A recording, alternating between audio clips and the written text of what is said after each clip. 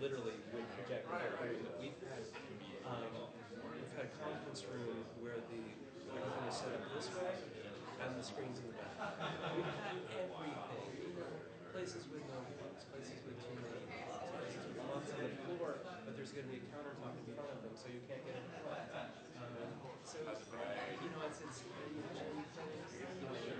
It's frustrating, I know, but it's what happens. And the key really is, you've got a year from when you move in to ring out the building, and that's the key is to make that hit list, get that, get the stuff, get it fixed, because after that year, you're toast. So that's the key, and that's hard for us because the Center for the Arts is just incredibly complex. You can route audio and video from anywhere to it. Huge trunk lines this thick with fiber and this and that. And so all of that has to be run out in that first year. But I'm looking forward to it. I'm looking forward to doing this thing with the astronaut. That's one of the other action items is to just finally settle on things. It's really nice to have him there. I know you guys don't have So Bill, and Go, the ones that introduced me to the whole market, right? So Bill and Andrew came up to me and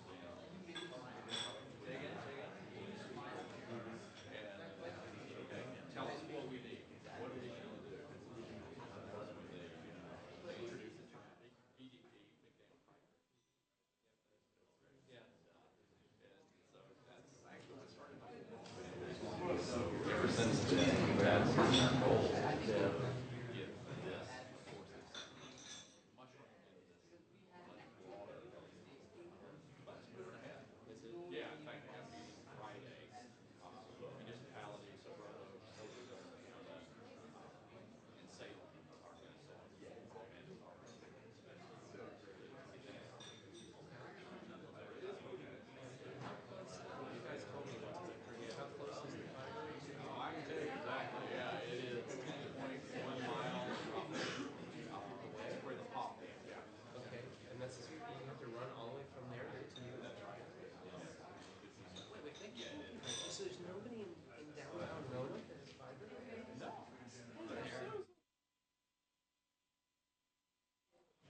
Keep going. Well, so Mike's been able to cobble together Like Freelander, yeah, because what he needs down there, right? So they cobbled it together.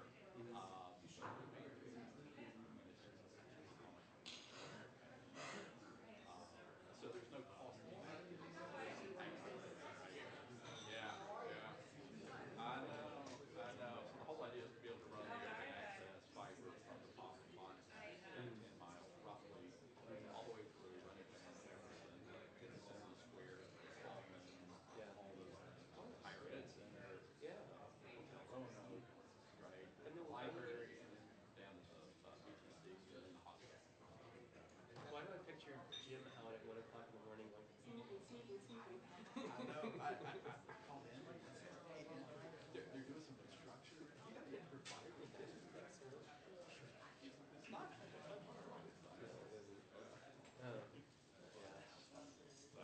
Anyway, that's just moving ahead. that's good. Yeah. But I'm just trying to think of the More general. I'm just trying to think of how it would be nice to do some sort of simulcast or broadcast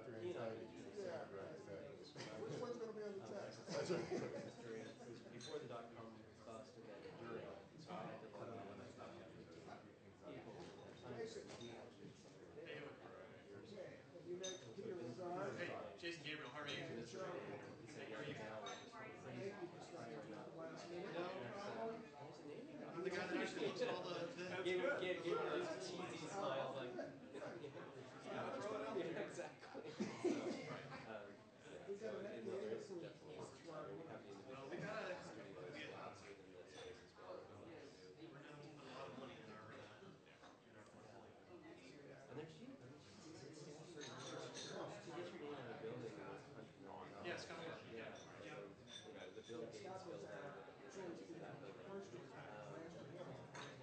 Oh yeah. Well, that was like the new engineering building right next to Burger. Yeah, yes, Scott's got At least far that's more exciting. companies. It's really annoying. Come on, folks. Somebody Now, step up, please. Yeah. You know, so we don't have to call it. Yeah. I mean, Yeah. there is one person. You're right. Right. Yes. Which, finally. Yeah, but then a little piece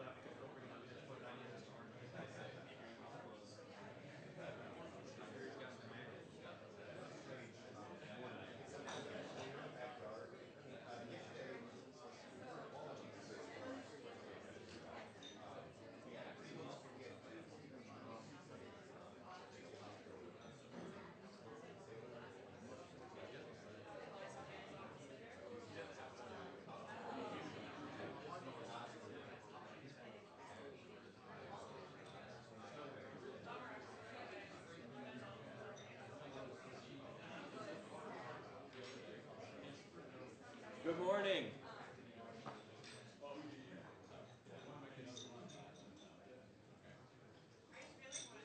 We're going to have some fun here today.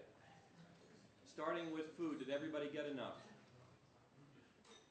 All sorts of breakfast back there. We're going to ply you with food till you fall asleep. I want to call your attention to 2 or 3 things. By the way, I'm Jim Flowers. I get to be Executive Director of VT KnowledgeWorks, which means I get to work with the folks who actually put this thing together. Lindsay, Christine, and Dick have just done a fabulous job again this year, and I know you're going to have a great day. We've got some great teams presenting, excellent judging panels, good food, lots of fun, some great speakers. I'm going to call your attention to a couple things. This is being live streamed. There's a little notice. You can text your friends right now while you're turning your cell phones to silent. You can text your friends and tell them they can stream. Those of you who are on the teams, text your family and tell them they can watch you live on TV. A lot of people tuned in the last time we did this and had a great time with it. Every student who is here today, who is registered here today, either as a presenter or a student observer, has been entered in a raffle to win some gift cards for local places. And that's kind of cool. They're valuable things. You have to be present to win. They will be awarded at the awards ceremony late this afternoon. So just registering is not enough. You actually have to stay around and applaud for the people who win. And it could be that you actually win something, so it's worth coming to that.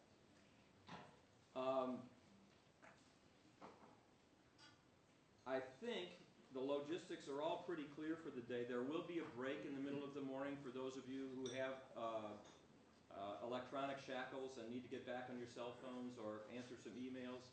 So that'll all be taken care of.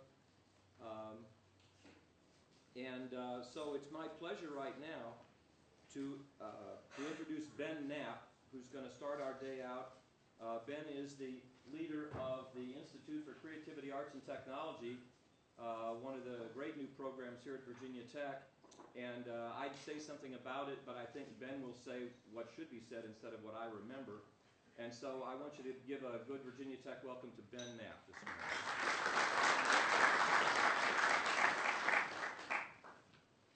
Thanks, Jim. And it's really great to be here today. I work with several folks in the room on a startup class, and there are several students here from that class, and that's pretty exciting. Good luck. And just really looking forward to today, and it's a pretty exciting day.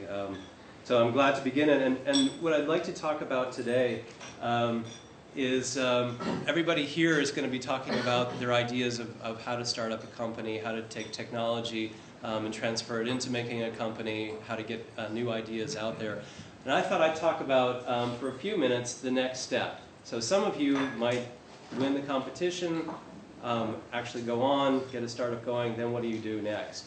And it's very similar to the situation that I encountered a year and a half ago. I basically came here to Virginia Tech, and there was this startup known as ICAT. And the challenge was basically, here were these random ideas, a startup company. It's supposed to combine education and the arts and technology. It's a really great idea. Talk to stakeholders, everybody loves it. There's also this group of faculty and this collaborative for creative technologies. The problem was nobody actually thought about what to do next. And so the challenge was to turn these ideas, as you guys will face, into an institute or into a company in your case. But the other challenging thing about a startup, and the challenging thing for me, was to do this at the same time as running it.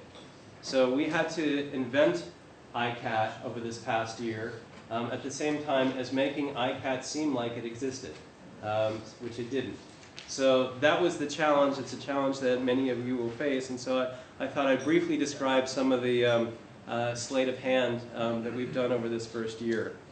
The very first thing is we had to create a set of binding principles.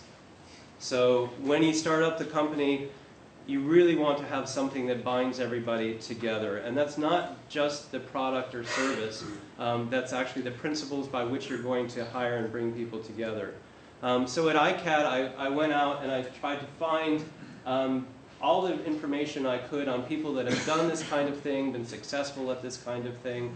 And so in this case, I always start an ICAT talk with a quote from Steve Jobs, who said, yeah, we need to bring together art, design, engineering, and science. That's an important thing. And that's one of the binding principles. And from that, ICAT needs to explore integrated STEM education. STEM is science, technology, engineering, and math, not just STEM education, but integrated, and integrated with the arts and design. So that helped us think about where we were headed. The second was the classic thing, again, that when I talk about ICAT in other fora, I always hold up the mobile phone. And I say, hey, look at this phone, or you point at a car going by and you say, look at that car. Did you buy the phone because of the electronics inside, because of the science that went into it? Did you buy it because of the design, the aesthetic? All of these things have to come together symbiotically in creating a product or a service. And this is, in some ways, many of you should be rolling your eyes like, of course. We all know this. But it's funny how difficult it is for people to realize how important this is. And the third was at the same time as we were forming ICAT, IBM had surveyed 400 CEOs of what they were looking for in college graduates. And they basically said, we are looking for, hopefully, people like today that think outside the box. They're looking for people that can work interdisciplinarily. They're looking for people that can be creative. And you had to go all the way down to number 8 on their top 10 list of Fortune 500 CEOs before you got to something that had anything to do with technology. And I think the 8th one was something like they should be good at programming or something like that. But the top 7 were all about interdisciplinary skills. So with that, we also looked at other models, again, as you will in your startup company. And Carnegie Mellon has gone through this effort. They have had 10 spin-outs just since their inception, which has only been in the past few years, at the Entertainment Technology Center. MIT Media Lab is the one that everybody thinks of when starting up an institute like this. It's amazing to me in Virginia how few people know about the Media Lab. If you're in Massachusetts or anywhere in the Northeast, or frankly in California, you know a lot about the Media Lab, but it hasn't really trickled down to Virginia in terms of its huge impact. They have 116 successful spin-outs, literally hundreds and hundreds of spin-outs, 116 of which are companies with ongoing concerns. So then we decided, well, what should the binding principles be? What's the impact of ICAT? Well, number one, we want to transform education at the intersection of these disciplines, science, engineering, art, and design. We want to drive economic development by spinning out companies, and we want to engage the public at these intersections between science, engineering, art, and design. So finally, from all of that, we created a vision and a mission. The vision was basically to foster the creative process, to create a place for exploration and expression, and to forge this pathway between research at the nexus of science, engineering, art, and design, and artistic output, scientific and commercial discovery, and educational innovation. So that exercise was over this first year, and this didn't, day one come up with a vision. This happened over the course of a long time of doing many things that many of you have done, which is go out and talk to your stakeholders and see what their interests are, and from that really create this binding set of principles. Second set, find people that are actually ascribed to those sets of principles. Bring people in that you're going to be hiring across all sorts of skill areas, technical, non-technical skill areas, but you want everybody to embody the principles that your startup has. And so what we did is we decided to bring people in that ascribe to this ethos in a studio model, meaning let's get faculty, staff, students, people from the industry, people from the community, talk to them and bring them together in areas of common interest. Studio models of innovation. Studio is not in the physical place, but as in a collection of people with common interests. And you bring them together interdisciplinary so that they can work whether they're in art, design, engineering, or science. So we did that, and we formed, from those people, we formed areas. So the first area was the area of looking at transdisciplinary education. This integrated STEM, computational thinking, exploring studio and lab teaching, The second group that came in was looking at the tools of creativity. So studying things like motion, performance, gaming. The materials of creativity can be anything from 3D manufacturing to nanotechnology. And remember, all of these studios were created by the folks that came in their own interest area.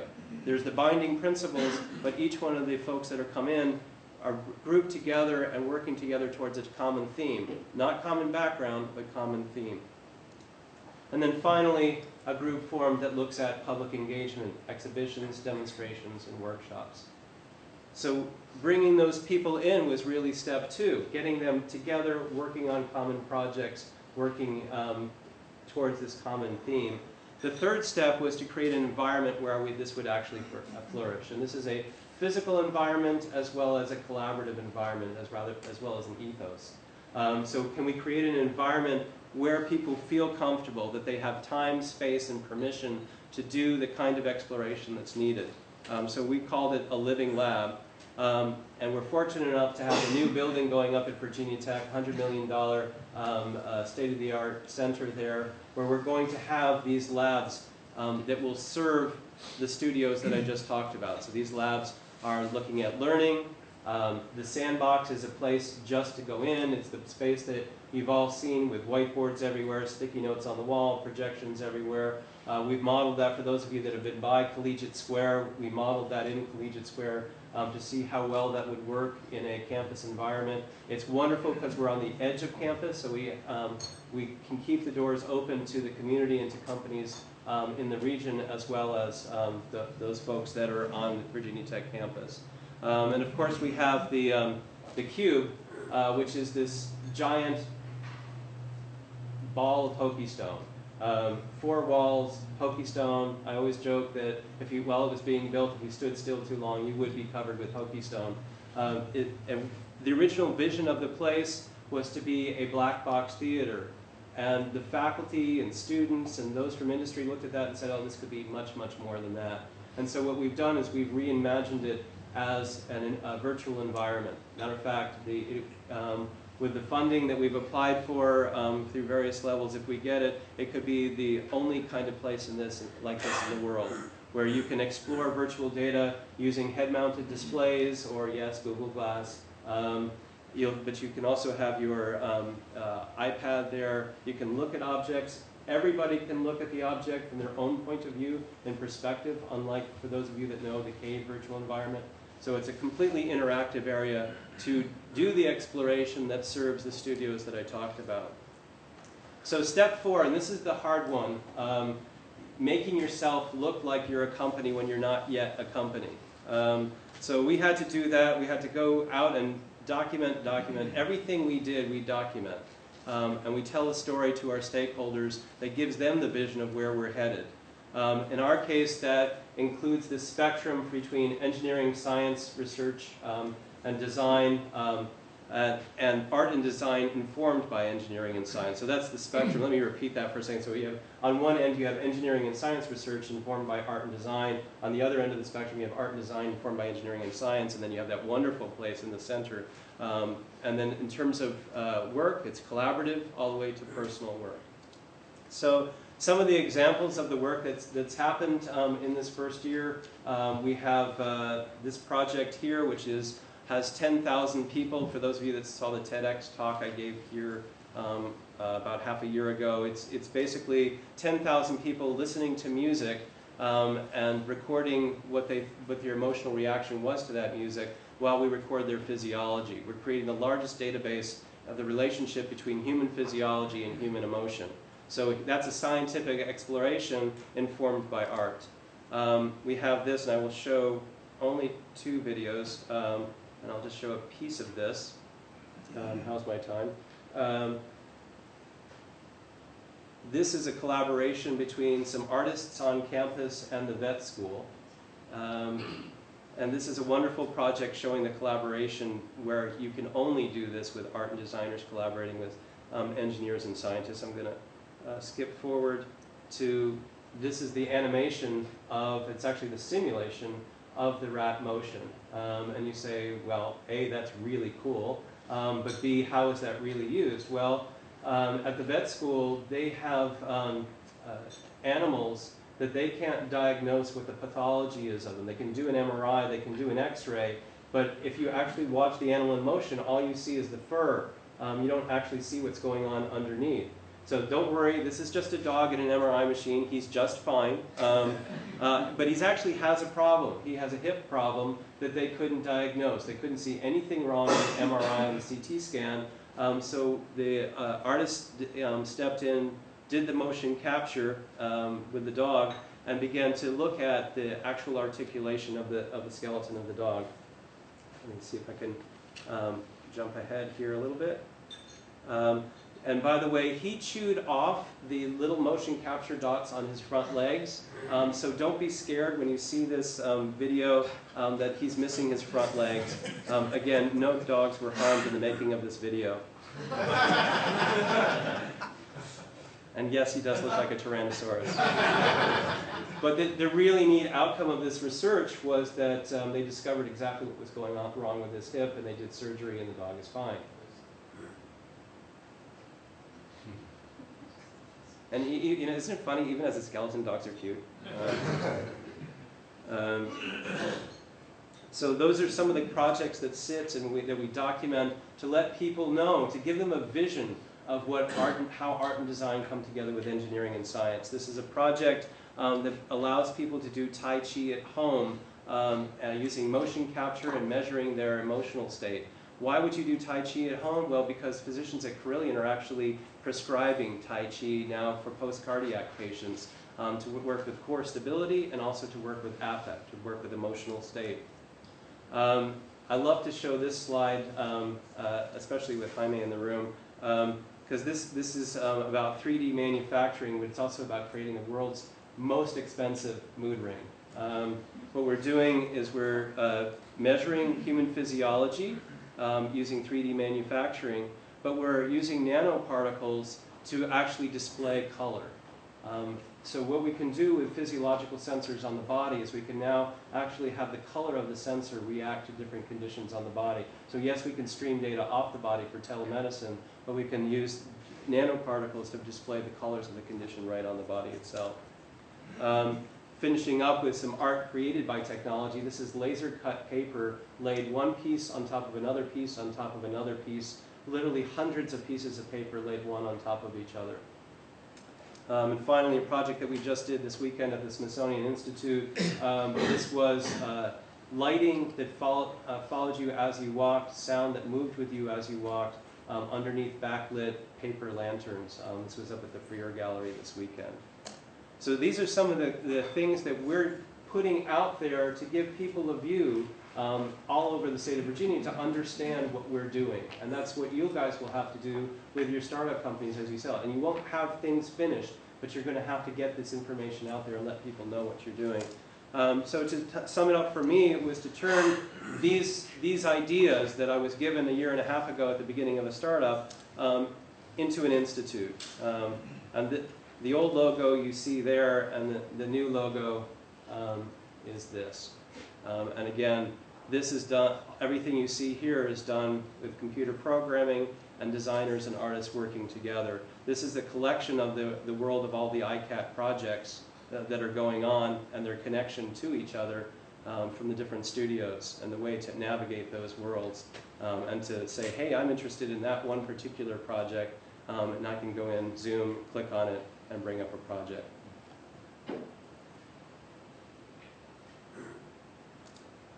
So my advice for today is good luck. I saw this cartoon and I thought of you guys because I know a few of you are nervous in the audience, and I just thought to myself, this is what you should do right now. Take a deep breath, relax. You guys are going to do great today, and hopefully you'll come out of this and do create a startup and have the interesting challenges over the next year or two that I've had over this first year. So good luck today, and thank you.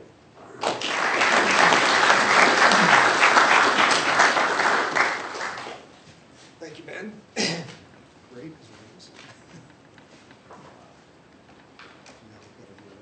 Yeah, let me just grab this. Ben is busily under the podium here, I also need to thank Christine for all the work she's done since, all the time, but lately, as of last Friday. Most of you know that I left town rather quickly last Friday and was wondering whether I was even going to be back this week, and she picked it up very well. I also thank everybody for allowing me till Sunday to review some slides. How any of you responded is beyond me at that point, but that's okay. But we worked it out, and I'm back, and so forth. Ben mentioned this is a special event for many of you. Just to give you an idea, it's the first time I've worn a tie in this year. So it must be a fantastic event. How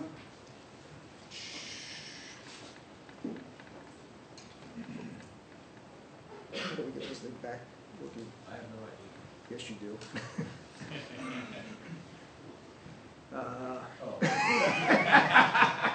I have an idea about that. Yeah, I have no idea what password is. The schedule today is very tight, and the rules are that students and faculty, staff, so forth, have 12 to 15 minutes to present their concept. Hopefully they can do it in less than 15, just so they all know at 15 minutes I will stand up to indicate that it's 15 minutes, and at 16 minutes I will come over and congratulate them on finishing their talk, whether they've done it or not. After that, we have 5 judges at this session, 5 judges this afternoon as well, who will ask questions. If they run out of questions before the 10 minutes is up, I will open it up to the general audience. I think that's happened once in 4 years, but we'll work accordingly. And at the end of this morning's session, the judges will huddle and decide on a winner from the tech transfer competition, and the same this afternoon for the student business concept competition. Somewhere here.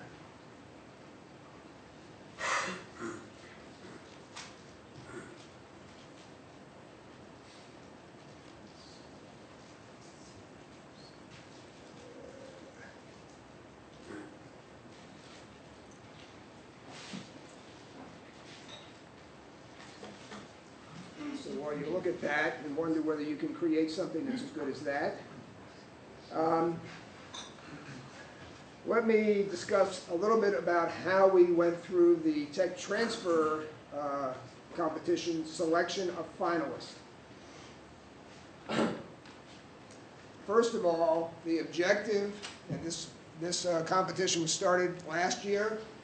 The purpose of it is to accelerate innovative technology transfer from Virginia Tech to the private sector. We asked students, staff, faculty, and alumni to propose a concept, business concept for their technology, and from that we hopefully can develop a start for a business.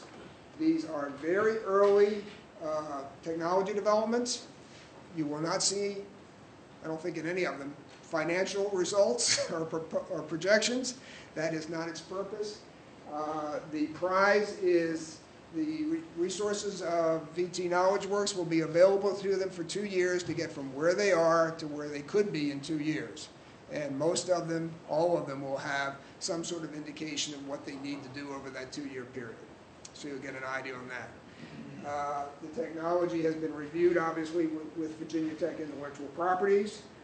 I think everybody's happy with that. What we ask is they submit a 2-page summary of their idea. They've learned this year. Last year they thought that I was a very rigid person, and they limited it to 2 pages, and we had submissions in font size 8 to make sure they made it. This year we didn't do that, yet they still seem to do it within 2 pages in most cases, even with a decent sized font. Those were reviewed by a panel of judges. They are here, and I want to thank those people. John Geikler from VTIP obviously was there to make sure that we understood that issue as well. Henry Bass, owner of Automation Creations, Michael Fleming from Torque Robotics. Joe Marcy, who has also been an entrepreneur, is the head of the Food Science and Technology Department at Tech. And Kami Rosman has been around for years, as everyone knows, CEO of Click and Pledge. So that was the group that selected the 5 finalists. And this morning we have 5 judges, with one correction here. Sam English, you can read all that up there. In his spare time, he solves the Mideast conflict as well. Doug Wanarino,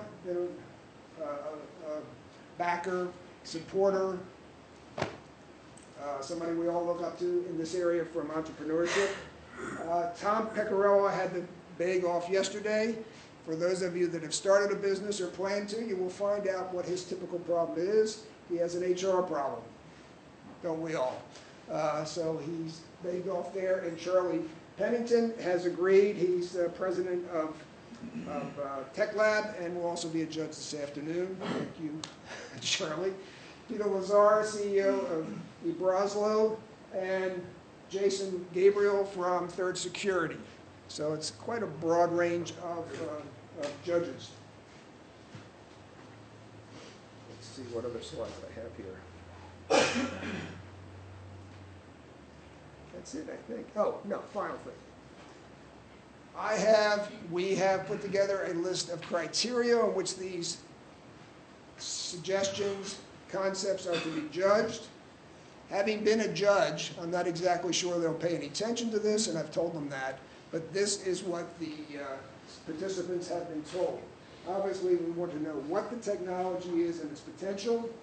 We want to know at least one application of it and some idea of the size of that application, how you would propose pursuing or commercializing this idea, how you'd enter the market, and obviously, does the team have the expertise needed or what is missing from the team to make this happen? With that in mind, I'd like to introduce the first paper. You have a booklet, and on page 8 are the 5 finalists for the Tech Transfer Challenge. If you've ever done a business, the first thing you know is that you sit down and you change the name of it, right? Always. So some of these names are not the names you're going to see up in front of you this morning, but that's life, okay? The first talk should have been listed as laser light energy applications in wood products. I tried to add the word natural in front of woods and call it Lean Products Company. They listen to me just like everybody else does. They're not doing that. It's called Photon Composites now. And the presenter this morning is Jeff Dolan, and I'll let him talk about the others on the team so that I don't get into all that and you see the repetition. So, Jeff, come on up. And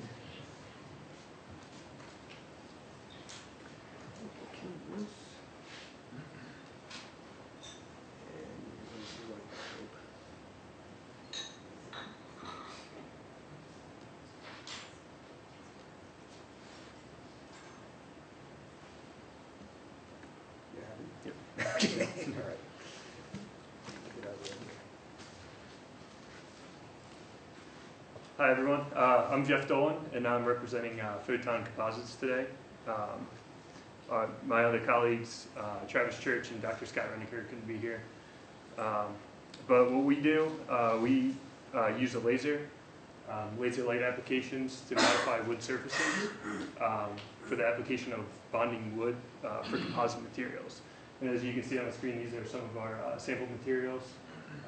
And it's plywood, so it's wood in different directions for structural properties or for aesthetic products as well. So this is the market we're trying to enter. It's the sustainable building materials manufacturing market. And this market is growing at an annual rate of 14.5%. And in the year 2014, it's expected to jump up by 25.3% and reach eventually $50 billion market by 2018. And this market is interesting because there's low barriers to entry, and the life cycle stage is actually growth. So this is a perfect opportunity for us as a company to enter this market. Housing starts, as you can see in the bottom right-hand corner, are the input factors into these statistics. And obviously 2008, 2009, housing starts crash, but in the next 5 years they're expected to increase at the rates. So what is our product? It's probably the most novel product in the plywood industry. We've actually figured out a way how to bond wood without using any adhesives at all. So what we do is we use this wood irradiation from a laser to modify the wood surfaces, and basically what that does is it creates a different chemistry on the surface that we can exploit for adhesion. So this, again, it has no adhesives, and when I tell people that this product is bond, like if I have a sample, usually people are astounded at the fact that there are no adhesives in this product. So it's all natural, and all we do is a simple laser modification technique. And this can be applied to any type of wood, and we're also branching out into other materials as well. And this is definitely a game changer. So some of our product attributes for success. There's, again, no adhesives. Today, most of the plywood products used by the industry are bonded with two main types of resins or glues. Those are phenol formaldehyde and urea formaldehyde. And usually when you say formaldehyde, it's a cause for concern because one, it's been classified as a known carcinogen, and two, it's a non-renewable resource. Actually, recently, President Obama has signed some legislation eliminating resin that emits formaldehyde in manufacturing and even in the home. So at all times, some of these bonded wood materials emit formaldehyde just from reaction with water in the air. And our product has none of that. It eliminates any adhesive use at all. But to be competitive, we need to replace that resin cost with our laser modification technique. And the laser modification only takes energy. And then energy can eventually, if we scale up enough and if our systems work, our manufacturing process could be fueled on waste wood to generate electricity to power those lasers. So it could be an entirely green and have a low carbon footprint. And obviously there's no volatiles in these products as well. And the performance of these materials is relatively the same or better than traditional resins or glues used today in the market. So if you can see the first line, there's plywood made from pine. That's probably the most common type. And actually our laser modification has higher strength values than the traditional phenol formaldehyde resin. And to keep our business going and to have more success, we obviously need to protect our IP and our provisional patent, and so we've submitted that September of last year. And again, we're using no adhesives bonding these composites, and this is a game-changing technology. However, we need to know that it works at manufacturing speeds, and those speeds in the industry are about 100 feet per minute. And that's the standard for most of these huge corporations that do plywood manufacturing.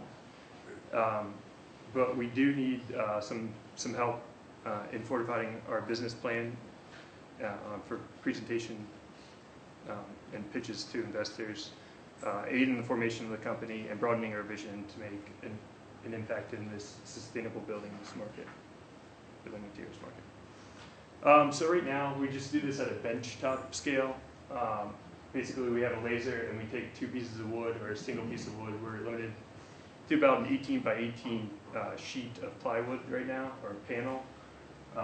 And we laser modify the entire surface and then we laser another entire surface, and we put those two surfaces together, and we press them with heat and pressure, which is standard for any plywood manufacturing.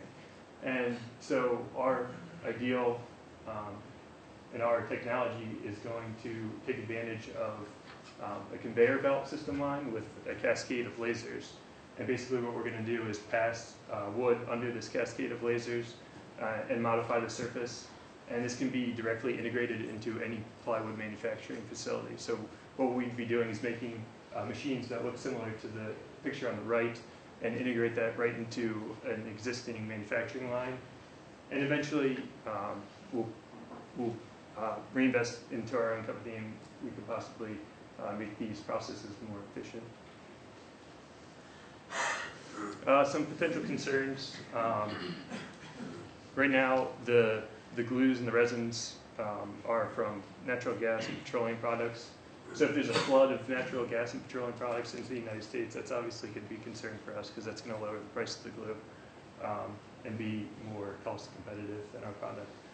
However, it's still not going to be defined as a sustainable biomaterial or a sustainable material, because they're using formaldehyde and fossil fuels to make these resins. So it will never be considered a completely sustainable product, because the renewability of fossil fuels is on the order of billions of years or millions of years, whereas our wood technology just has a life cycle time of a tree, so maybe 20 years. We will need some marketing efforts to secure the technology as well, and we ultimately want to market our material as a very sustainable product. So our vision at Photon Composites will be to reduce hazardous chemicals in building products.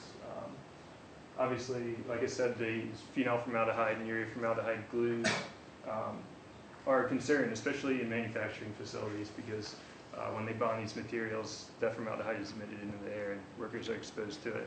And not only that, it gets into our home products as well. We're going to try and enhance manufacturing efficiency.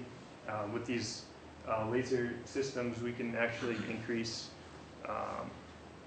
the manufacturing line, and most of it is bottlenecked at pressing, but we think we can shorten press times and just increase the overall manufacturing efficiency, especially because these are commodity products. So the efficiency is definitely needed for competitiveness in the market. And then we need to create new IP regarding these novel products, so we have to keep updating our intellectual property and just make sure that we're protecting our business again. So our goal is to integrate these systems and demonstrate these systems to potential customers, large plywood manufacturers. We need to license the technology or form joint ventures with these manufacturing companies. And actually, many of these companies have come to us after presentations or like poster presentations and things like that. And they're very interested in the technology. We've had multiple talks with multiple companies already. And so joining these joint ventures are definitely going to be an important aspect as we go along, because they control the main stakes right now for the entire business. So if they join in, and then I think we will have a good chance at selling our products. So reinvestment. We intend to also use this to create durable and aesthetic materials as well. It's not just a commodity product. It can be other sustainable products that have lower formaldehyde emissions, which I'll get to later. Funding opportunities for growth. SBIRs are very important. We've propositioned for some of them, and we have some grants already for the technology from research. And then venture capital, immediate investment to provide funds for equipment and facilities and employees. And again, these plywood manufacturers are going to be a main source of our funds. So our team, Travis Church, he's the co-inventor of the laser bonding system. He's got 2 years of development experience at Owens Corning, and he got his bachelor's and master's degree from Virginia Tech. Scott Reneker is going to be part-time on this. He's an associate professor at Virginia Tech. He has 8 years of experience writing research proposals, doing research, and teaching about wood composites. And he is also a co-inventor of the laser bonding technique. There's Steve Church. He's going to be a consultant, so he's going to be part-time, and he's a retired electrical engineer, and he has 30-plus years of process development experience. And then there's me. I'll be a scientist engineer, and I'm doing my master's thesis on this project, so I'm going through all the chemical characterizations and different techniques to enhance the bonding mechanisms and characteristics to this technology. And I got my bachelor's here at Virginia Tech in wood science. And to be determined, we definitely need marketing and sales manager because all of us are engineers or scientists, so we definitely need help giving pitches and getting our marketing under control. So some of our customers, they're definitely going to be, again, these plywood manufacturers, Weyerhaeuser, Georgia Pacific, these are some big names. They've already given us some input and are interested in it. And, but it is a conservative industry, so they are reluctant to slow any kind of production lines. So we have to make sure that our systems are ready to be integrated into theirs and be fully tested. And then I think the transition and growth will continue from that point. Other groups, there's push for niche markets like children's furniture. There's strict formaldehyde emissions regarding children's furniture. Obviously, you don't want kids playing with toys that emit formaldehyde. And so our products could easily penetrate this children's furniture market. And in general, some other big indoor wood products companies like IKEA or Ashley Furniture, any cabinetry or furniture manufacturers would be our typical customer. So this is our timeline. The first year, we plan on developing small-scale prototypes and working at this 100 feet per minute manufacturing line process. Obviously, scaling up is going to cost some money, so obviously we need some capital investment, propositioning, and some SBIRs to help with those initial costs for potentially seeing if this can be scaled up. And then once that happens, then we can find facilities, equipment, employees with marketing experience, hopefully, and then go to full-scale prototypes at full speeds. And eventually, once we have everything set, then we can go into full production and get customer-specified systems that integrate into their lines. And yeah, thank you so much for this opportunity. I really appreciated it. If you guys have any questions, just let me know.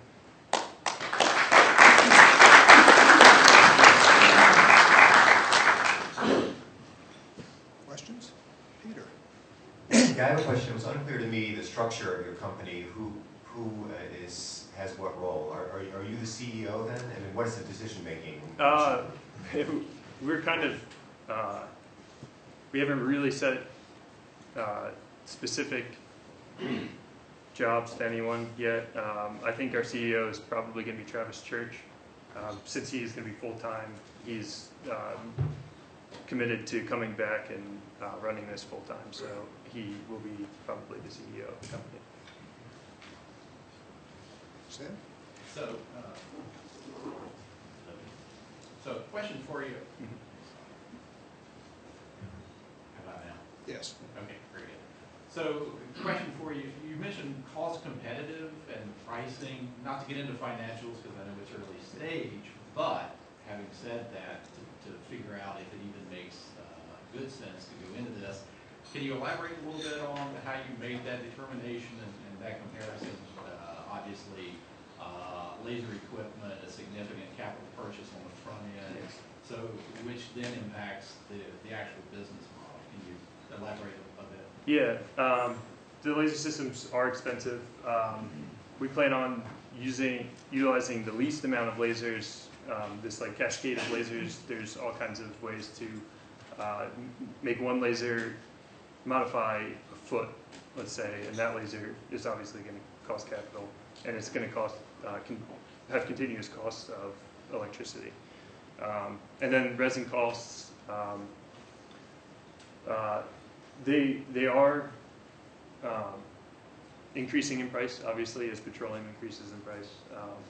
I can't say exactly how much because it depends on where you are and where you're shipping resin from, and what company or what electric company you're using. So it really varies on your location. And but in general, we did some rough calculations using electricity around these regions, and we found out that it's pretty comparable to the price per, because it's hard to compare like a resin quantity price to an electric price that we don't know yet because we haven't gone full scale into this. So. I guess I'm more asking about the actual laser equipment cost. How significant is that? Oh, okay. It's about, I think we use a 60-watt laser right now, and that was around, I think like $20,000. So, and it's based on wattage per laser. So like a 250-watt laser would be, I think, around $100,000, $200,000.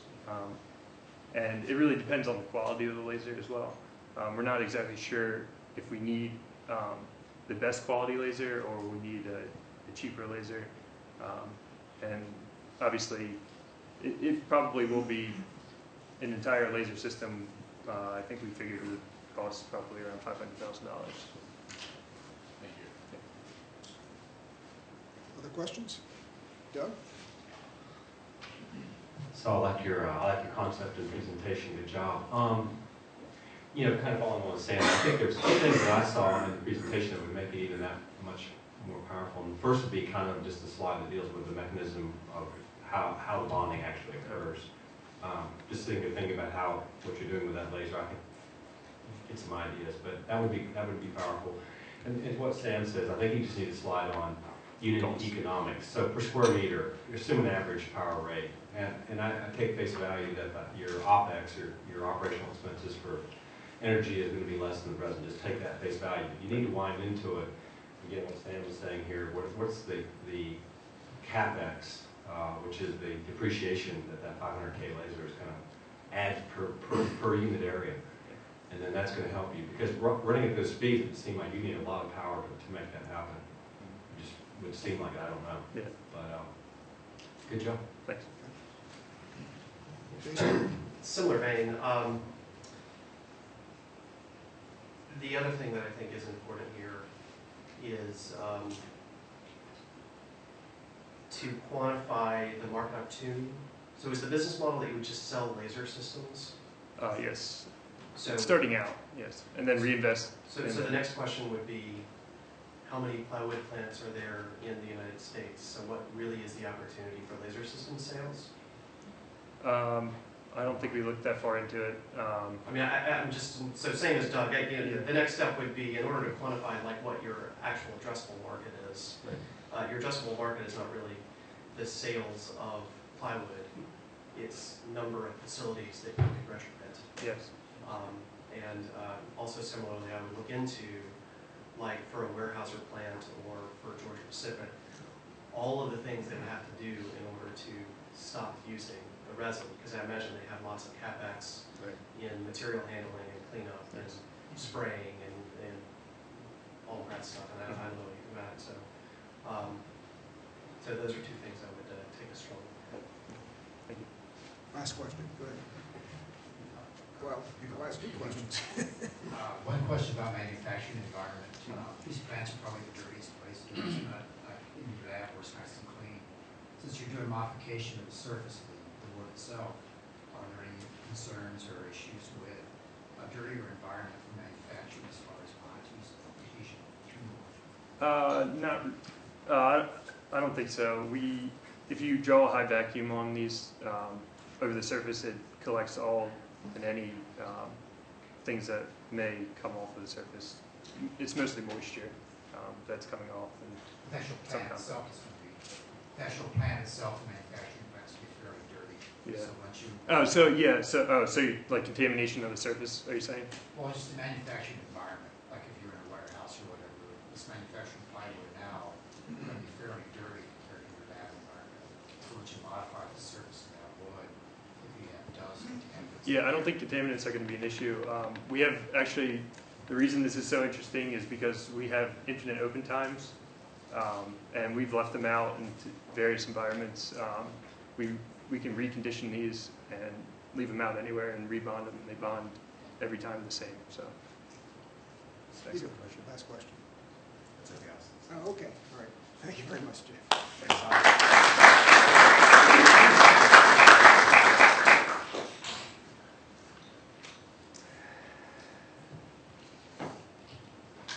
Give me a moment to do this.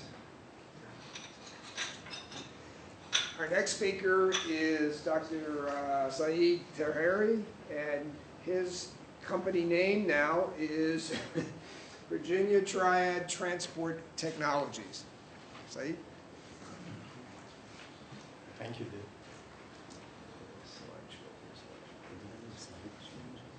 Yes, they do. And it should be that. Okay, thank you. Hopefully it works.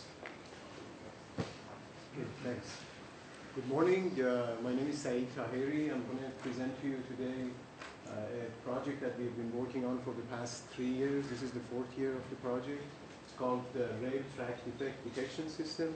The company name is Virginia Triad Transport Technologies, and the people within the company that are currently active are listed above, and I have a slide at the end that I will talk about everybody's credentials regarding what we are going to do in this company.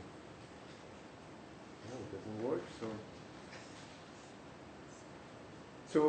just to give you an idea of what I will be talking about, this is the content of the presentation. I'm going to go over the mission statement, then talk about the problem definition. Turn it on. Okay, thank you. The technology that, what is the technology that we are looking at, where we are at this point, who is our competitor. We have one first customer, is Amtrak. We're going to talk about that.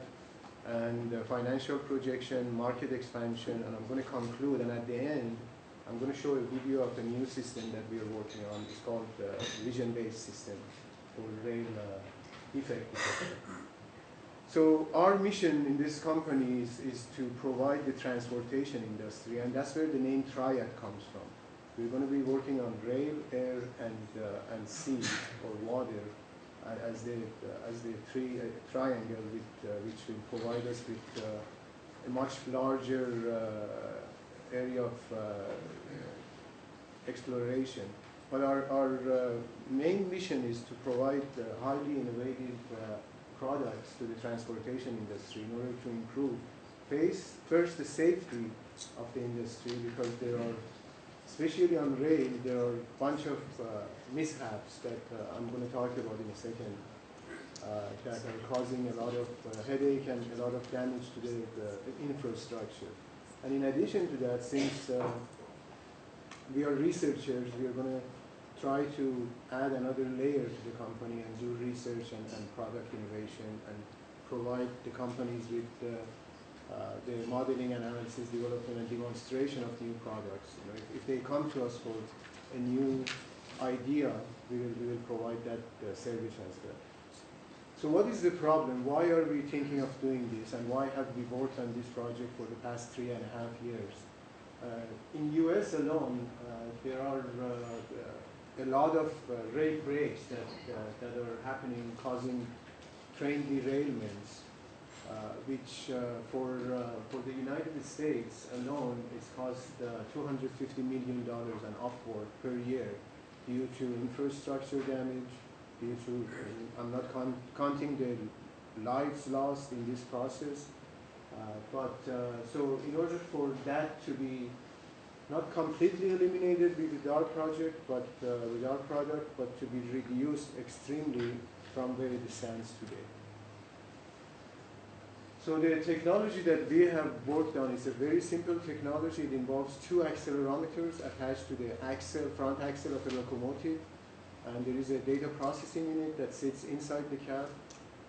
The antenna that you see on top of that diagram is a GPS antenna that transfers the location of the train and the defect location to the dispatch. And based on the acceleration data that we measure on the axle there, we process that using a very intelligent algorithm that we've done, and that is the heart of the system. So that algorithm detects the cracks or defects on the rail without showing any false positives or false negatives. Those false positives and false negatives comes from the fact that there are frogs, switches, stuff on the rail that makes it a little challenging for a regular FFT, for example, to detect this. So we use what is called the wavelet transform. The wavelet transform identifies very small discontinuities, if I may call it, in the signal, picks that up and detects that as a defect on the rail. So here is what we have as the first system design. Of course, I'll show you what the system does in a second. This is the overall design of the box with all the elements that I'm going to show in the next slide on it. The antenna on the side is for wireless transmission of the data. Every time the system finds a crack or a defect, it transmits the data through the cloud to a server where the customer can go in and look at that data before they make a decision if they want to send somebody to that location to take care of the problem, stop the train, or what have you, in order to eliminate the derailment of the train. So here is the inside of the system. I'm only showing one accelerometer here. The accelerometer, there is another accelerometer that sits on the other side. There is one on each side of the axle in order to be able to track both rails on both sides of the train. So as you can see, the system is pretty simple. There is a power inverter because we're going to use the locomotive power, which is high voltage, high current. We have to reduce that. We have the accelerometer. We have the GPS receiver, and then we have the wireless modem. So those 4 items are the heart of the system. Of course, the algorithm, which sits in the TSP, digital signal processing unit, that is actually the heart of the system. Without that, all of this hardware will not be. I'm sorry. Let me go back and these are off-the-shelf pricing for the components that needs to be used on this system. The accelerometer, for example, is a triax. It measures the longitudinal, lateral, and vertical. All of those are important because if you're going on a curve and the brake is on the curve, you need the lateral acceleration. The shift in the rail is going to generate a lateral acceleration. So all of those signals are used in the processing that I'm going to show in the next slides. So the unit price for off-the-shelf pricing elements is around $2,500. It's not a big price for. So this is how the system works. We have the data acquisition system, or the accelerometers generate data. This is the raw data that is generated by accelerometer as the train runs on the rail. We process that data using our intelligent algorithm. We find the defect, and then that defect is dispatched to wherever the rail company wants us to dispatch it to. In addition to that, this is the data for that section of the rail. 2 seconds before and 2 seconds after, it's going to be collected, sent through the cloud to the server in order for them to be able to process and make sure that we are sending the correct signal to them. And of course, data logging is important, as I mentioned, for this process to be completed. This is a video. This is the first test that we did with our system. Of course, as I said, the system is not completely put together. The system that I'm referring to in this presentation is only 2 accelerometers that collect data, and we process the data offline in order to find defects on the rail. But there is no massaging of the data that is done. It's the actual data that is collected on the rail. And as you can see, this was done in Pueblo, Colorado. There is a company called TTCI. It's a part of American Association for Railroads. The project that I've been working on, this project, has been funded by them for the past 4 years as a research project. So they did the testing, and they sent the data, and we were able to find the exact location of the defect on the rail as the train passed over.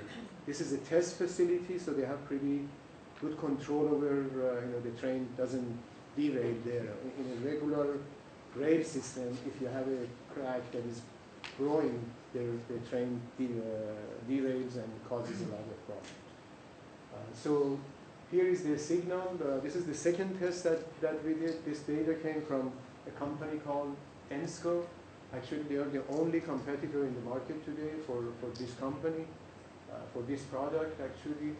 So this is a bunch of data. You can see the number of data samples or bunches of data on different rails that they sent us. Is about 20 data samples.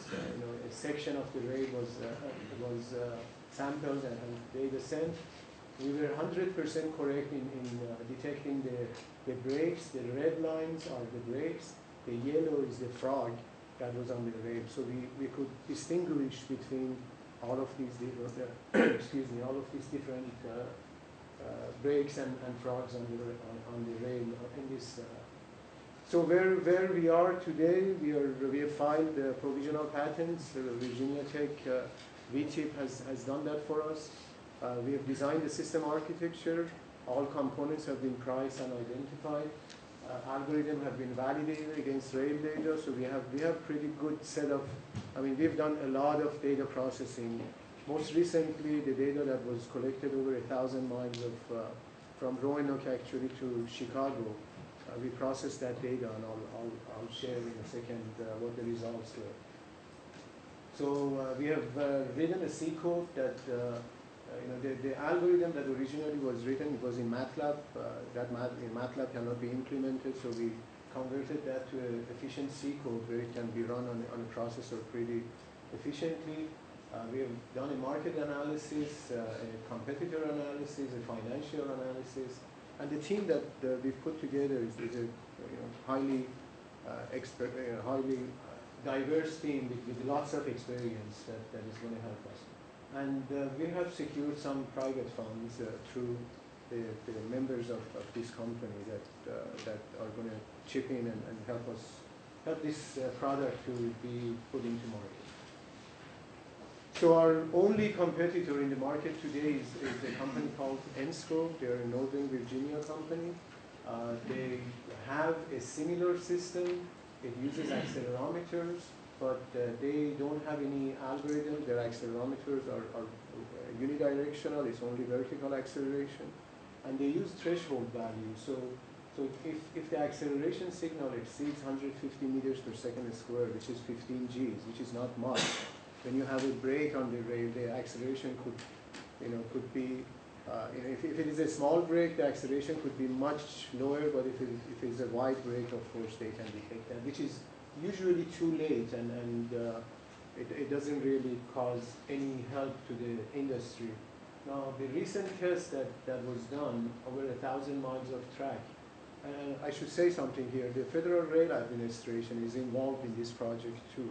So it's not, the data that we've used for this 1,000 miles track is based on what they have asked us to do. It's not just, we are not taking the competitor data and try to make them look bad. This is a real competition between the two systems. So they detected 1 out of 49 breaks. We, with the algorithm not being tuned or done anything to it, we detected 16 out of 49. And remember, even if we can detect 5 of these over 1, then that adds a lot of value. Because we can reduce the number of derailments and help the industry. The most important part of this is that they offer this for $30,000 per unit. And then they add, on top of that, they add charges for wireless transmission, monthly fees, and stuff like that. So our first customer, and I'm going to get into our financial projection in a second after I talk about this first customer. Now, as I said, this project was funded by AAR, and AAR has these rail members. All of the railroads are member of AAR.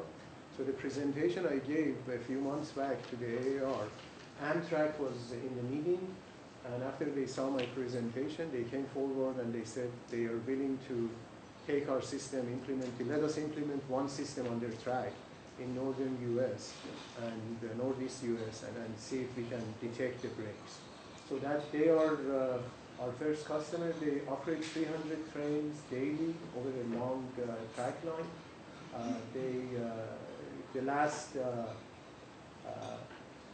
document I read about them, they have 1,090 locomotives running in US, all over the US. So they are a big customer for us. If we can detect, if we can be successful in this test that we are going to do for them, then we have a potential for them to be our first customer of large volume, being 1,000 locomotives. So this testing that I'm referring to is going to happen in June, July this year. Regardless, we're going to go there, take a system, go there and do the test and make sure that it works for them at least with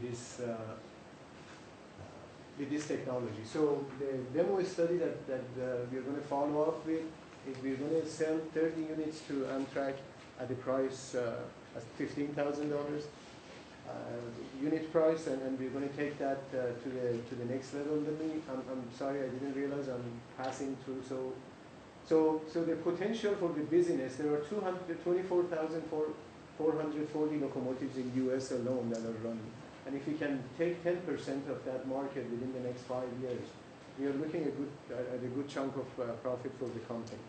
And the market expansion, of course, all of these countries or regions have the same problem, and I'm not going to Japan, Europe, and other countries that have large railroads going at high speeds yet, but once we prove our concept, we can go there. And there are a bunch of railroads, private and government in those regions. Locomotive manufacturers are a key element here. We can go to GE, have them install these on their locomotive before they sell it to any company. And in conclusion, we have an intelligent algorithm that detects the defects on the rail. The prototype system has been designed and has been manufactured, so we've been using that prototype to do testing and proof of concept. The customer, the first one has been identified, is Amtrak. We're going to go work with them this summer and make sure that we can feed them the right data. So I'm going to skip this and go to the last slide, but there are one thing that is important. In addition to this technology, we have 2 other technologies. One is intelligent tire.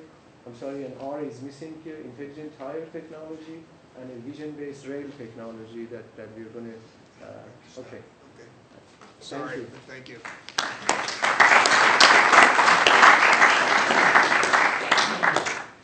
Most of it was covered. Sam? Probably a naive question regarding failure rates and breaks. So I guess some of the question is, what's acceptable from the industry perspective? The numbers you were showing were detection in maybe the 30% range and the testing that you were talking about, obviously much better than the competitor. But I guess my question is, what is acceptable from the industry standpoint, and are they willing to pay to have the additional increased identification of brakes? Well, they are currently purchasing these systems offered by ENSCO, where it doesn't work that well. So they are already paying $30,000, and there are so there is a good chance that if we offer that lower price with much better detection, I'm not saying we can detect 100%, but the blind test that we did at 1,000 miles, we didn't have a chance to do anything with the algorithm. Our algorithm was taken and it was processed. So if we go and we have these rail data, we go and tune our algorithm, I'm sure we can get it up above 50-60% detection. So there's no training set of data for the thresholds and all of that in what you currently There is not, because once a crack happens on the rail, you have hundreds of cars, heavy cars, going behind the locomotive. As it passes over, this crack is going to get opened larger and larger. So you want to detect it right at the beginning rather than waiting at the end. The ENSCO product does it at the end, which is too late usually. If you go to YouTube and do some search, you would see the rail derailment. It's all over the place. Peter? Yeah, is it possible to summarize what is it in your provisional patents that gives you the advantage over ENSCO? Is it the multidimensional accelerometer, or is it something else? It's the intelligent algorithm that we have. It's a wavelet-based algorithm that nobody else has that, and it's a C code that we wrote based on that. So those are two different patents that we have pending. Of course, it's provisional patents, but once we get forward to this, from this point, it's going to go to a patent, so it is two different technologies that, having a C code that mimics the algorithm is by itself a technology that we have developed. So the heart of the system is this intelligent algorithm that has been patented. You look like you have a question, sorry. Well, actually, a follow-on to that. So is your patent on the fact that you have this algorithm, or is it the specific algorithm? No, it's the specific algorithm based on triax accelerometer. So having a three direction of acceleration and having this intelligent algorithm, it protects us from anybody using that in the industry. Okay. Jason? So what are people doing in Europe and in Japan? Well, actually, much bigger train markets. Well, actually, my colleague, Dr. Furukawa, is from Japan, and he recently was there, and he explored that in Japan, at least the way we figured it out, is that they do maintenance overnight. So they are constantly checking the rails and changing whatever they think is going to cause problem. So they are not really, because it's high speed, it's very dangerous to have rail brakes. So they don't have a system like this. I mean, this is just a very first iteration of people thinking of intelligence put on the rail or on the train to detect rail brakes. Cheryl? Just a quick question. Sure. Kind of off the Japanese high-speed trains.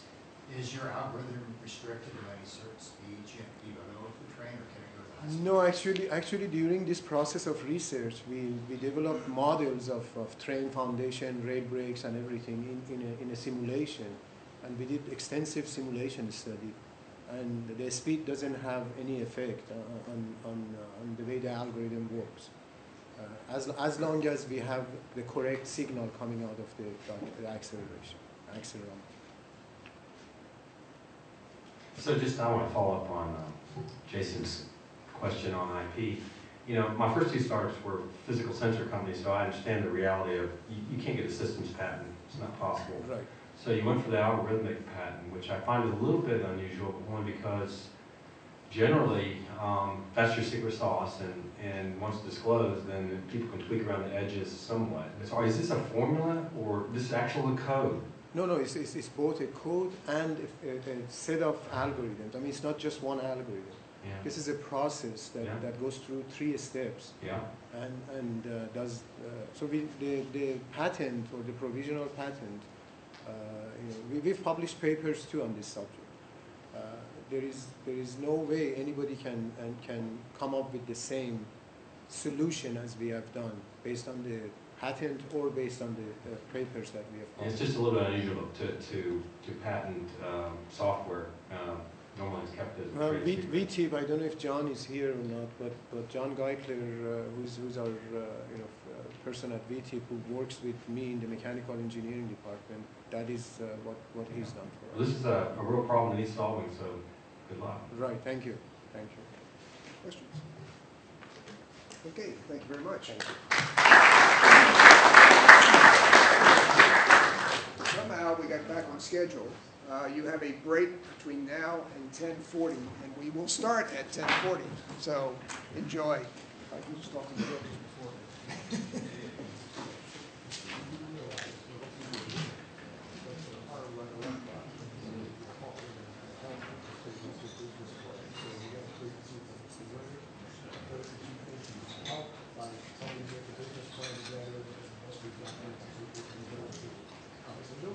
I have a big question, which is, are we ready to find further applications for this topic?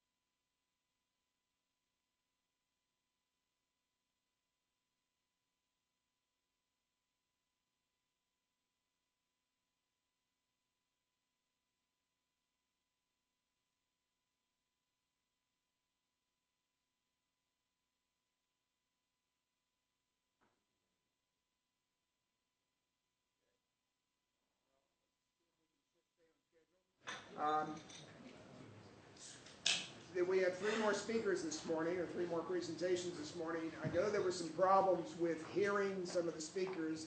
The next speaker has agreed that they will hear her over at alumni, or over at the drill field, so that's not a problem. And the speaker after her will also be extremely loud. So the last speaker, either speak up or use the microphone. I'm not sure how loud you'll be. Let me introduce the next speaker. It's Dr., I'm happy to say, Maria Romani. She became a doctor last month. Yep. And for some reason, nobody's called her doctor yet. I don't understand that. I thought that happened automatically.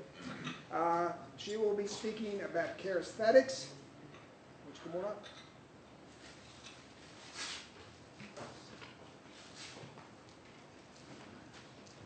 I think that works. Thank you. Good morning, everyone. As he said, I'm Mario Romani. I apologize that my partner, Mark Van Dyke, isn't able to be here today, but he's listening in since we're streaming live. We're going to be talking today about the development of keratin hydrogels in plastic surgery applications. And so I'll start by giving you a brief background of our core technologies. So they're keratin proteins, which are structural proteins that we isolate from human hair. And they have unique chemical, physical, and mechanical characteristics, all of which are tunable to elicit specific desired responses. Once isolated from human hair, these products can be concentrated and form stabilized hydrogels. And while keratin biomaterials have been used in the past or have been studied for therapeutic applications, the material that we're using differ in that we are using novel processing techniques that allow us to isolate a more robust material that has both expected and reproducible materials at the end. So more importantly, this product is highly tunable. So we can take the same core material and alter different aspects of processing to create a hydrogel that lasts long-term if needed, or one that degrades more quickly if so desired. And so with our company, the focus is to utilize this keratin hydrogel for applications in soft tissue bulking and soft tissue augmentation. This has applications both therapeutically and also in the cosmetic fields. So what our sustainable advantage is keratin's platform potential. So our proposed venture is an umbrella company, Keratin Biomaterial Sciences, has goals that are closely aligned with Dr. Van Dyke's research laboratory at Virginia Tech. So technologies developed within this research lab will ideally be licensed to Keratin Biomaterial Sciences for commercialization. And so as I mentioned, the soft tissue augmentation and bulk filling characteristics can be applied to several therapeutic conditions. So through the therapeutic arm, KBS Therapeutics, we'll be targeting non-dilutive grant-based funding sources. And we'll do this in areas such as vocal cord restoration, bladder dysfunction, and maxillofacial reconstructive surgery. Within the cosmetic arm of the company, Care Aesthetics, we will start by targeting the development of this material for applications in plastic surgery, specifically as dermal fillers. So our cultural obsession with staying young has fueled a rapidly growing plastic surgery market, more specifically in the minimally invasive procedures, where you get immediate results but have very little time spent recuperating. And so within a 12-year span, the number of dermal fillers has increased by 400%. And so Care Aesthetics will penetrate this market with our lead product, Kerafill. So it would be a keratin-based biomaterial that can be applied subdermally to minimize the look of wrinkles and fine lines, similar to products you may be familiar with, such as Juvederm and Restylane. The global market for dermal fillers is forecasted to reach $4 billion by 2017, with a compounded annual growth rate of 9%. And with the U.S. contributing to 39% of the total global facial aesthetics market, it's expected to reach $1.7 billion in the next 5 years alone. And so to try to calculate the potential market value that we could capture from this market, I utilized a 2 to 6% average penetration rate, and also only considered patients that have tried minimally invasive procedures at least once. So these are relatively conservative numbers, but what we calculated is that we could capture $93 to $275 million in value, which makes this a really exciting initial market for us to enter. So I'll start by looking more into the market's characteristics. Our entrance into the market will be guided by the needs of 3 major groups. The material will be initially optimized to meet patient needs. They require a longer lasting product, one that has a more natural look and feel to it. And as I mentioned, we can alter the characteristics of this material so that it can last a long time when needed and go beyond the current standard of dermal products that are on the market. Patients also like the try before you buy mentality. So this allows patients to try a product that lasts a few weeks to see if they like the look and feel before committing to a product that is semi-permanent. What's unique about keratin biomaterials is that I can use the same core product to give them a couple weeks of feeling it out, see if they like the look, and then use the same material to provide them a semi-permanent solution. And what's most interesting about dermal fillers is that they're no longer being applied just by plastic surgeons. So other medical professionals are applying these dermal fillers as an adjunct to their current practice and taking advantage of the $2 billion in fees that are collected annually. This is a list of what we think are core competitors. The currently available dermal fillers can be divided into three main categories. Those that function to replace tissue lost by aging, such as collagen, hyaluronic acid, or HA, and PLLA-based products. And those that stimulate endogenous connective tissue growth, such as calcium hydroxyapatite-based products. There are also semi-permanent or permanent fillers that are methacrylate and silicone-based, but those do not account as being direct competitors to the product that we're proposing to have here. The development of collagen has been researched and studied for many years in these applications, but after the onset and far outperformance of hyaluronic acid, collagen was voluntarily removed from the market in 2010. So hyaluronic acid lasts significantly longer than collagen, and patients then have to go in 2 weeks before treatment for the pre-testing that occurs with bovine collagen. Polylactic acid is said to last 24 months, but because the effects are not immediate, patients don't often switch from using HA to using PLLA-based materials. And calcium hydroxyapatite materials are claimed to last 12 to 24 months, but patients see that they only last 3 to 9 months. So what these limitations do is create opportunity for a new entrant into the market, such as Kerafil. Keraesthetic's competitive advantage is in its innovation. So not only does this technology have the potential to be disruptive, but it also satisfies unmet needs. So while researching patient opinions and experiences with dermal fillers, I found a few recurring themes. The first being the longevity of the material. As I mentioned before, our material can satisfy that need. Also the cost. It was interesting to see that some patients try to strategically utilize a 1 cc syringe across their whole face just so they don't have to pay extra for a second tube, with 1 cc really being sufficient for just lips. And also the hesitation to try a semi-permanent product without knowing what it'll really look like at the end. With keratin biomaterials, the material can match soft tissue mechanical properties, which means it can have the look and feel of being natural. The material is also highly biologically compatible, so we have 15 years of laboratory data to confirm this. It's relatively inexpensive to produce, so any cost savings we could transfer down to the patient and consumer. But most importantly, humans do not create keratinases, so keratins break down more slowly than the current biomolecule-based products, such as HA. Again, all of these characteristics are also tunable, giving us an added advantage. And while it's too early to make strategic decisions regarding Keraesthetic's position along the value chain, the profit potentials are staggering. So patients pay on average $825 for a 1 cc syringe of dermal fillers.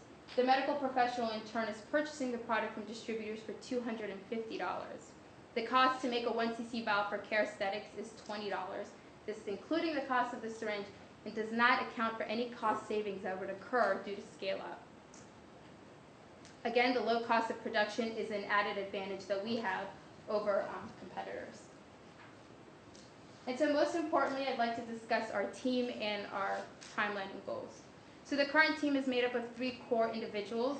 Mark Van Dyke is faculty at Virginia Tech and a biomaterial scientist with 15 years experience in keratin biomaterials. He's also inventor on 60+ keratin patents and has experience with previous startups where he's helped raise $25 million in equity and grant funding. I did my dissertation work under the guidance of Dr. Van Dyke, so I bring 5 years experience with the material. My involvement with the Wake Forest Schools of Business has allowed me to take on several leadership roles both in biotechnology and healthcare. And I've also been able to do an internship where I've implemented and designed feasibility studies for application of similar keratin materials for personal care-based products. And Dr. de Guzman is a research associate at Virginia Tech and a biomedical engineer with extensive experience in medical applications of biomaterials. But as we continue to grow and start to make strategic decisions, we will require a CEO that has experience in moving technologies through FDA and the regulatory process, as well as potentially guiding our entrance into international markets. Here we propose a 3-phase plan. The first 6 to 12 months will involve optimization of the material within Dr. Van Dyke's Virginia Tech Research Lab.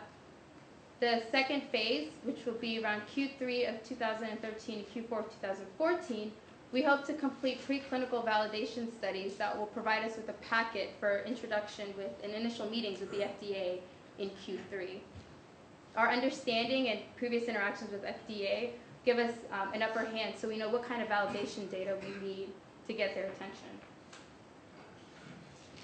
Capital requirements, because of the nature of the material and our relationship with Dr. Van Dyke's research lab at VT, we feel that we have the capacity to run a relatively lean company. So during phase 1, my position as a postdoctoral researcher will allow us to complete all of the bench testing under research grants and startup funding that the lab has already procured. During phase 2, I will transition full-time in the company. This will allow us to apply for SBIR-based funding. This, in addition to other funding sources, will help us cover the roughly $500,000 in expected expenses. And the capital requirements for phase 3 are heavily dependent on strategic decisions that we make in the next 12 to 24 months. But we do plan to approach private equity groups, some of which we already have relationships, but also explore local and CIT-based funding sources. So in summary, this venture will utilize optimized keratin biomaterials as a platform product, with our initial focus being using this product as a cosmetic dermal filler. Our competitive advantage is in innovation, and we have a somewhat feasible 3-phase product development plan. But what's most important to note is that historical trends in this market support the fact that the material has disruptive potential. So HA far outperformed collagen and became the market leader and has dominated the market since, simply because of a 3 to 4 month increase in its biostability. So with keratin's long-lasting properties and the market's need for innovation, we can do to HA what HA did to collagen. So with that, thank you for your time, and I'd be happy to take any questions you may have.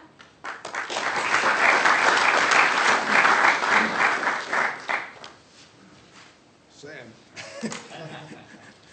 There's a pattern. Can you talk about the intellectual property a little bit and about the plans for it? Yes. You mentioned, and I'm particularly interested in the process versus compound patents, Yes. and then the plan going forward to give you a competitive advantage and to essentially prevent someone from working around your intellectual property. Absolutely. So keratin biomaterials have been in existence for a long time. So we can't patent keratin as a whole. But what we can patent is the processing techniques that we utilize to isolate the material. So what I mentioned early on is that our material is unique relative to other keratin biomaterials because of the methods we use in processing. So within the first 3 to 6 months, those techniques will be optimized, and we will get different varying forms of the keratin based on how we tweak processing.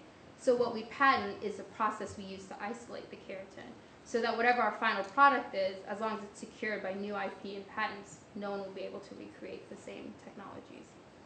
During that processing, because we'll get new molecules, potentially we have the potential to file for new molecule patents, which is great, because it would even count if we get a transitory molecule as well. Jason? So you said long-lasting. What do you think the advantage over juvenilar arrestin is? Oh, to be long-lasting?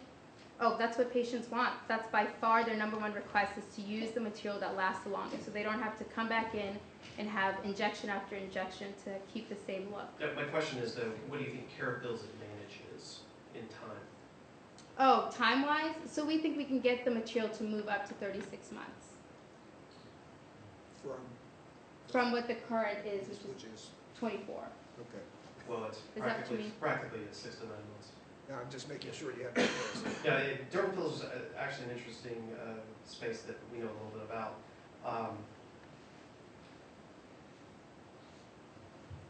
And then the processing. So explain at a high level the source of keratin, how it's processed, and how you establish the safety of that? Because it sounds like it's human derived. Absolutely. So we utilize human hair. We try to use a consistent vendor. So we exclusively use Chinese hair for several reasons. The homogeneous culture, the homogeneous diet, so that it helps make sure that we have a reproducible product at the end. What you get at the end is a keratin isolated protein. So you lose all of the human attributes that come with the material. So that removes a lot of that risk. We start with a batch of human hair. We use varying chemical processes to try to break out the exterior cuticle of the hair, get to the protein, and that's what we get at the end, a solution of protein. And what do you think your first product application is? So when you go to eventually, when you go to FDA, what indication are you going after? Dermal filling. Most likely we'll go more specifically into nasolabial because that's the easiest place to go. It's initial injections, quick, you get rapid results, so that's probably what we'll target first. Going back to your source of your material, how much hair do you need to make, say, a gram of keratin? So we get about 50% output. So in the lab level processing, we could start with 200 grams of hair and will result in 100 grams of protein. For the 1 cc syringe that I was describing, that is a 10%, which is 1 milligram per mil solution. So that's why it's so inexpensive to produce. We get a lot of material out, a little bit of hair, and also the raw material we need is inexpensive. Hair is attainable, so we're never going to run out of it. Barbershops, here we go. Yeah. Other questions? No? All right, well, great, thank you. Thank you.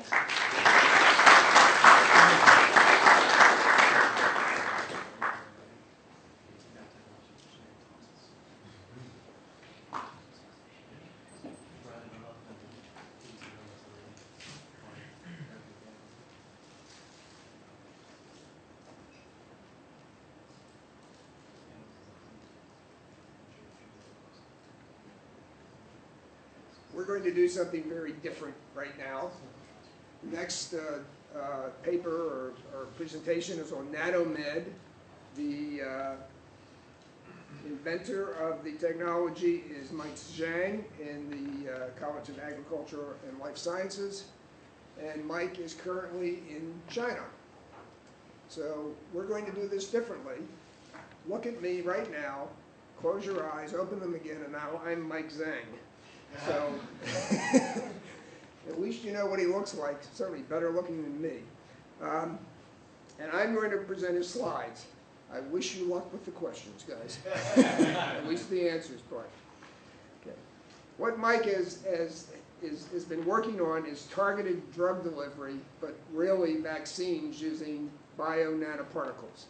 And the initial application of that will be a vaccine for nicotine addiction.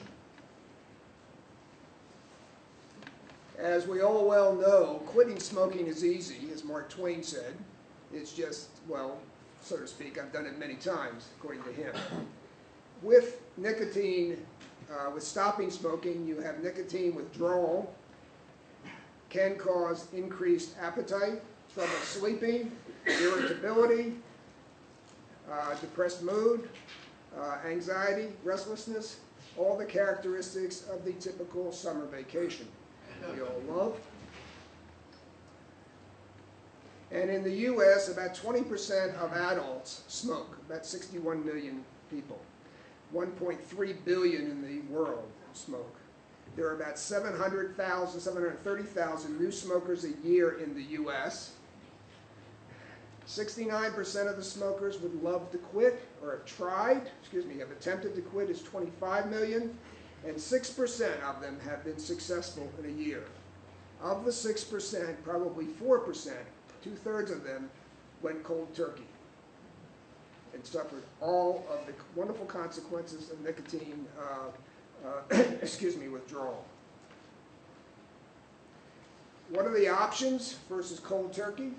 You can use gum.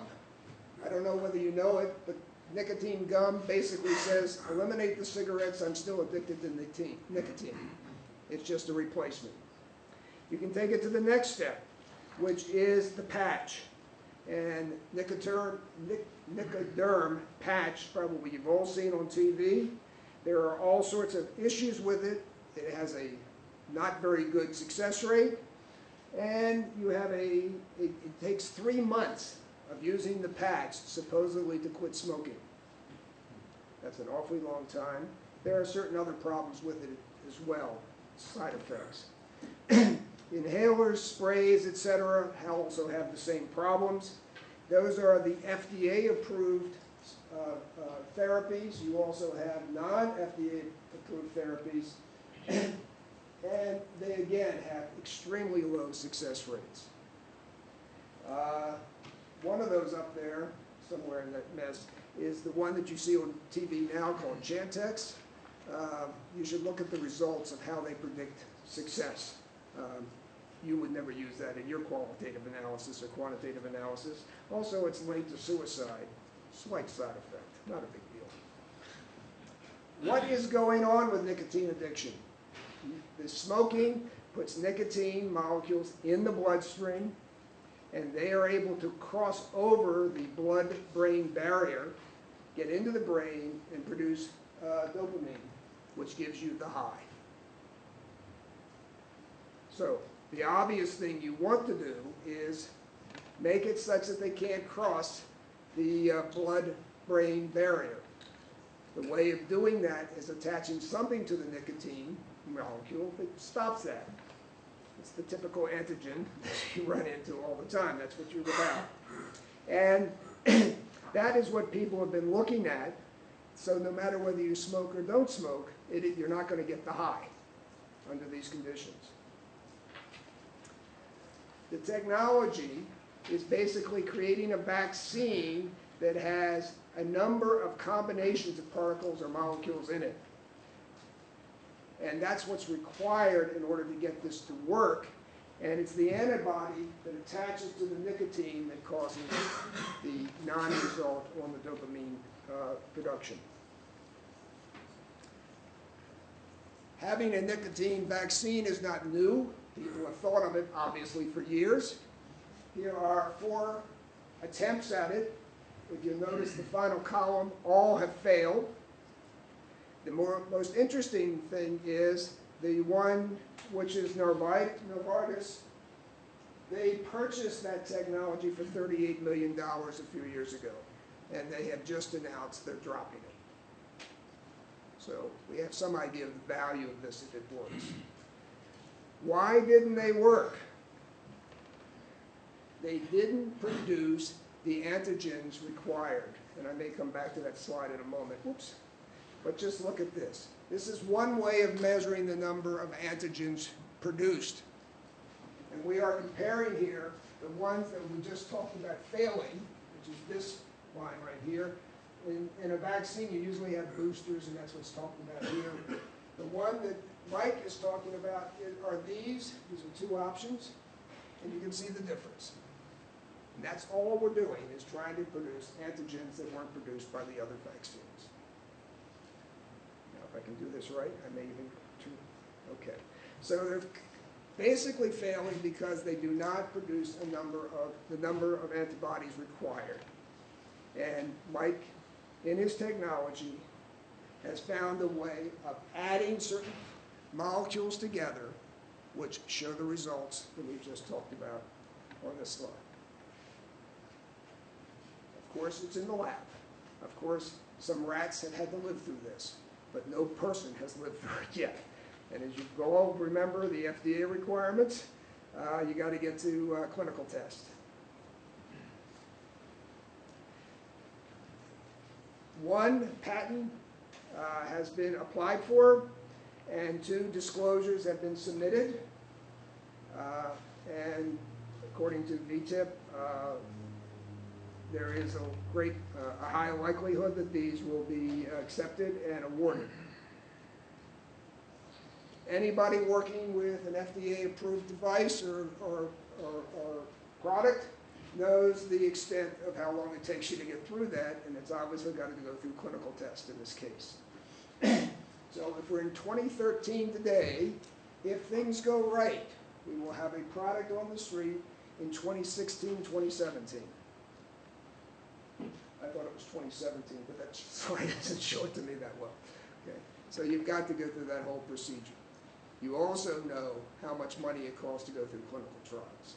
So we go back to the Novitas case is once you prove something from preclinical trials, or at least start showing the results, as we have shown in that one graph, you need to form a partnership with somebody who can afford to take it through the process of FDA approval.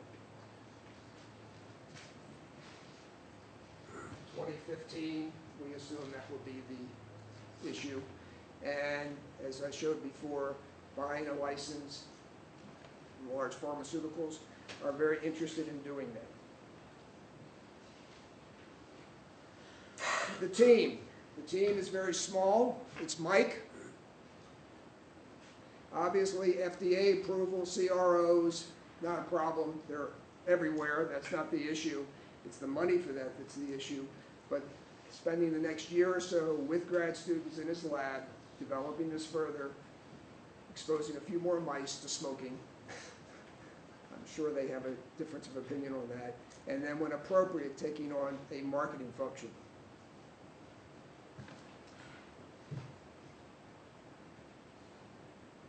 Just to get some idea of what we're talking about here, if you've got 25 million smokers attempting to quit each year, and they're working with the patch, which costs about $300 for that 3-month session while you're putting them on your body, and hopefully quitting at the end, although we know the results, the success rate of that, we've got a market that's at least $5 billion. And wonderful, wonderful from a marketing point of view, you've got almost 750,000 new smokers coming into the system every year. Not that we want that, but you've got it. Obviously, if this works, it should work for other addictions, if you can just figure out the right molecules and so forth, and maybe even for things like rheumatoid arthritis. Whether it gets to HIV, you know, I'm not sure I'm going to be alive when he gets that far, but we'll worry about that later. Thank you very much.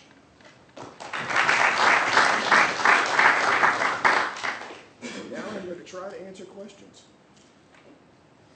Do you know if Hapton's been used in humans, if it's safe? It is safe. If we go back to that one slide, and I may have gone across it very quickly, the slide that talks about the other vaccines and had it failed, the common side effect is none in every one of them. So that's not been a problem with the side effects. The antigen is safe, but it strikes me that this company, nicotine addiction is an interesting, very difficult model. You know, I would read the licensing thing a little bit differently. I would say that these guys now have learned their lesson and they'll never license a product like this until it's approved. And maybe not even then. It would be very similar to the weight loss drugs right now, that there's been 2 approved weight loss drugs in the last year. Neither one has gotten licensed because the big pharma guys are scared of that space.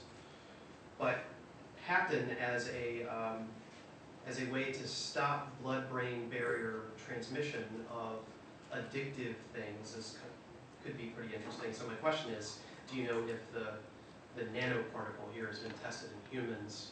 No. To where that part has been proven? His technology has not gone beyond mice at this point. So yes, there is still that risk. To answer the other question, if I go back to that list of companies that have licensed technologies, Pfizer's not on it. So there are some other options. I do agree that Pfizer's got one of the other opportunities out there, or competitive products, but I think they'd love to see a different application. Peter? Did you explore having Mike available for questions? Yes, but he's in a rural part of China, so he gave up. Okay, yeah, okay, yeah. So he said I would present, and he knew that as a civil engineer, I had extensive experience in biology. Excellent presentation. Any other questions? Well, I've either flummoxed you or you've given me every bit of courtesy you could. Thank you. Okay. All right. Next talk. If I can get up there.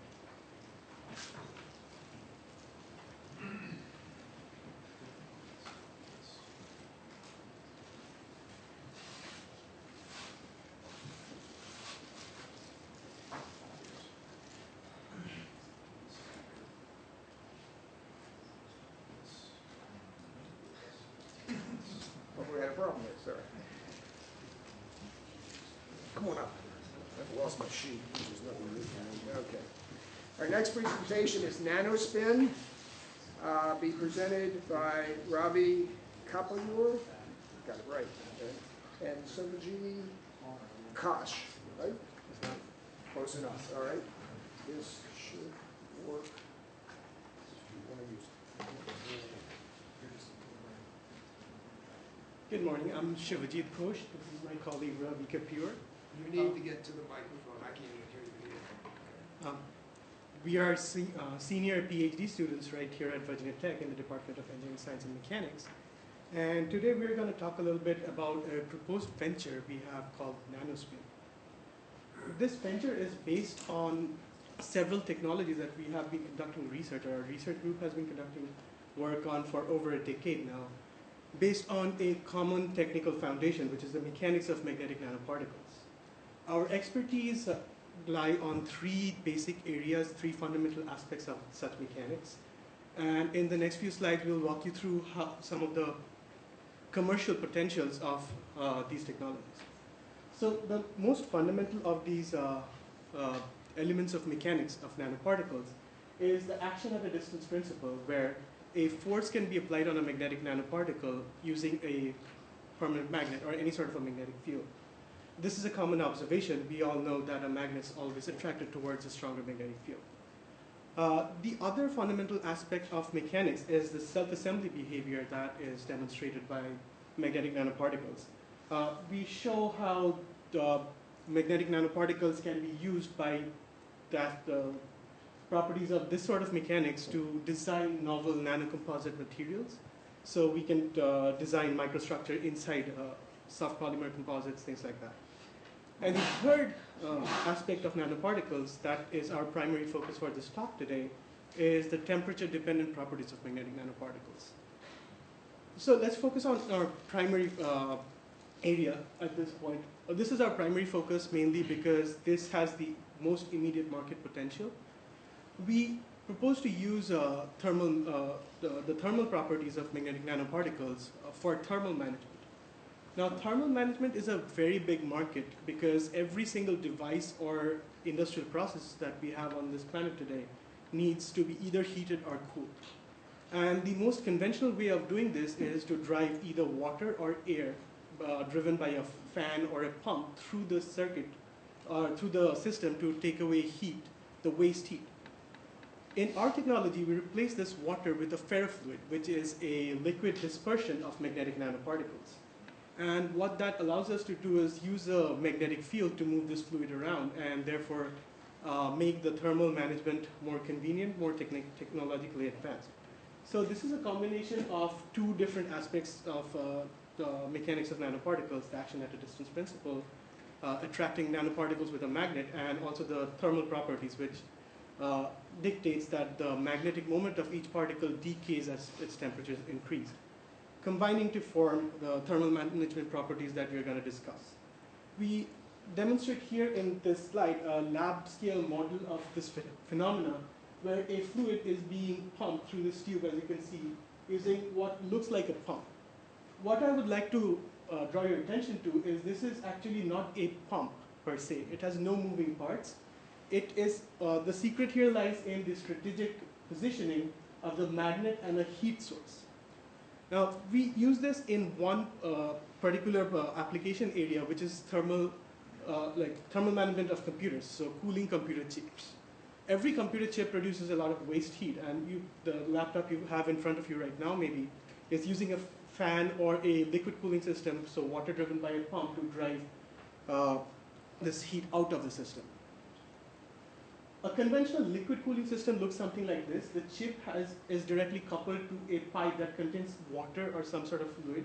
Your car also has a similar system like this. And you need a pump or a fan or some sort of an actuator to drive a flow through this pipe to take this heat away. We replace this active fluid, the water, with a ferrofluid, the nanoparticle dispersion. And what this allows us to do is replace the pump with a magnet. A magnet would always produce a magnetic field around it, but when the ferrofluid all around it is at the same temperature, there is force symmetry. That is, the ferrofluid everywhere experience the same amount of force, and there is no flow. However, as soon as the computer is turned on, the CPU or the chip now starts producing heat. So the ferrofluid on one side would now be hotter than the ferrofluid on the other. So although the magnetic field is symmetric, there is force asymmetry on the ferrofluid, and a flow starts. In the context of a computer cooling system, this situation looks something like this. A magnet is placed right next to a CPU, and the ferrofluid, as a result of the temperature distribution, is driven in a constant cycle, taking heat away from the CPU to an external set of radiator fins that drives this heat to the ambient.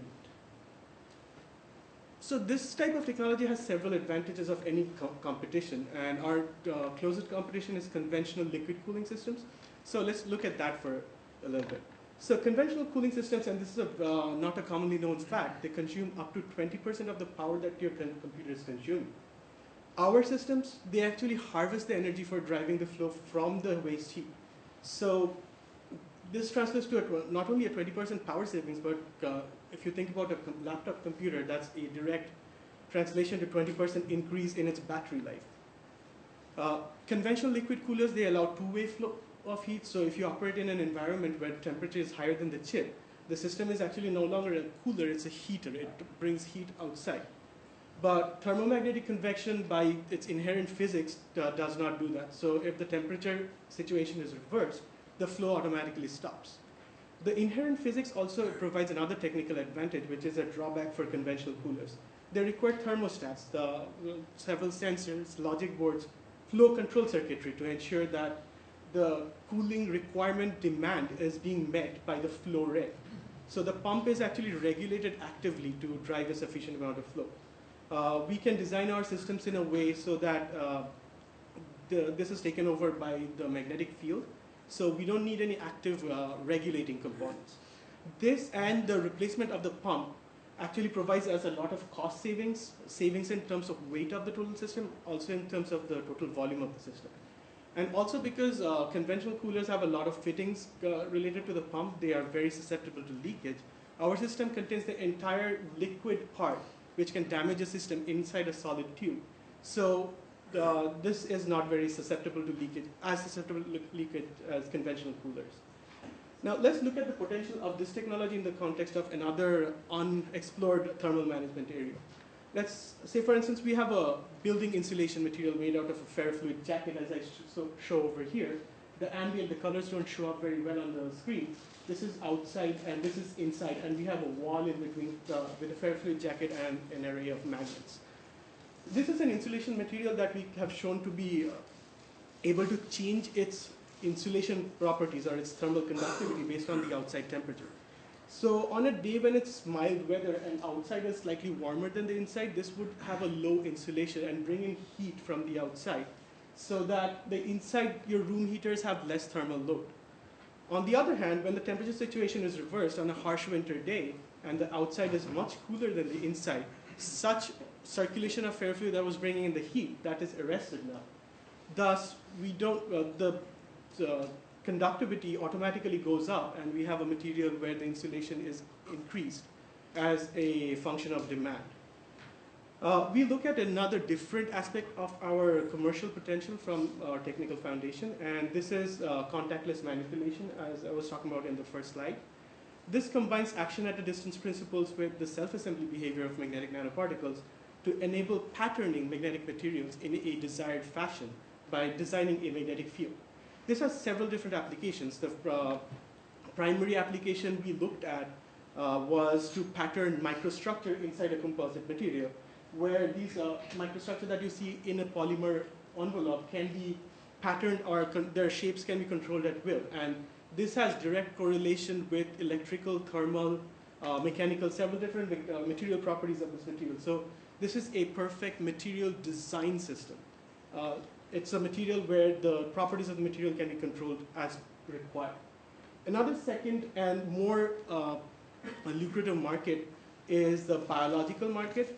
We invented a method to internalize these particles into live cells, and thus we could manipulate those cells using an externally applied magnetic field without any physical contact. What that allowed us to do, as we show here, is develop a very good model for biological researchers. We were able to pattern a group of cells onto a substrate. This is a multi-layer artificially developed tissue using magnetic patterning. And what we see is a perfect model for tumor growth. So if you pattern cells into a perfect configuration for a tumor, these cells immediately start going out after 5-day culture. You see some growth in the tumor. Now this is one possible market by medical researchers that we can immediately move into. But this sort of technology, being able to organize cells in a particular way, has potential in regenerative medicine or in developing the perfect artificial tissue or organ. My colleague will now continue with some of the marketing aspects of our technology. So before I jump in right into the marketing, I just want to point out that our primary focus is on the thermal management of computers. The other technologies that Shivajit was mentioning was more of to show all of our eggs aren't in one basket. We have other ideas that we will be presenting on. So now into the market strategy. Unfortunately, in the market right now, there's a significant resistance to liquid cooling. We hope to get around that by following what is the model of a company called Alienware. This is actually a desktop made by Alienware right here in this picture. What they did is they began selling high-end computers to gamers, computer gamers. And after a while, they began making enough money, Dell noticed, and they came and acquired Alienware. We're trying to follow the same sort of model. Computer gamers generally build their own computers and are always looking to increase performance. So they're willing to test with new technologies a little bit, so we're hoping that that would be advantageous for us. And if we start selling it to them and hopefully get a reasonable market share, we're hoping maybe some of the bigger competitors, the Dells, the HPs, will take notice of us and we can start to work with them as well. So as I mentioned, we're going to start working with computer gamers. Another reason, aside from the willingness to experiment, is the number of liquid coolers that gaming PCs use versus other standard systems, which is very much in favor of gaming computers.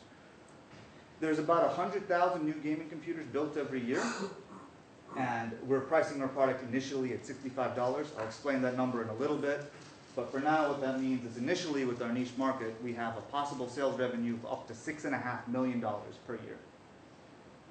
And then once we do that, we'll move over to the bigger competitors, the HPs, Lenovo, Dell, Acer.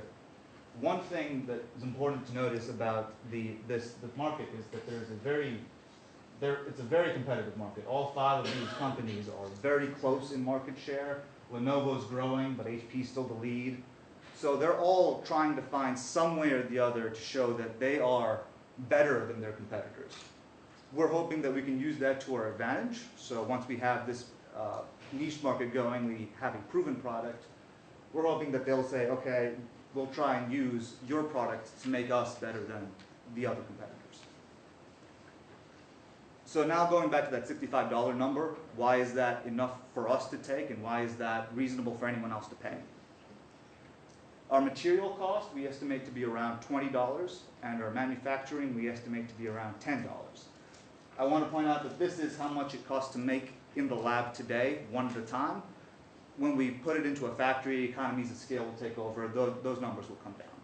But even if we pretend it doesn't, and it's just 20 and 10, wholesale price is $65, it still gives us a $35 margin, which is a fair amount, which we believe will be enough to cover overhead costs and our labor.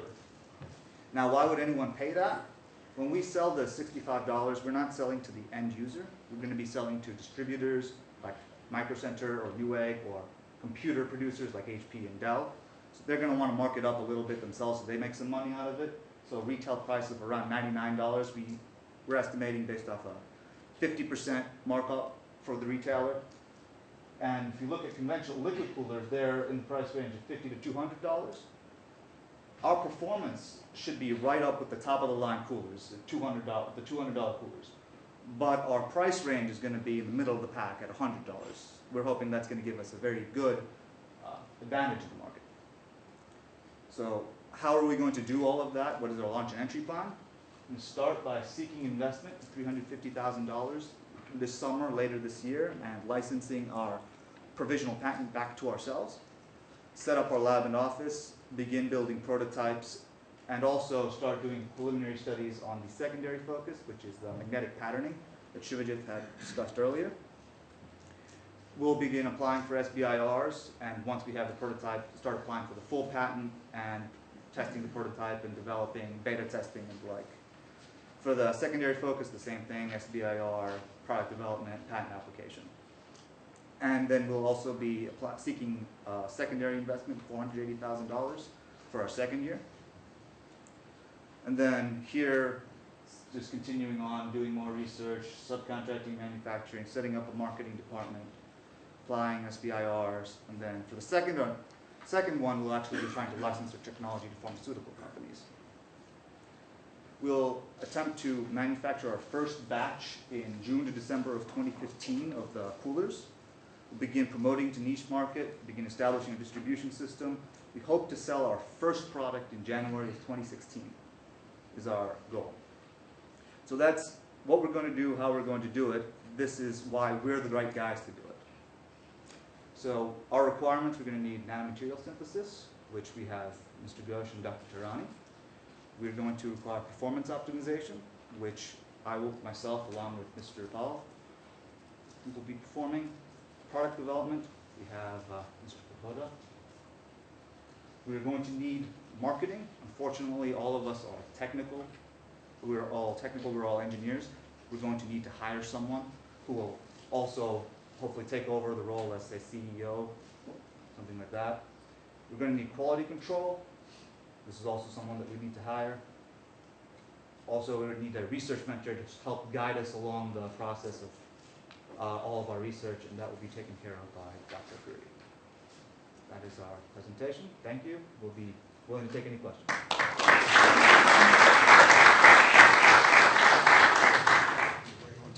So, I mean, it's a niche product and probably one that will succeed.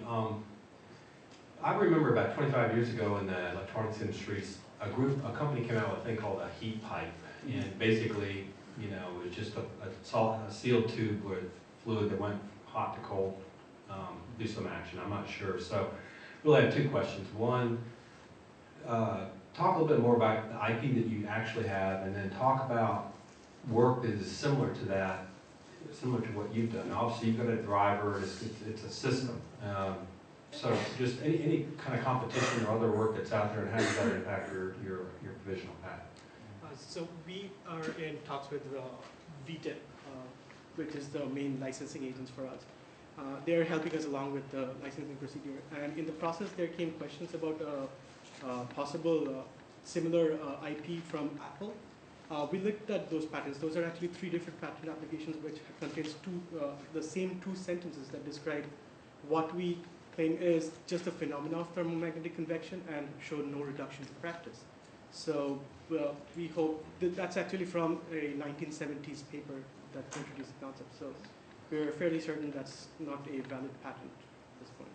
Because it wasn't reduced to practice, and yes. hence it wasn't. Yes, and okay. So it's no way related to the title or a summary of the patent at all. Okay.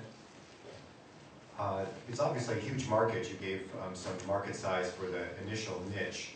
So what is the size, the market size, and another related to that, what is the cost for the conventional kind of cooling for just a regular computer you would get from Dell or HP? So the market size of the niche or the market size of the overall market? Overall market, yeah. So I think we've seen estimations that there's about 1.1 billion computers to be sold in 2014. If, obviously we're not going to be selling to everyone, but if we're going to use that as a size, it would be $71.5 billion, which fair market size. If we say get 10% of that, still, even 1% of that, still hundreds of millions of dollars.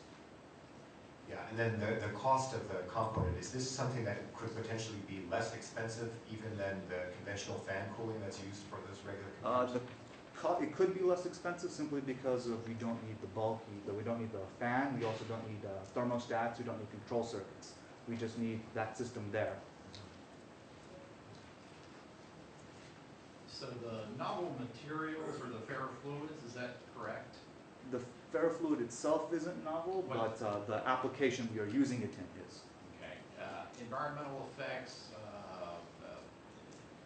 human, right, so all the way from exposure and just regular sorts of industrial types of questions. On the manufacturing side, probably not so much on the consumer side, given the amount that's used, but are these known yet? So ferrofluids are mainly iron oxide nanoparticles in water, and that's basically just rust in water. I don't see any immediate concerns about health or pollution. And also from the study on the cells that I demonstrated, it's quite clear these are perfectly biocompatible, so these are not expected to harm a person per se. And I also want to point out there's actually been another application of these ferrofluids is actually as cancer treatment. And there's been some, this is research in the US still, but it's been done a little bit in Germany actually. They do is they put the ferrofluids in the cancer cells, and I mean, the person lives at the end of it, so there's no real poison, there's no cytotoxic effects. Jason. Yeah, so talk about scale. So your first product for gaming PCs, but can you scale it down for laptops? And similarly, can it be scaled up for server rooms? Yes. Right, obviously, the big server players have giant heat problems. Right. So Yes. just talk about both of those applications. So what's one of the actual primary advantages, if I can go back to that slide, if that's okay. I'll just go back up. That's one of the primary advantages of our system, because since we don't have this bulky pipe or bulky fan or any sort of required systems, we can scale it much better. Here it is. So we only have one solid pipe. So we just have one solid pipe, and that's it. That goes well inside a laptop. And also for server applications, this is definitely useful. What I would concern would be the volume right now, because we haven't really done testing at those scales, but I'm pretty sure this can be scaled up. The issue with the larger ones would be the cost of the ferrofluid, which is more expensive than, say, simple water, which is what people use, or air, which is not costly at all. Questions? Well, thank you very much.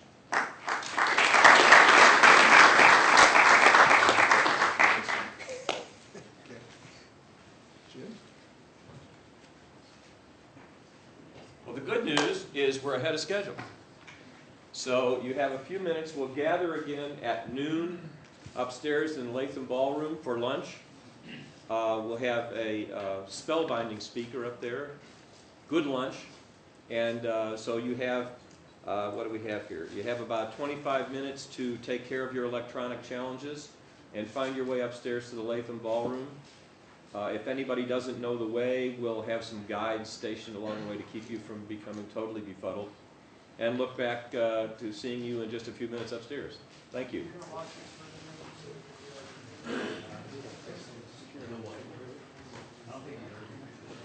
I would suggest you probably want to take your laptops or other electronic devices with you.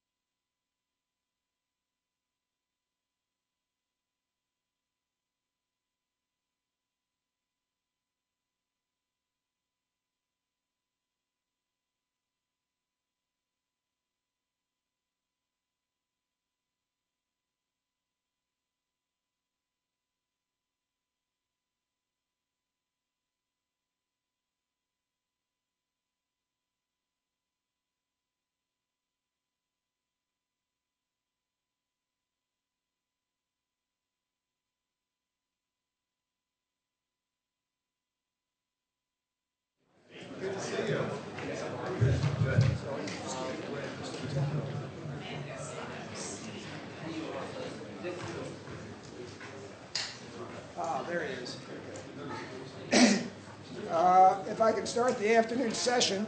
For some reason, I'm losing my voice, which probably most people would love. I have agreed to give Dr. Camellia 1 minute to discuss the flyer that's on your desk.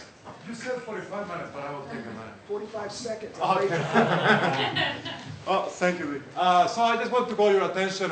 You should have the flyer on your table. So this is one initiative. When we see people presenting about their concepts or the products that they are building, most of the time we see very early stage concepts. One of the things that we are doing at the Center for Innovation-Based Manufacturing is trying to go the next step. And I would say, especially for physical products, how you can have access to prototyping facilities and some of the capabilities and capacity and equipment that we have at Virginia Tech, how you can access it and build things from our equipment. So please take a look at that's what we do. We help to do the prototyping side. We also help to kind of do some more manufacturability studies, how you can produce it and things like that. We work very close with KnowledgeWorks, so we are part of that whole network.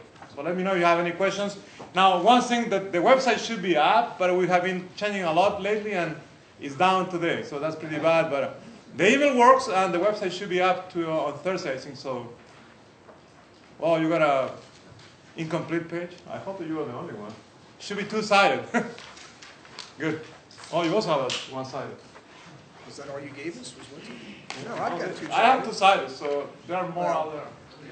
Yeah, the lucky one's got two-sided, the other ones didn't. Thank you, honey. Let's start the afternoon session, which is the Student Business Concept Competition. This is something Jim Flowers started about 5 years ago. He came to me and he says, let's have a student competition. And my only contribution was adding the word concept. They're not far enough along to have that all there. They are expected to be in maybe the prototype stage, certainly not any revenues at this point. In fact, that eliminates them to a certain point. So it is a concept. They have carried it through for a business plan type exercise, and they should be showing some financials, projections at the end, as expected. It is the way the students enter the competition. Well, let me go back.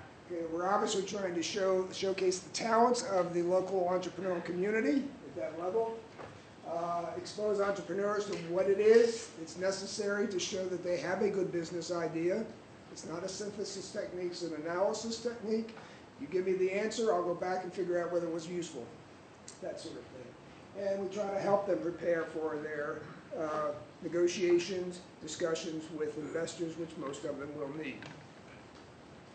As I said, it's a phased approach so that we try to call out those that haven't developed their idea sufficiently or are repeating something somebody else has already done. In February, 33 teams submitted. They were reviewed by a judging committee of David Poteet from New City, Don Hatfield from the Pamplin College of Business, Barone Sadatna, who is here, yes, okay, from the Launch Place in Danville, and John Geikler from Virginia Tech Intellectual Properties. The ones they agreed that should move on were then had to submit a 5-page, we say 3 to 5 page, but I don't think anybody submitted 3 pages, of what their idea is, whether there were certain questions they were to answer. The judging this time was Jim Barney from Click and Pledge, Mike Abbott, who is here, from Adaptive Technologies, Dan Sable from VPT, and Kevin Bloomfield from NetVentures. They are the ones that had to read the most. There were something like 18 teams at this point, 5 pages per, about 100 pages of wonderful stuff submitted by students who showed me again that they don't know English, but other than that, they got it through. So from that, they picked 5 finalists. And they were asked, they were asked to pick 5 finalists. Typical of judges, and I've just explained to the judges here what the criteria are today, and we'll talk about that. They picked 6. So we have 6 presenters today. And the judges for today, Andy Amos from Meridian, Charlie Pennington, who agreed to sort of pinch hit this morning as well, so thank you, Charlie from Tech Lab. Carol Hamilton from the Center for Entrepreneurship at James Madison University. Thank you for making that trip.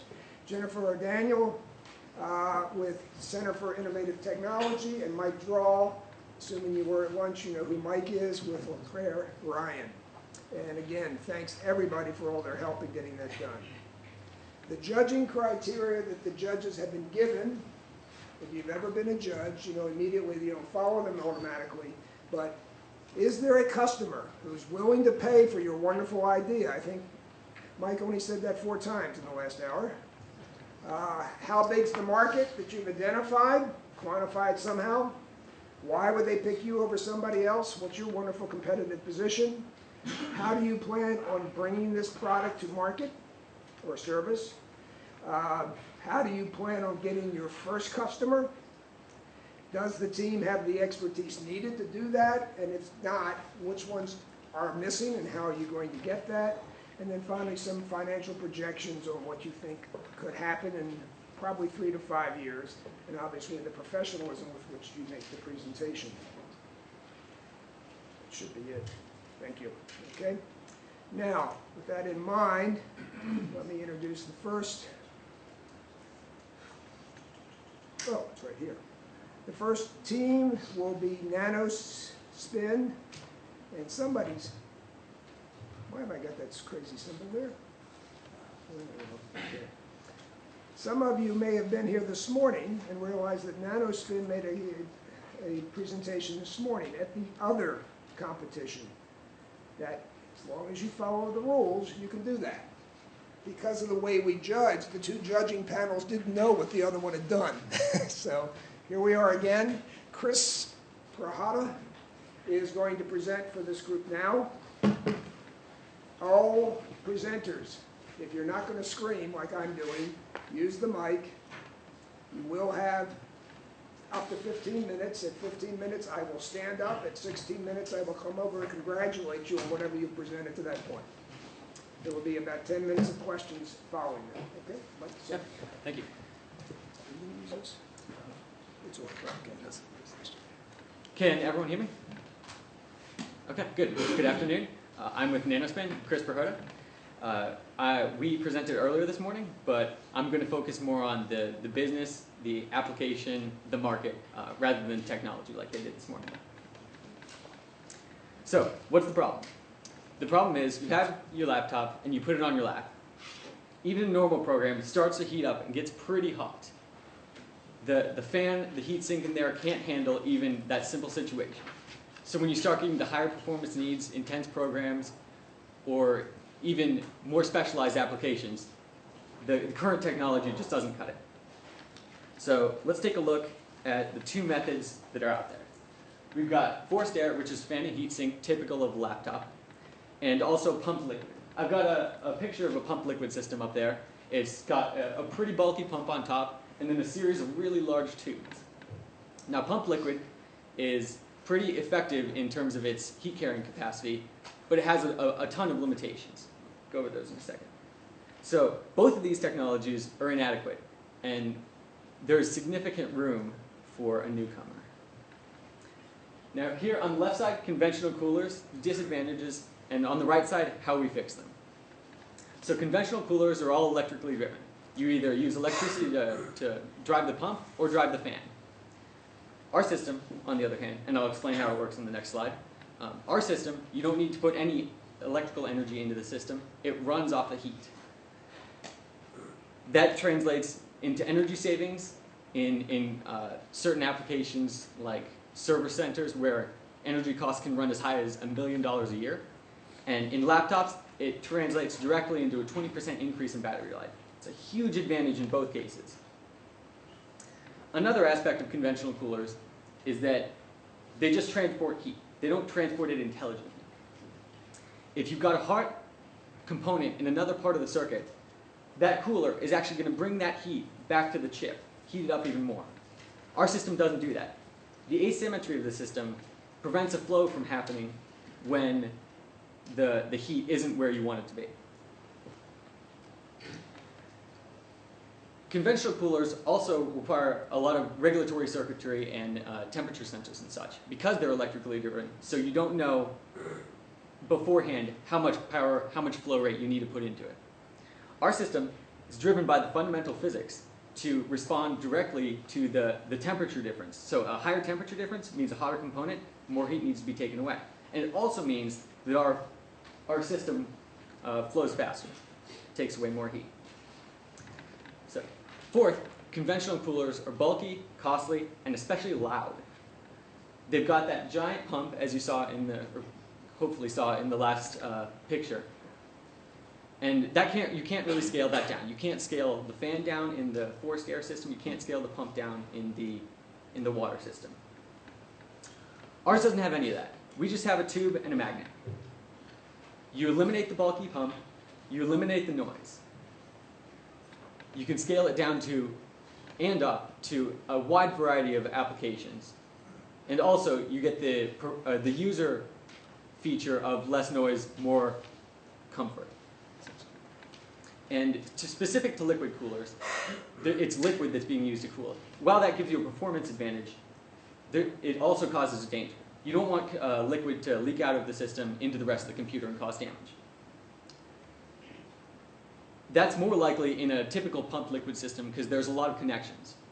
Ours, on the other hand, has a single tube. So there's not really any place for liquid to leak unless it's damaged.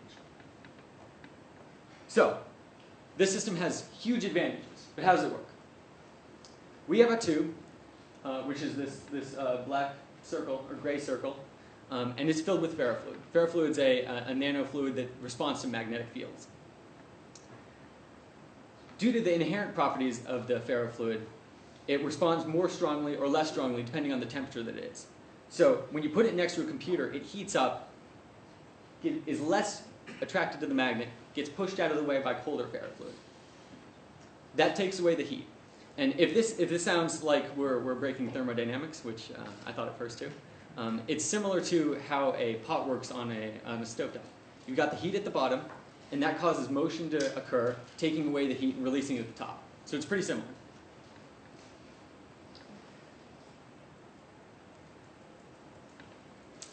So we've got huge performance advantages. How are we going to make this happen? How are we going to get into this giant market with a ton of play? Well, first, we're going to finish out the end of this year seeking investment and licensing our IP back to ourselves. We've got an IP position of, we expect a design patent, a design application type patent, and also we've got some other features like the one-way heat flow that have not been discussed in past literature. So once we license the IP, get some startup, we're going to start at the beginning of next year setting up a lab in an office. And we're going to start immediately building this prototype.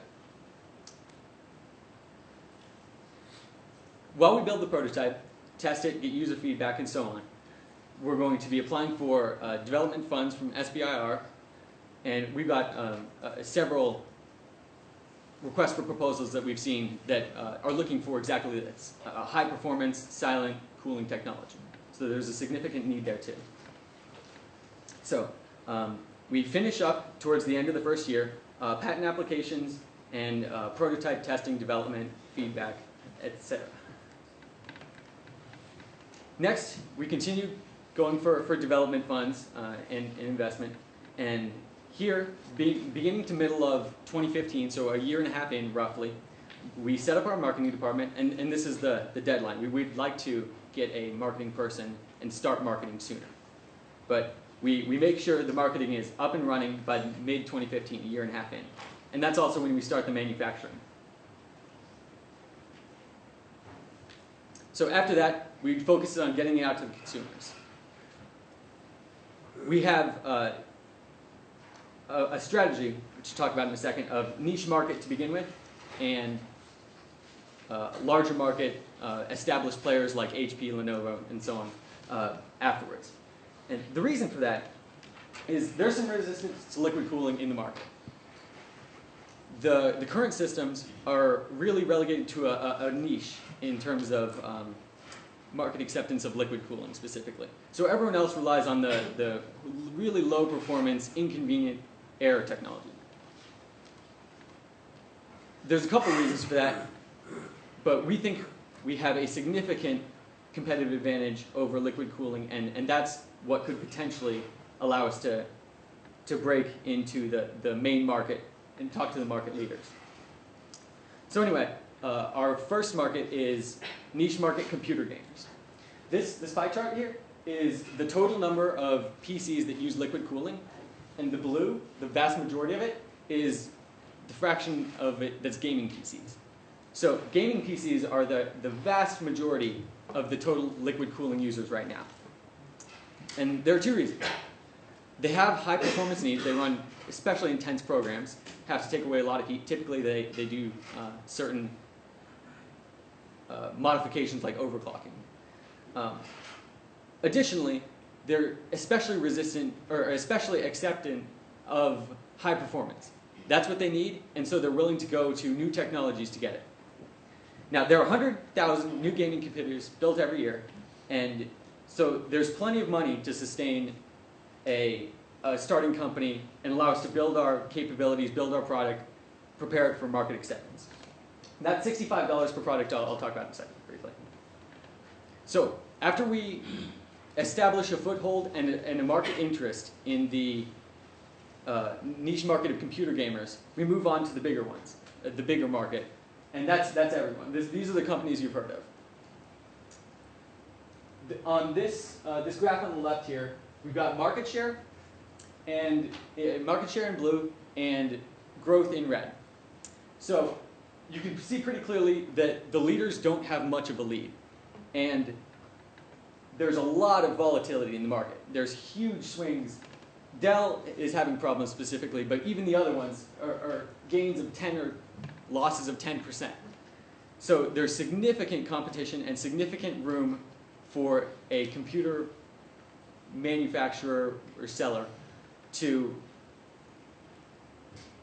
license, buy a technology that gives them a battery life advantage, a cooling advantage, and a noise advantage. Significant consumer potential. So there's the market. How are we going to do this? Well, we're fundamentally tech guys. So we're going to focus on what we're good at. That's research and product development. That's our core, and that's where we're going to stick. The product development initially is going to be focused on PC and later laptop applications, but there are a number of different markets that we haven't mentioned that are very promising. There's huge potential in the server center high performance cooling needs. There's also automobile cooling and power plant cooling and similar farther out applications that we'll look at in the future.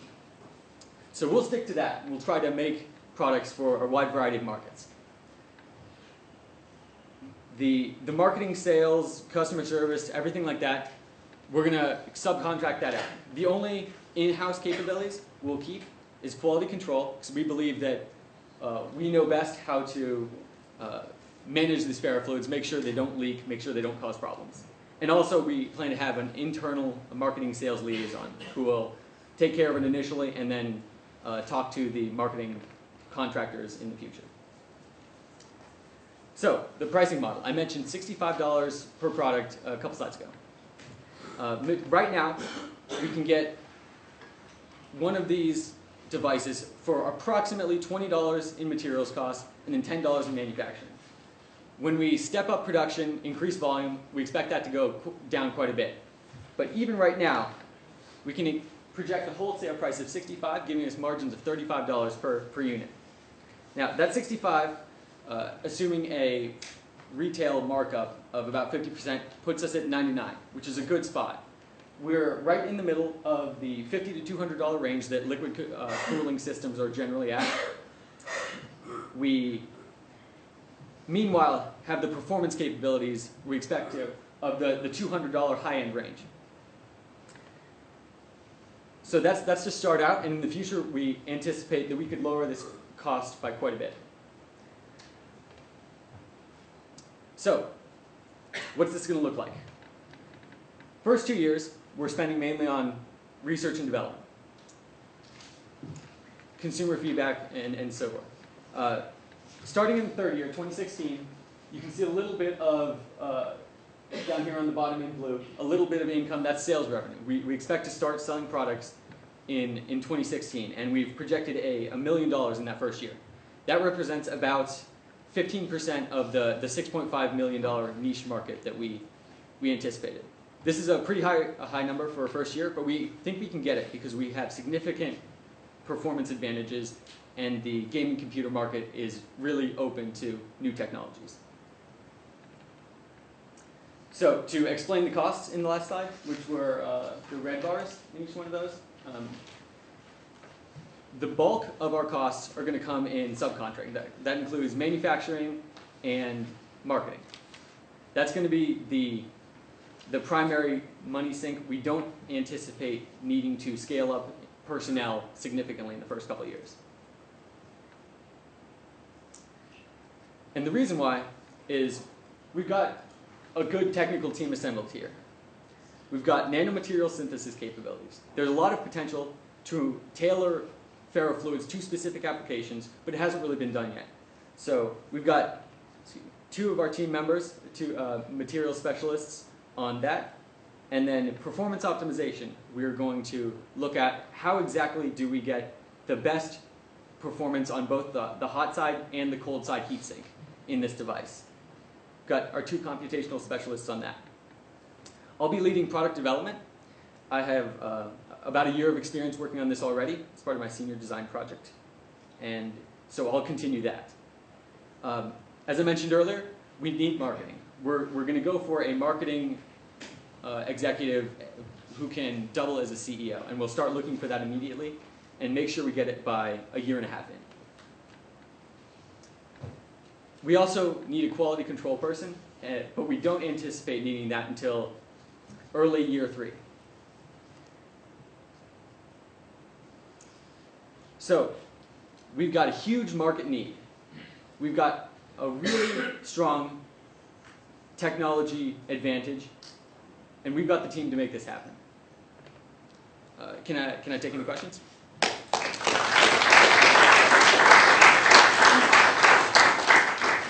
So do you envision this will be standard in a gaming computer, or you sign this to gamers? What do you mean sign this to gamers? Are you signing this to gamers, or is it going to be already installed in the gaming computer? A lot of gaming computers are built by the gamers themselves. They buy the components individually, so we'll definitely sell directly. Okay. But we'll also look into selling it to companies who can then put it in a pre-made system. Have you talked to any of those companies yet? No, we haven't. Okay. And my other question is, why are you raising $350,000 before you go after SBIRs? Well, it's probably wasn't clear there, but we meant to do that simultaneously. So the reason there is we want to set up a lab with capabilities that allow us to quickly design this product and develop more effective ferrofluids and cooling systems so that we can get this out to market pretty fast. Sure. Okay. I'm still curious about your market. What exactly is the problem with hot laptops? What problems do the hot laptops create? Okay, thanks. There's a bunch of them. First, heating can actually damage components. If it gets too hot, then you'll destroy it. It also slows performance even if you don't reach that critical temperature. Past that, it degrades lifetime in both the chip component and the battery. Both of them need to be cooled to below a certain level to maintain a reasonable standard of performance.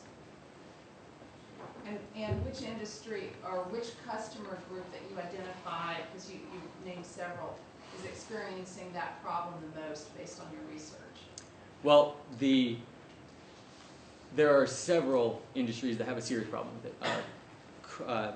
Server centers spend an incredible amount of money and an incredible amount of inconvenience trying to make forced air systems in general work well enough, but they don't.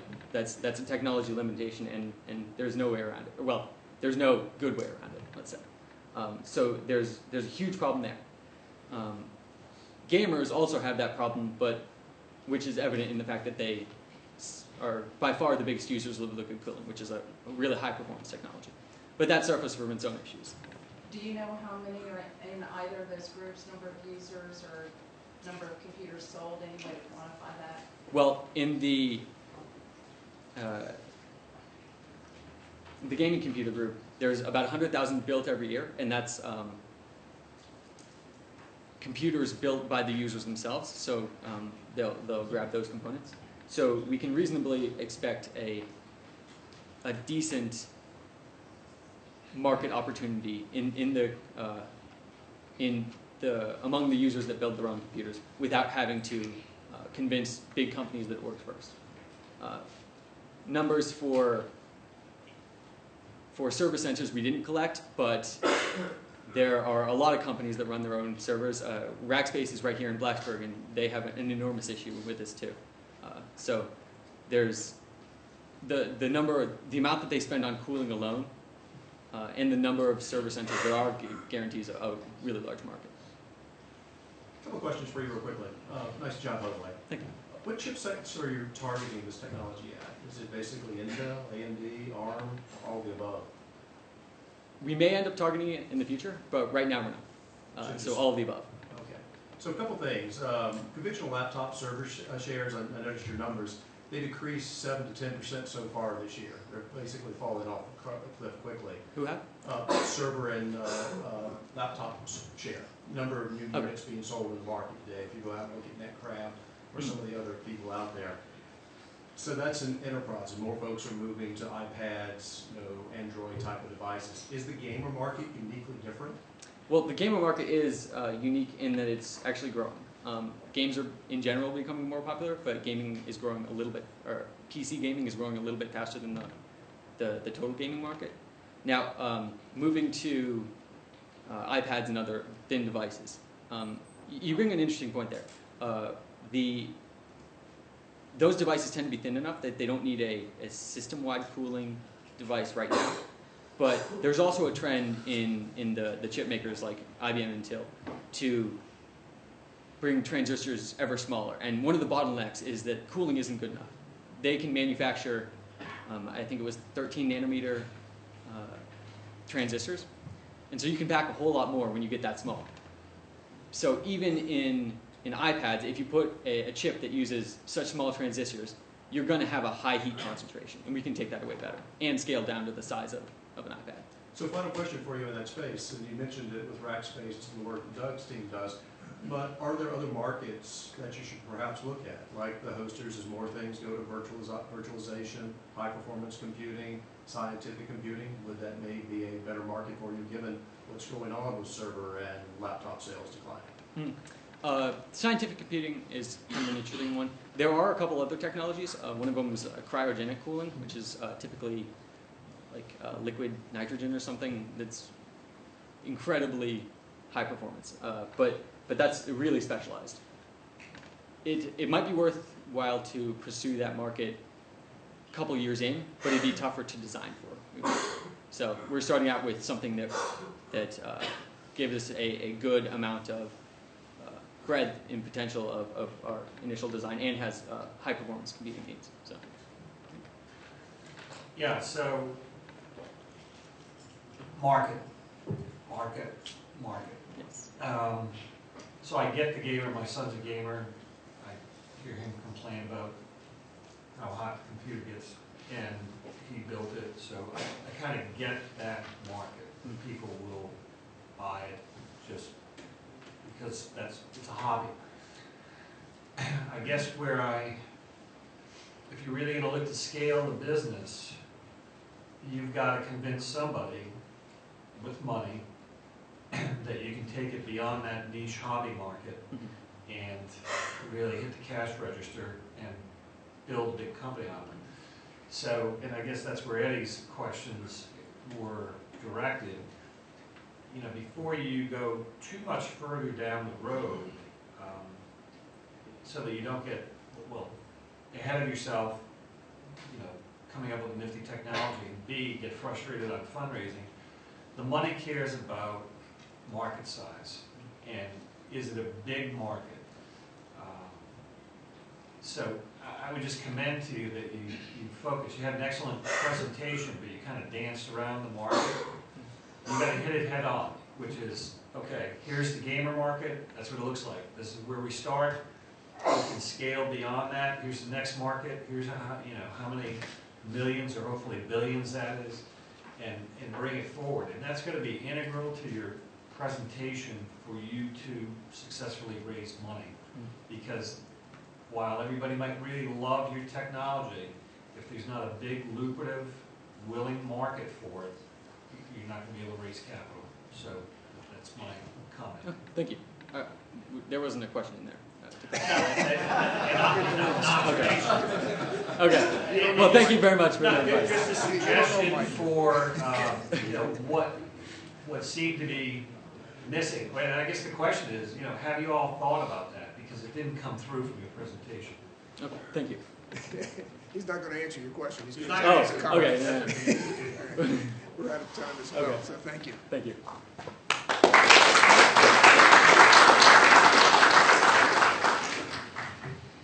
Do my magic little thing here first.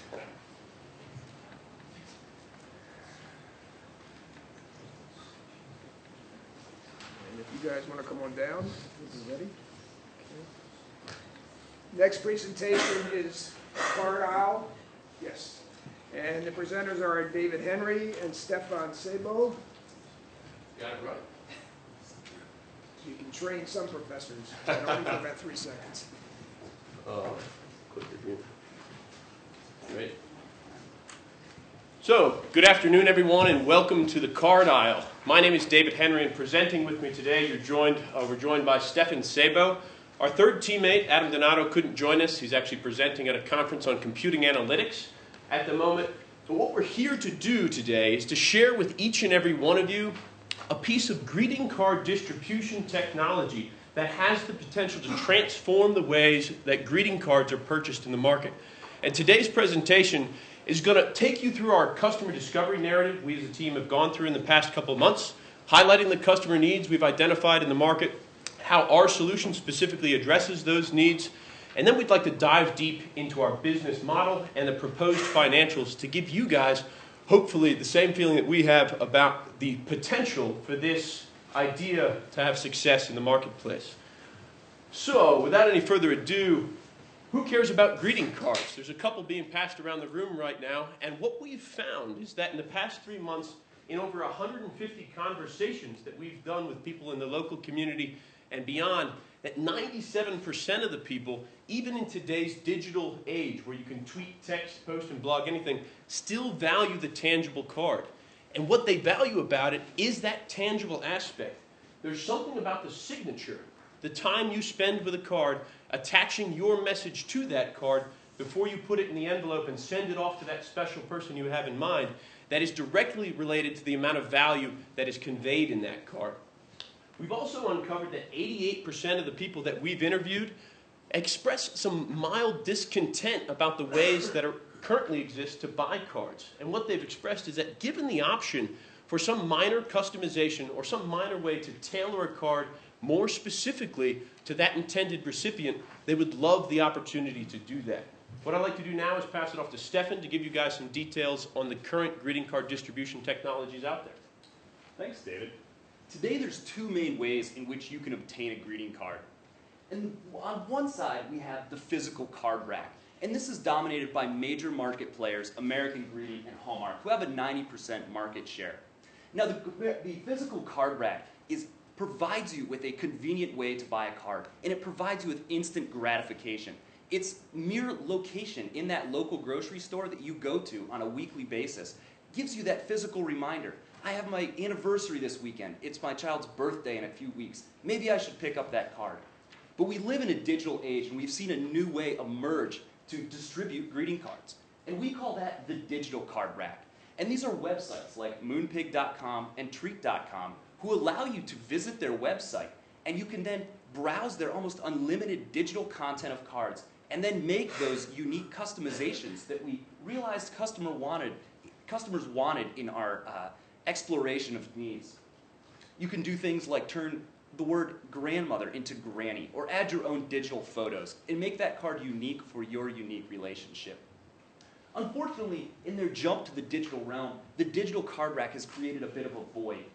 And what they've done is they've alienated people by the 7 to 10 day lead time it takes after you purchase that online card to get it to the recipient. And even further, it's going to take over 10 days if you want to first send it to yourself and add that very personal and important and valuable handwritten note. It's going to take even longer. So unless you happen to be a person who plans ahead a week and a half, and you happen to be the person who doesn't value a handwritten signature, the digital card rack is not for you.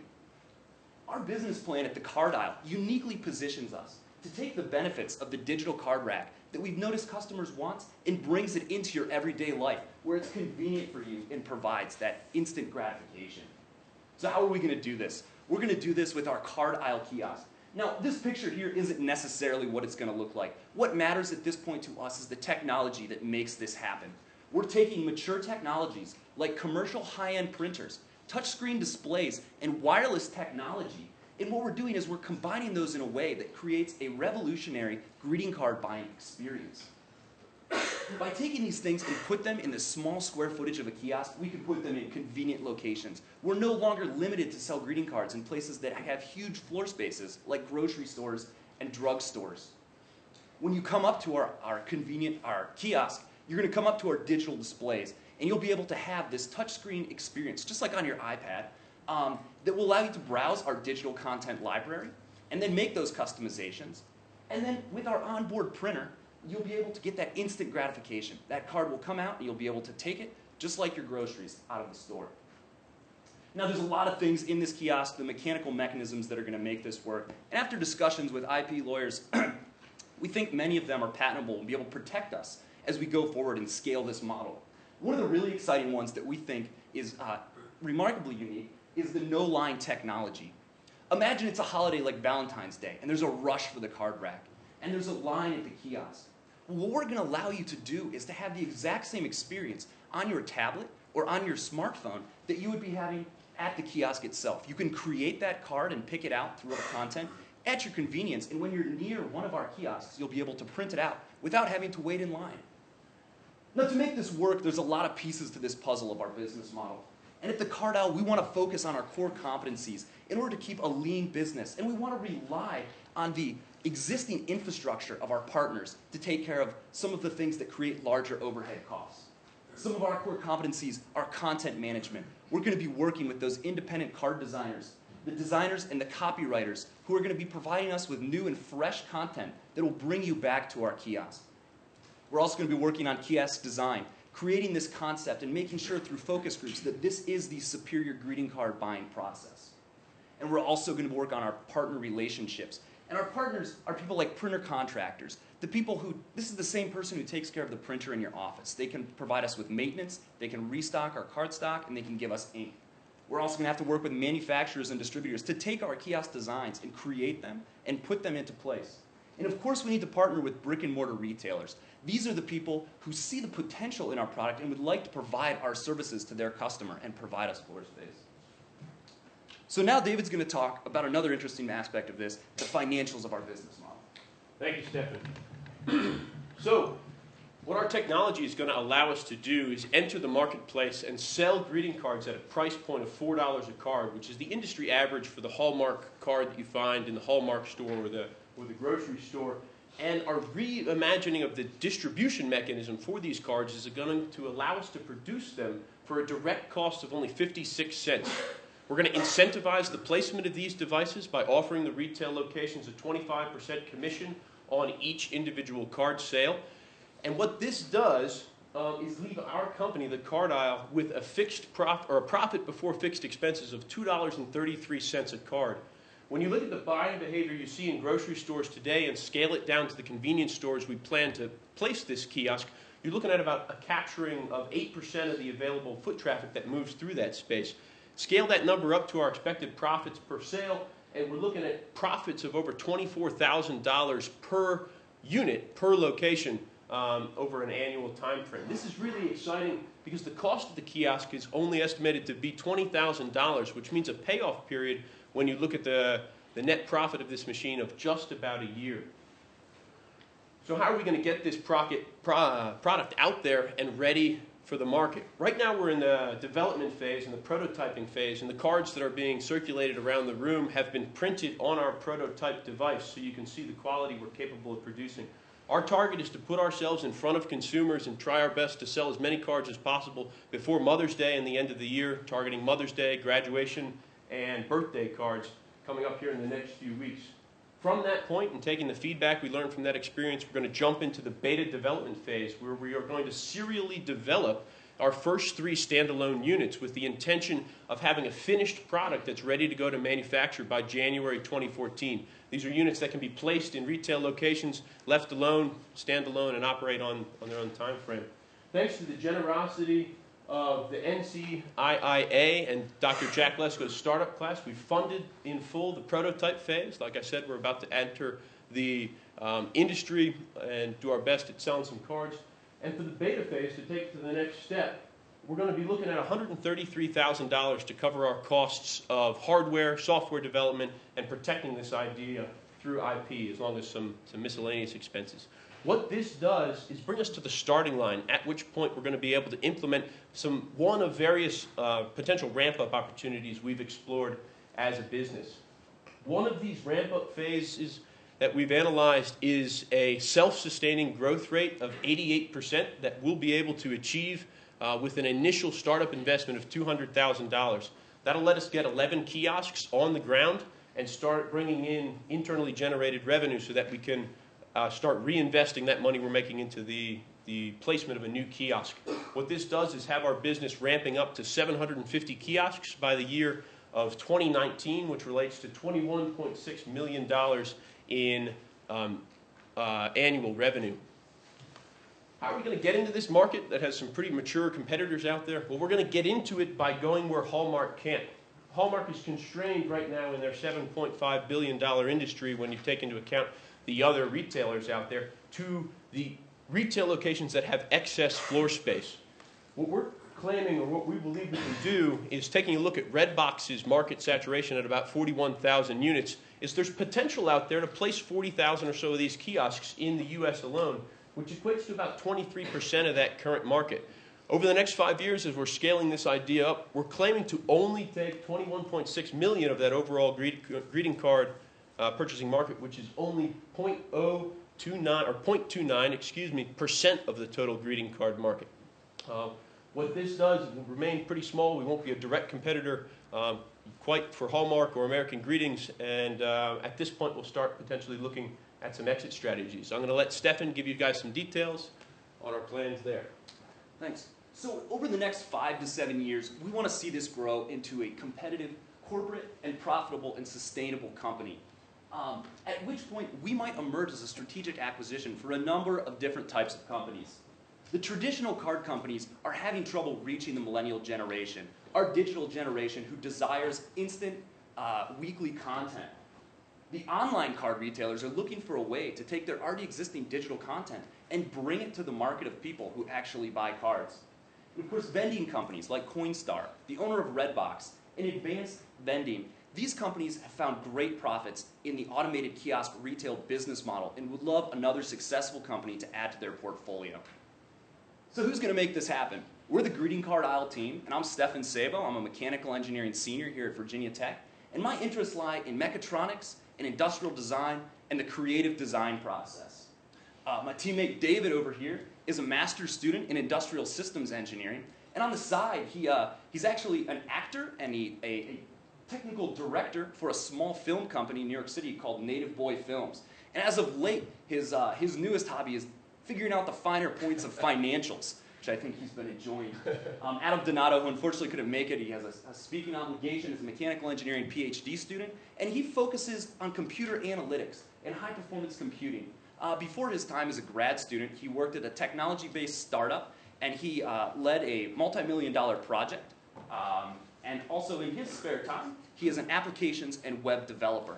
Now what we're looking to really round out our team at this point, where we are in this process, is a web and applications developer. We all have varying levels of experience in this realm, But we need someone to really help us dig deep and make sure that we're creating this user experience that's going to be so important to the success of our business model.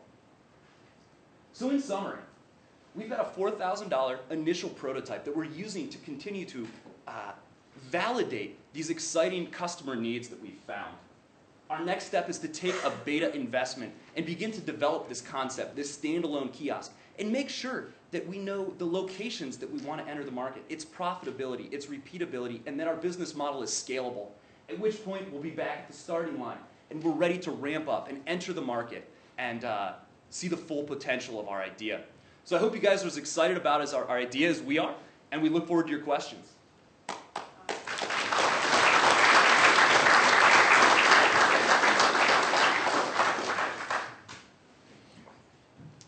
Fire away. Mark? Do you have a question? Sauce. I mean, to the extent you can talk about what's patentable about Sure. what you're doing. So some To the of extent I'm you sorry. can talk about it. Yeah. What we're looking at is we're looking at mature technologies that obviously exist. It's difficult to patent software. So our secret sauce is the mechanism that takes that card and makes it eject quickly. It's also this novel idea that you don't have to wait at lines in kiosk retail, which has applications for us, and if any of you have ever used a red box, probably other kiosk retail places as well. Got a couple of questions. Going back to your second slide where you talked about who cares about greeting cards, 97% of customers value. Yep. What's that based out of? It can give you age breakdown, price sensitivity. Yeah, we went out and did 150 customer interviews in the first 2 months of this process. We could dive into the actual demographic breakdown there.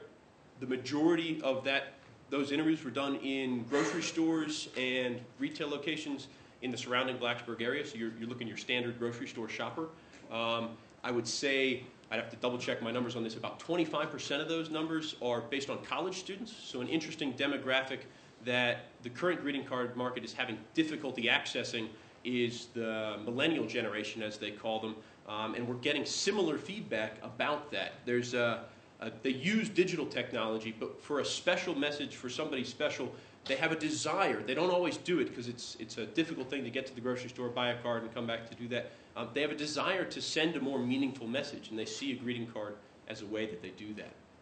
Another question, on your beta funding, you've got initially $138,280 earmarked on that, and your COGS and marketing cost, that would break that down to about $17.5K. Given that you're going to come in and try to establish relationships like the Red Boxes did with the various retail outlets, is that enough? The lump sum as we did these estimations, they're pretty early on. Marketing costs cover transportation costs for us to get out and explore different areas for each month. We've got the beta phase prototype section there lumped into the 3 kind of cascading developments of those models.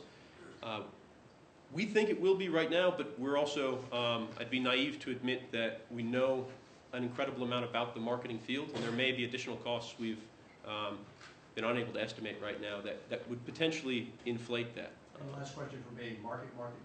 Mm-hmm. You see this technology today in a lot of drugstores, not to the extent that you guys are done with the red box model. You mentioned gas stations, food outlets. What is your target in terms of where these units will actually be placed? Yeah, so originally off the bat, as you mentioned, our target demographic are those places with small floor space that's more expensive, that previously can't enter that greeting card market. That's where we want to gain traction, because you can't fit the selection of a Hallmark greeting card aisle into a gas station like that. Down the road, grocery stores and discussions we've had with suppliers to grocery stores, creating more space in any sort of store is always a huge thing. And what is the biggest aisle at our local Kroger? Well, other than beer, it's greeting cards.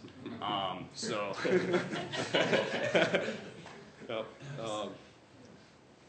One question for your market survey. You said you surveyed a number of customers in the Blacksburg area. Correct. Go outside of Blacksburg? We did some surveys in Roanoke. We did some surveys in the Washington, D.C. area. We've gotten some, on top of that, there's a bunch of undocumented conversations we have. Those include a lot of industry professionals associated with the Greeting Card Association, which is the kind of conglomeration of greeting card manufacturers. We actually went to their winter kickoff meeting up in D.C. Back in February and learned an incredible amount about the current things that they're struggling with as an industry. a service standpoint, a kiosk goes down, what's your timing back up? The service. That's going to be something we work out with our maintenance providers. Those are discussions that we're having. But I guess we can't really tell you a time because we don't have a contract with a maintenance provider. But we hope to have a good customer service and be able to have these people. Same people when your printer goes down in your office, the same people you call, we hope to have about that quality of.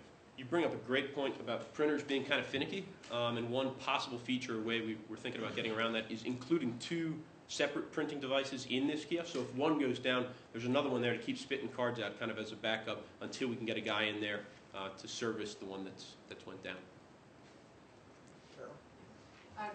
Two things I really like about this presentation is I love your customer discovery and your product discovery process. I think that'll give you good information. And also using existing technologies and bringing them together in a new way is a great way to create value. What if I don't like my card? So it's a great question. One that this is what we're looking to explore in this beta phase. So as soon as we get a unit done, we're going to put it out there in front of the customer, and we're going to be like standing off to the side a little bit, and they'll be like, "Oh man, I don't like my card," and then we can figure out what might work there. The current model right now is that when you hit print is also when you pay.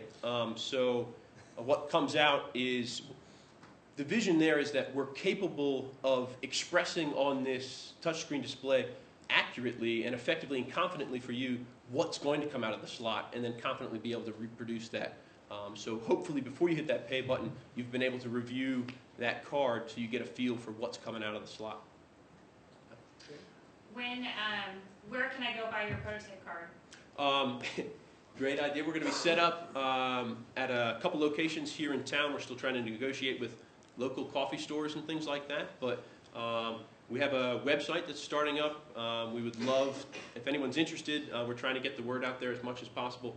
The week before Mother's Day, we're going to be out there as much as we possibly can, and there'll be 2 or 3 separate demo days leading up to that to make sure that we work out the kinks of our system. Kind of an exciting thing about this kind of shows the things that we can do. All those cards that you looked at, some were either created by us, some of the poorer done ones, but the other art are actually artists in Blacksburg that we've talked to who wanted a way to get their 2D digital art out there, and we've been able to act as, a couple guys with a printer and computer as that distribution mechanism.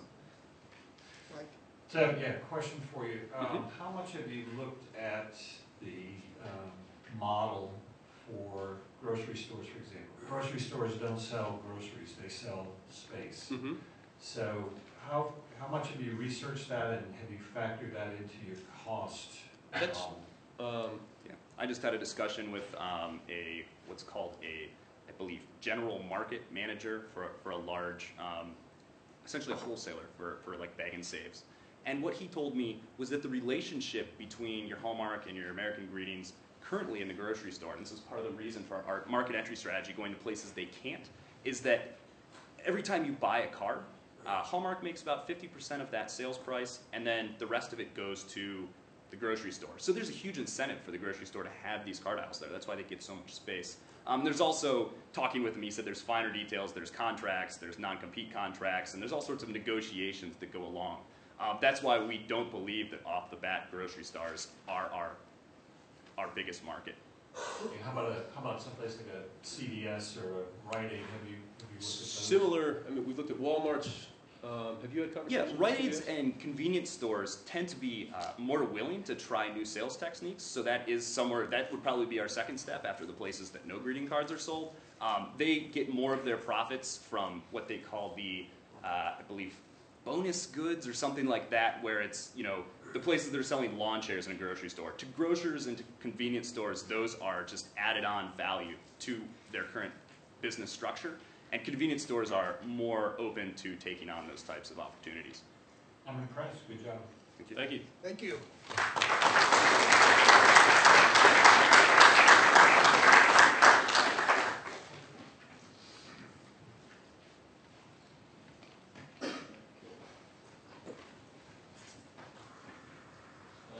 Feel free to pass your cards in unless you've got them all you'd like to do that. Unless you want to pay $5.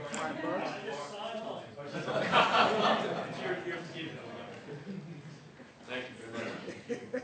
You can pay them $4 and they'll. Yeah, $4, yeah. Our next speaker is David Reeves, and he's going to talk about, let me get the title right, combined sand metal printing. David, it's all yours. Thank you. Good afternoon, ladies and gentlemen. I'm David Reeves, and as he said, I'm here to talk to you about the business plan for combined sand metal printing, or CoSAM. First of all, I'll talk about the team. I'm currently the team. I'm the lead mechanical engineer, the founder, and I currently hold the provisional patent. But I intend on hiring some people to help me. First, I'm going to hire a systems expert, and this is going to be an assistant engineer who's going to help me out with the concept demonstrations as well as with the prototypes. I'm also going to I'm also going to hire a financial coordinator, and he's going to help me out with acquiring funds and work out some details of the licensing. And I have two people in mind, colleagues I worked with in undergraduate, who are going to help me out with these positions. And as you can see, I have a very streamlined team. 3 people is pretty small, but that's because this is a very limited scope project. CoSAM is a technology company. What it's really about is developing and licensing a technology. So really, we're getting to the point of developing a patent, having some prototypes, and then sending that off to a manufacturer.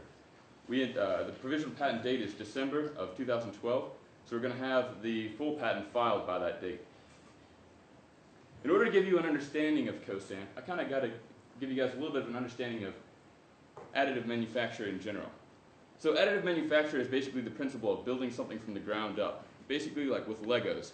So you can build any shape you desire. It's as a corresponding to, like, the existing processes would be more like cutting something away from a block. So in its infancy, it was very limited. It was really just rapid prototyping. It was a way to get an aesthetic or a visual model of what's going on, but because of the materials available, it wasn't really something you could use to make real parts. Now, in the recent years, the amount of materials that have been accessible to additive manufacture have really increased. The new materials have a lot of really great properties that are allowing them to be used as actual, sorry about that, I just hit the wrong button, as actual marketable products. And one of the really exciting recent developments is the ability to 3D print metal. And this is very exciting for a lot of industries because metal has such good properties. You can see it's used all over the place.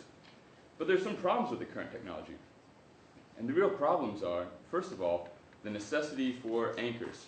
And what causes this necessity is, in current methods, it's a point energy source. And because of the way that this energy is applied, it causes a lot of residual stresses and a lot of warping in the metal.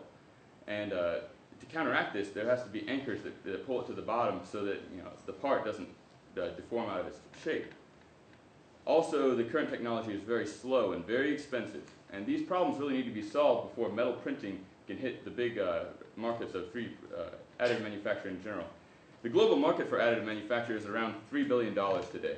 And I'm hoping that metal printing in the future will take a large portion of that market. The technology of CoSAM is basically a reversal of the existing process. The existing process involves an indiscriminate patterning of metal powder and then a very directed, very controlled patterning of energy. And CoSAM is going to control the patterning of the powder and do an indiscriminate patterning of energy. And what this means is that we're able to print parts a lot faster and use a lot less material. It also means we can create more robust boundaries. And this is going to lead to better surface finishes, which is very important, and also the lessening of the need for anchors. And the real impetus behind this is, as I said, combined sand metal printing. You're printing the negative in a sand or a thermal resistant powder, and you're printing the positive in the metal itself. And then you're sending a very high level energy source over the entire build to melt it all at once. And so it saves a lot of time. Looking at the performance, the existing processes that I'm really competing with are electron beam melting and selective laser melting. Electron beam melting directs electrons, sort of like a cathode ray tube TV. It directs electrons to certain points in order to heat up metal, and it has to be a conductive metal for this. And right now it's the fastest process. It's very easy to direct these electrons, but it has a very poor surface finish, and it still has a lot of wasted material. Selective laser melting is a slower process. It traces each individual shape with a laser. And it has a little bit better surface finishes, but it's very slow and it's very expensive. CoStamp is expected to have a lower cost because of the lower consumption of metal. You don't have to have these anchors, and you also don't have to have, there's a lot of waste in the existing process because of thermal fatigue of the powder. So CoStamp is expected to have a lower cost, faster process, and also a greater surface finish than the existing processes, comparable to SLM. And beyond that, the real major benefit of this product is greater design flexibility. When additive manufacture first came out, it really gave people methods that they didn't even know existed, that didn't exist in the past, to create shapes that were impossible to create with any other device.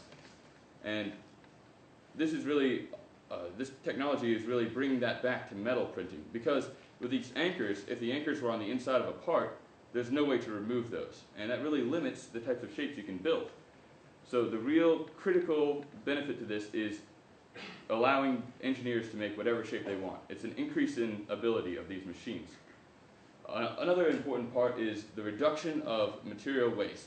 Existing processes, like I said, they have to have these anchors, and they have to expose the entire bed of metal to very high temperatures. And what this does is, after about 4 cycles, that powder is useless. So you might be more efficient on the very first run, but as time goes on, this powder is being wasted. My technology uses sand as support material instead of this metal powder. And last time I checked, sand is a little bit cheaper than metal. For another potential of this technology is, like I said, very high build speeds. In the past, it's limited by the speed at which you can lay down energy. And my area energy light source that I'm licensing from the Oak Ridge National Laboratory is very fast compared to the existing process. And another very exciting potential of this technology is the potential for unique alloys. And in existing processes, it's one metal over the entire build tray. And that really limits what you can do. With my process, I'm already patterning 2 powders. It's not going to be hard to add a 3rd or a 4th or a 5th powder.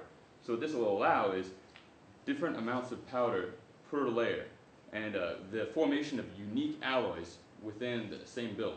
So, and I was talking to a professor at Virginia Tech, Professor Chris Williams. He's an expert in additive manufacture, and he said this would be a very great innovation in the field of additive manufacture. There's also a reduction in the amount of inventory that suppliers need to have. With these existing machines, the anchors take a lot of labor to remove, and it's a lot of extra machinery, and my machine produces that, because you really only need basically a sandblaster to get rid of the sand, as opposed to a lot of the existing machinery. When I talk about competition, what I'm really talking about is customers. So as I said before, I'm a licensing company. So I'm looking at companies who are going to be able to license this technology and build these machines. So first I'm looking at MITT Technology.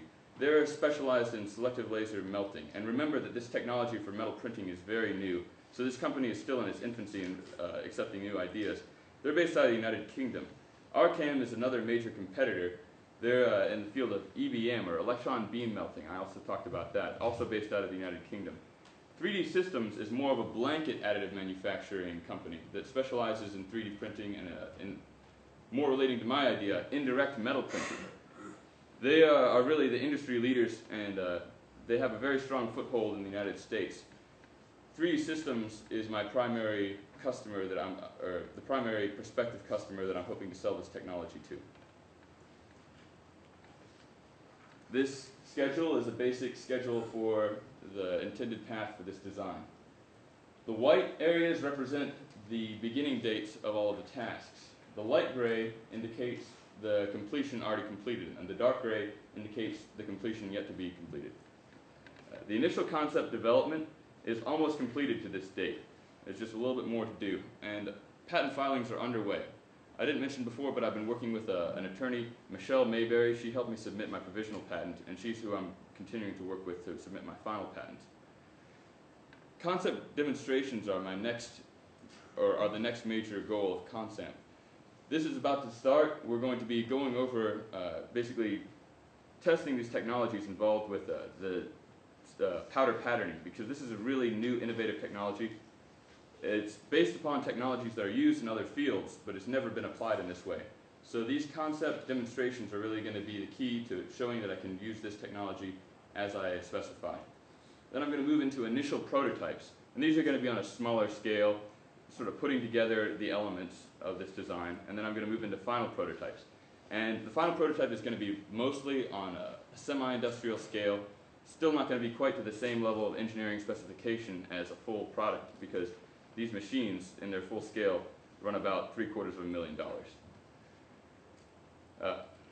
After the final prototype, the patent will be completed, and I'll move into the licensing phase. This is a basic revenue plan. This is just showing how I'm making revenue. The gist of it is I'm going to charge a licensing fee and then a royalty for each machine sold. And as I said before, the cost of these machines is currently around $750,000. But I think I can do better than that, because the current machines require very precise control systems for the energy patterning. And my energy patterning source is an area energy patterning source. The future path of this technology is really to explore this powder deposition process. As I said here, there's a lot of potential for this with combined sand metal printing. There's also potential with other types of 3D printing. There's a large market for other types of synthetic materials and polymers, and this technology has a lot of potential in that field too. So the future path is to continue to develop these technologies and to see, look at what's out there in the market, see if we can do better than the way it's currently being done. And something I was thinking of in terms of the Virginia Tech motto is ut pros, that I may serve. And I think it'd be a great opportunity to see if we can introduce this market to an area that really, it really needs to get some help moving along. The third world is a very underutilized market. And I feel like if we can look into manufacturing solutions for the third world, there can be mutual benefit both for the third world and for this company. And the path for continued revenues is management of intellectual property and collection of royalties. In summary, this is a new type of additive manufacturing process featuring a reversal of the traditional process based upon a technology, powder patterning, which is proprietary technology, and the use of an area energy source. This metal printer will have a greater flexibility than the existing metal printers, and it will allow for the use of unique alloys to be layered within the same build. And CoSamp is a potentially game-changing technology. Do I have any questions?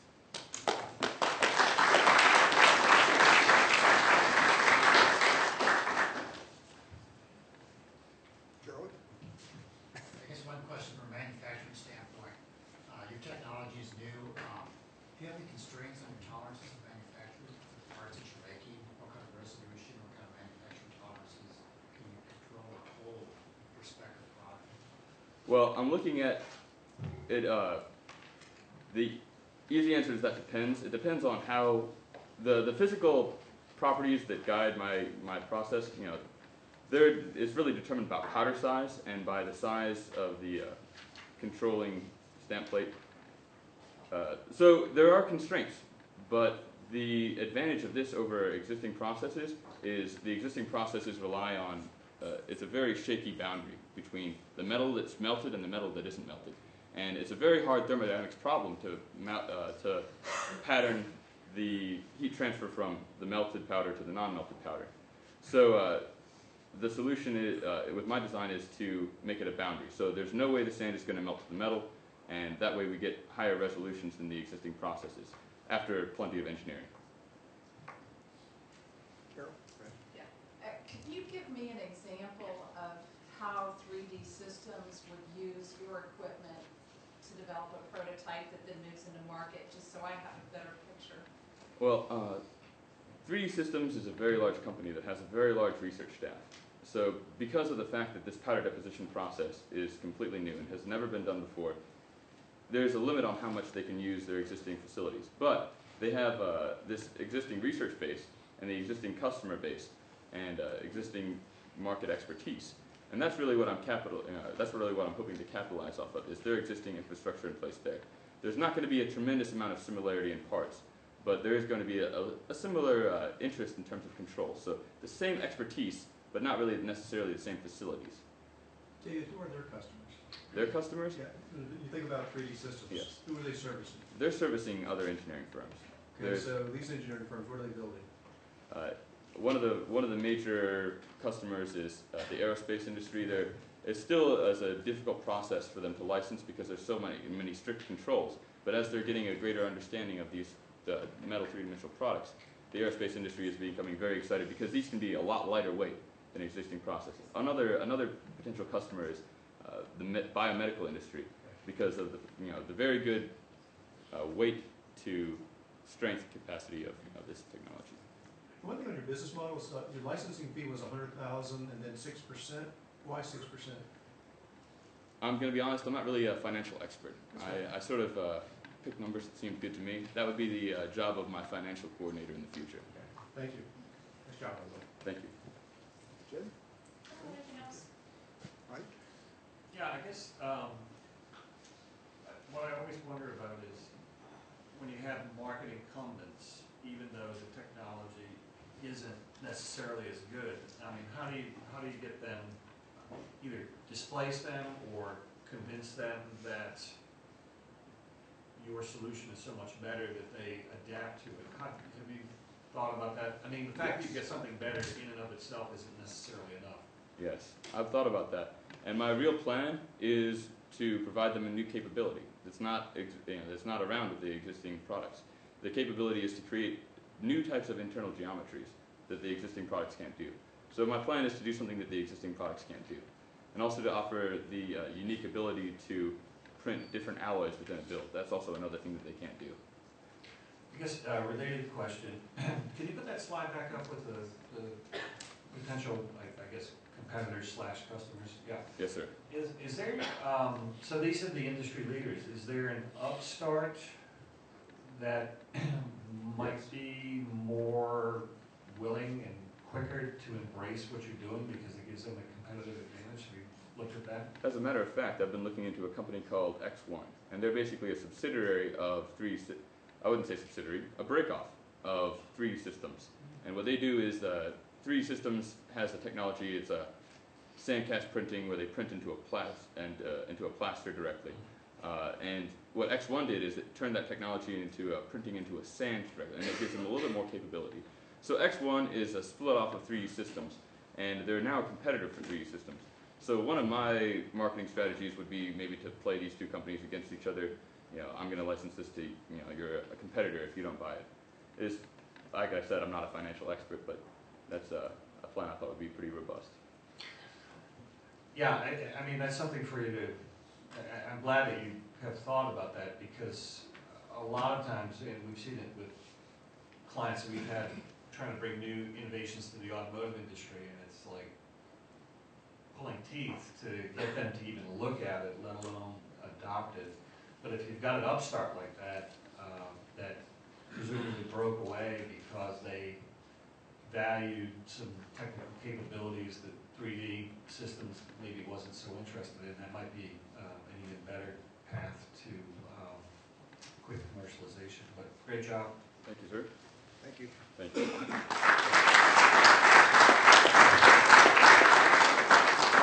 It is break time. We're going to start again at 3, but the campus tech group, if they could see me during break, would be great. Okay? What's the matter? Are there cookies? Are there cookies? Are they cookies? There are cookies. That's all I want to know. You're talking, Mike. You're talking to a diabetic. I didn't even ask.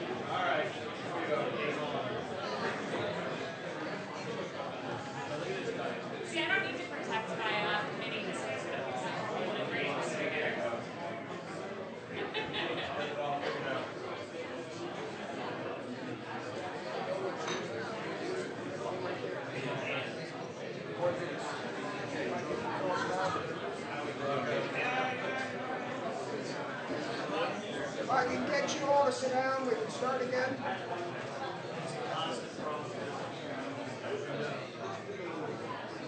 They answered, well, they agreed with me earlier, but now they're getting responses.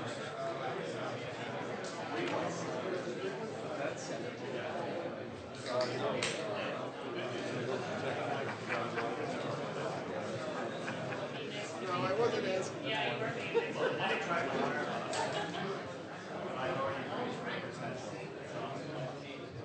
All right, if we can get started. I know these conversations are marvelous, but let's try to stay on schedule. I'm keeping you from the reception. The next talk is Campus Tech by Evan Franco and Brendan Siniglia. Okay, I got it wrong the second time. All right, got it right the first time. We've got everybody, we've got the judges. What more could you want? All right, it's all your guys. Like he said, this is Evan Franco, and I'm Brendan Siniglia. I'm a finance and accounting major here at Virginia Tech. I'm a junior, and I'll be here for 5 years. I'm a mining engineering student. I'm also a junior, and I'll also be here for 5 years.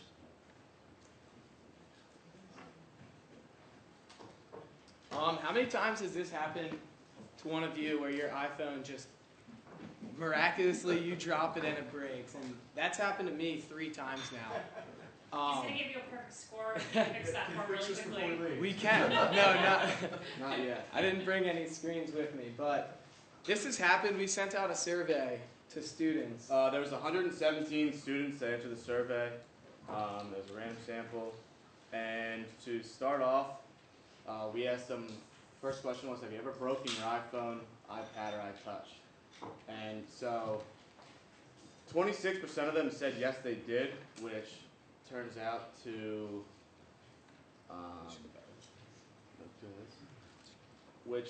be 5,280 students, which is a pretty substantial number for an initial target market size based on the law of large numbers, since our number was big enough.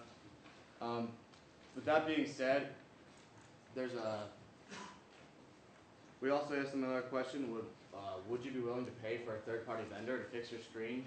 Because right now, the only other options are to go through insurance or, as he is, living with a broken screen. So that was a pretty big number. 56% of them said yes.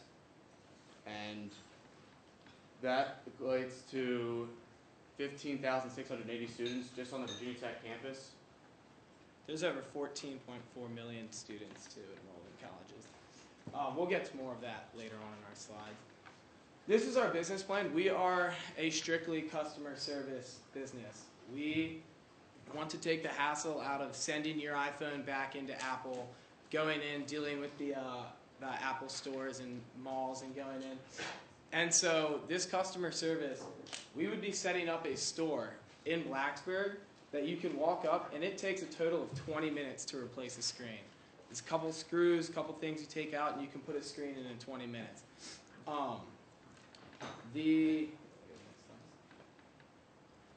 We have a manufacturer right now that sells in bulk, and one screen will cost $20.90 for the iPhone 4, and this is substantially less than going in. If you do not have an upgrade, the iPhone 4 is $399 for the 16 gigabyte, and if you do have an upgrade, it is now, I believe, $99 now that the new iPhone 5 came out. The iPhone 5 has an LED screen attached to the back, which we will be getting on in a little bit. But the iPhone 4, the initial market of that would be the 5,000 students that we said that filled out our survey. And we would just be buying these phones from a wholesaler. You can buy them in bulk for a couple thousand screens at $20.90. And later on, we'll show you the price of which we'll get at. In order to get like a market price of what people pay, another question we asked in the survey was, what's the most money you would pay to have your screen fixed? $75 was kind of a stretch, but that's substantially less than the $200 you would pay for a new screen with an upgrade, or if you have insurance. And the 4S, to get a new one, if you do not have insurance, is $499. So we were trying to make it cheap, convenient and quick for customers to come in, fix their screens, and let them be on their way. There are very few competitors out there. Apple, you can go in and get a new phone, but there's a company out there, iCrack, that was started in 2010. They basically, their business plan is to hit all of the big cities, and our plan would be hit college campuses of 25,000 students and over, Virginia Tech, Ohio State, Maryland, Penn State. We would try and start at those schools. Their company is based off of a mail-in, we'll replace it, and the turnaround time is 4 to 6 days. So as you can see, I don't know, I cannot live with my phone without maybe a day. 4 to 6 days to ask. They can send a Go phone to you, but a lot of students do not do that. I know I wouldn't. A Go phone doesn't give you emails. So you can only receive text messages and phone calls. And so you would send it in. They would take 4 to 6 days to replace the screen and send it back to you. And that is at a price of $124.99. But they also have these iTechs that are stationed in cities that are paid by iCracked. They will come out to you, or you can go to their house, and they take your phone, they take it, and they will replace the screen there.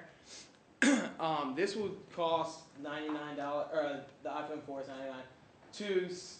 To have the iTech do it, it is $74.99 for the iPhone 4S. They can also sell you a kit that has multiple tools, and it gives you a screen, but who wants to take apart their iPhone? They could hit a wire that could mess up your phone and never work again. Then you have to go in and buy a new one if you have a do-it-yourself kit. So we want to take the turnaround time out of that and make it a strictly customer service where you can come into our company, we'll replace your screen, and you can have your phone back within 20, 30 minutes.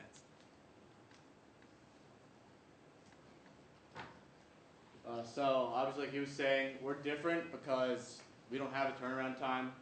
We're looking to make it as easy as possible as you. We're hopefully open up a storefront, which repairs could take less than half an hour. So you could come, students could drop it off, go to class, come back, and one class without a phone is not too bad. So the cost, we would do front and back screen repairs.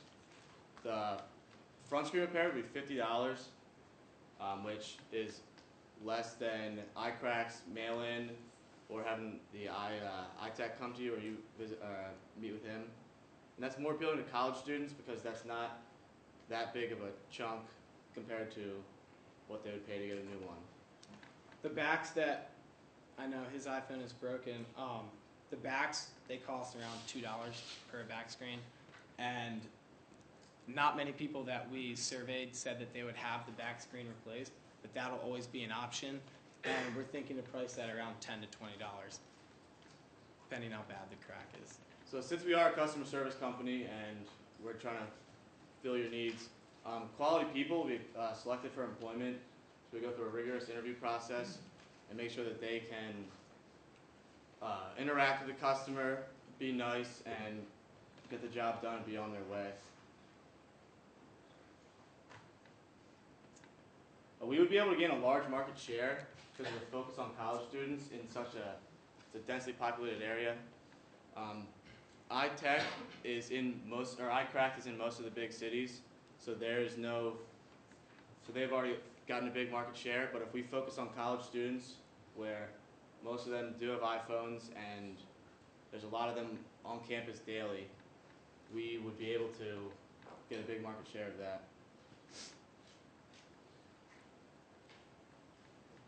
So our team, I'm Evan Franco. I'm going to be the president and CEO. See here, I'm the vice president of Sigma Alpha Epsilon. I'm interning with Old Castle Materials, and I know how to fix the screens, which is the main technological part that makes our company go. I'm Brendan Siniglia, the CFO. Last fall, we just came up with a new idea through the agriculture school here. And we just got a grant from the Virginia Tech Foundation for $500,000 to invest in commodities, futures prices, ETFs, ETNs. And I'm currently the CFO of that group right now, and that is a fairly new group at this school. I also interned at Bank of America Merrill Lynch last summer in Washington, D.C., and I'm looking to be back there again this summer. So our timeline, we've already talked about the numbers and gotten a manufacturer, but we haven't set up a sales agreement. So we're looking to do that third quarter, maybe August or September, right before school starts, so that people who have broken iPhones, maybe over the summer, can come back and that'll be a big market. So we're going to look to test the market in the fourth quarter once we get everything set up, and that would be starting in September. And then our first sale would also hopefully be September or late August when students come back. Another thing that we would like to do, iCracked also replaces dead batteries and water damage. Those two are very easy to fix on iPhones. The only thing is finding the iPhone batteries from wholesalers is kind of difficult. There are a few out there, but they're a little pricey, and we would not be able to cut there would not be enough margins there compared to iCracked. Until we find a manufacturer with batteries that could increase our margins, then we would love to do that, but we are still looking for that right now too. So our goal is to become 60% of the iOS repairs in Blacksburg, because the other 40% would be going through insurance, or they would not choose to fix their phones.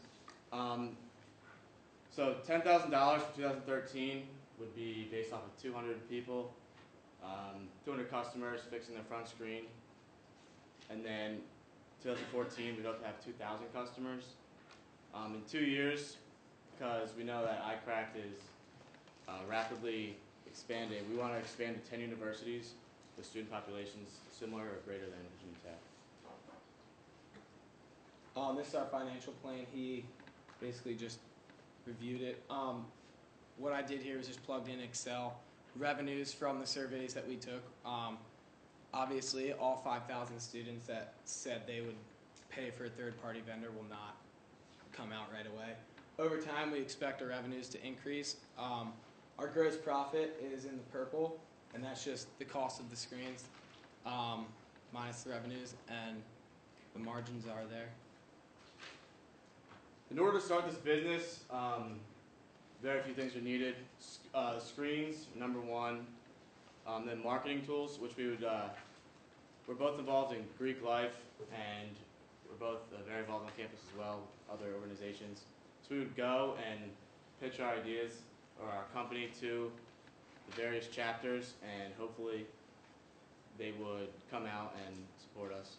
And the general administrative, and that's our total resource requirements. It's fairly cheap, and then the margins are big. So an exit strategy would be to continue to develop our services, which would mean Droid and other types of phones that currently we're not trying to get into the market. But with time and more cash flow, that would be what we're interested in too. Or to sell to an existing company like iCracked or Apple.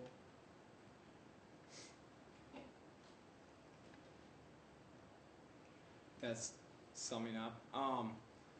What we would like to do is, I know it's pricey to open up rent, electricity. That would be expensive to do that. We are also looking into franchising, maybe going into the Best Buy here since they have not been performing well as a company recently. Go in, maybe franchise, and we're always open to that idea. We're looking into that. That's always another option instead of taking on the SG&A costs and having more expenses. And that's it. Any questions?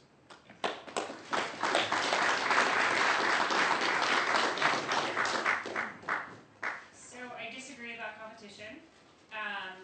When I parked my iPhone, I actually took mine to the Apple store in Provost Mall. But on my way to the Apple store, from where I parked my car, I passed 2 kiosks that could fix my screen in under an hour for somewhere between $50 and $100. So there's a lot of people doing this. I agree they haven't expanded to Blacksburg. Maybe you'll find one in Roanoke. I don't spend any time there, so it's possible. So I would find it hard that you're going to be able to franchise into Best Buy. So I think you should be looking for space to have a small storefront or a kiosk here. But then I'd also question what the market size here really is for people carrying these around that can afford to repair them while paying rent. Yeah, at James Madison University, I'm actually working with a student who's doing the very same thing. And he is charging $75 per person and is staying at capacity because he's the only one repairing the screens, and he can't find anyone else who's willing to take the time to learn it, to do it. My question is about that. How will you scale this for the people, to find the people to repair the screens, and is there potential to damage phones in that repair process? I currently have a broken screen on my iPhone 4. I went home for spring break and got a new one. I kept my old one, and I have the tools. My little brother and I sat at home over Christmas break and took apart his iPhone that broke, and I went home and I have actually taken apart my iPhone that's broken. It is really just a couple screws, flips, and it's all just plastic material that you can flip up. As long as you follow the guideline directly, there's not really any major wires in the way. It's a lot of just little hitches and screws that you have to undo, and you just need a little screwdriver, something like you would take the screw out of your glasses. And it takes 10 minutes, and there's really you could damage it while taking it apart, but you don't really see that. How will you handle it if you do? Well, we would like to also, if you're looking into getting a new phone, buybacks are always an option, so we can take phones that we buy back, take the screens that we have in stock, and just take the screen off, put a new one on. And so if someone goes home for spring break like me, has a broken iPhone, needs to go and sell it, then we'll also market for that, buy it back, replace the screen, sell it for exponentially less than what you could get at Apple going in without insurance. Yeah, so let's talk about the difference between a business and a scalable business. So this is a business, obviously, and you could probably set one up here in Blacksburg and be successful with it because you don't have any competition. Maybe you could go to the University of Michigan and other big college campuses. So, that's kind of onesies, twosies. To scale a business, you really need what we call barriers to entry. So a barrier to entry is that this was so hard to figure out that you guys were the only, took a rocket scientist and you were the rocket scientist or whatever, but I didn't hear that. It sounds like you could learn it pretty quickly. So what you might think about along the way, and this is, again, not asking a question, but making an observation. McDonald's is not rocket science, but they have done the franchise model, and it's branding. And a way to successfully grow a business like this is to establish a brand and then use franchisees' money to basically grow the business. You're not growing your own business, but that's a whole different business strategy. Have you looked at that at all? That whole, I think you touched on the idea of maybe franchising, but that's a high dollar evolution, and it can be done very successfully. I mean, last time I checked, McDonald's was doing okay. Yeah, franchising could be an option, but it could also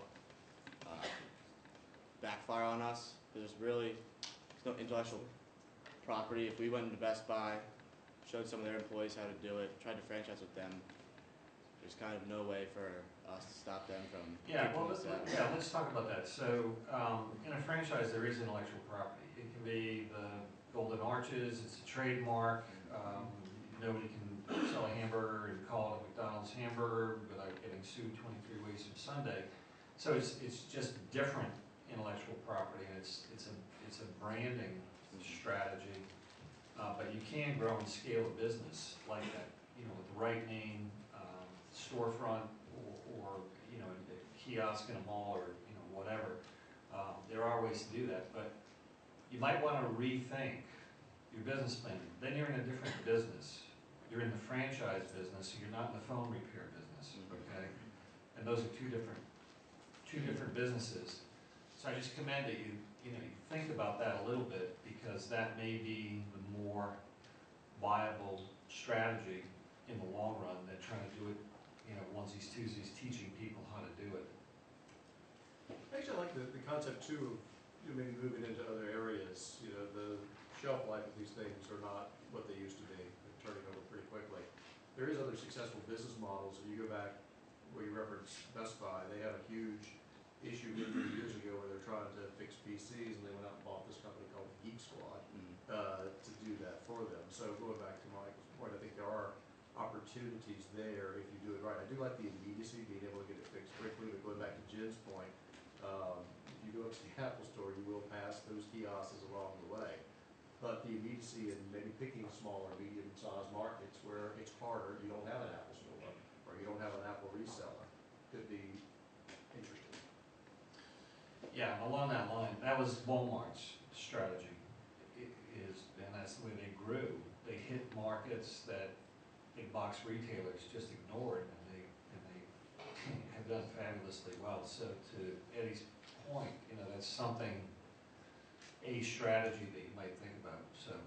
But you can definitely make a lot of money, if you can just advertise in the paper here. I'm sure you're going to get a ton of students or professors or whatever. Obviously, Eddie's going to come over and buy your back of the store. What's your first question? I thought that was one of the things you were supposed to answer. How am I going to get my first customer? I didn't realize we were going to supply him. But kudos on finding the niche. Questions? All right. Thank you very much, guys. Thank you.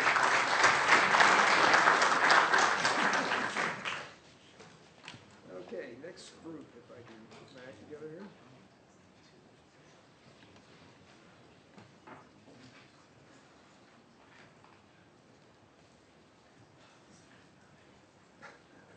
We're doing final, right? After I agreed that I could read that much.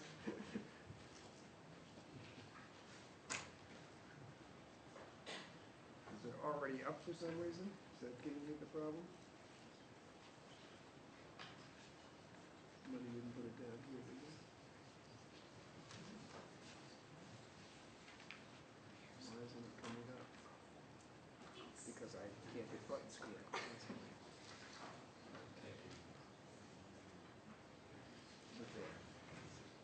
Okay, so let me introduce the next group, Bigley, I'm sorry, I remember your previous name, sorry. Ken Atabatku, I'm close, okay, Chris Karamba, and Irene John, at least I can pronounce one name, all right? Go ahead, guys.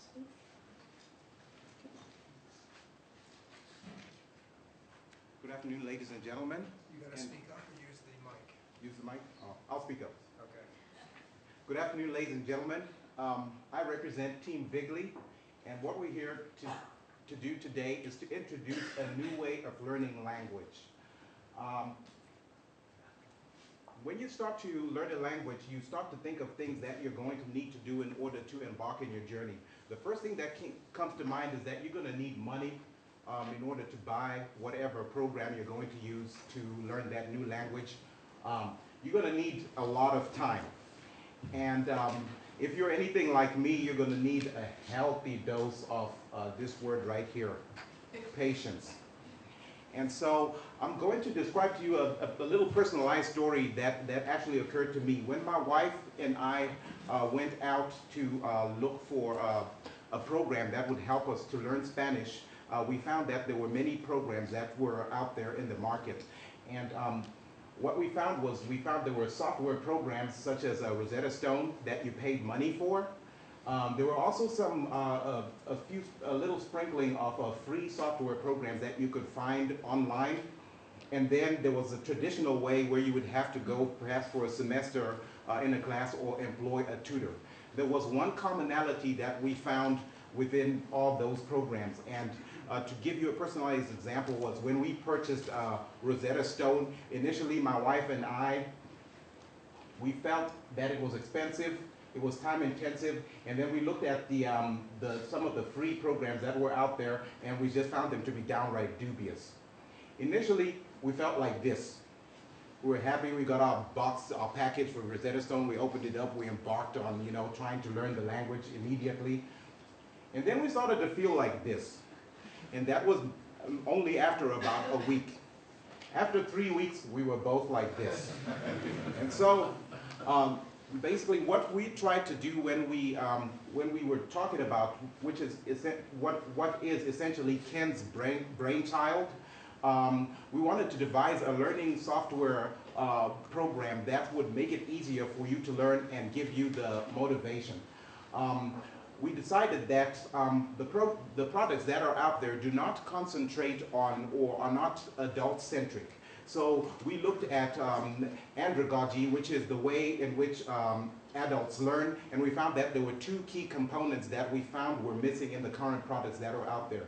There is nothing that really motivates you to continue learning Rosetta Stone once you start. And also, they claim that they have total immersion in their product. What we saw that adults actually require absolute immersion. You want to feel like you are actually experiencing what you are learning. This is where we come in. VGLI, which stands for Virtual Gaming Language Immersion, is a program that will give you absolute immersion. And by absolute immersion, we thought that VGLI would first of all achieve this by doing this.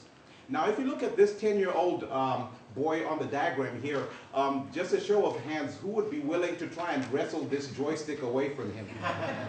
You see, that is a very difficult task, and that is what we wanted you to feel when you were actually embarking on our program. That's why we devised it to be a game, and we want to stress that point. VGLI is not a course. It's not a language learning course. VGLI is a game, and that is what we feel will be the addictive factor to it. Hola, your first mission for today is going down to the lobby and ask for a taxi. This is a basic prototype or a vision of what we think VGLI may look like, of course with some extensive refinement along the way. You'll be interacting with human-like avatars. Since we couldn't actually produce one in time, we employed one of our friends to act as a human-like avatar. And so she was gracious enough to allow that, and she's also a Spanish speaker, so we got the effect of the accent in there. What we envisioned is you wake up in a hotel room in the middle of a foreign country of your choice. Obviously, let's say you want to learn Spanish, you'd wake up probably either in Mexico City or in Madrid. You would be given an itinerary that you would have to follow for the day. So it's task-oriented, which goes in line with our theory that adults learn through andragogy. So you see here, let's say you're initially, you have to go down and get breakfast. So when you do that, before you do that, you go into lesson mode. So we're incorporating something that our main competitor, Rosetta Stone, doesn't incorporate. We actually teach you a few basic skills before you actually, plunge into the totally immersed environment, which I think for adults, it cuts down on a lot of the time factor. So you will have your course instructor here, who again will be virtual. It will look like a game.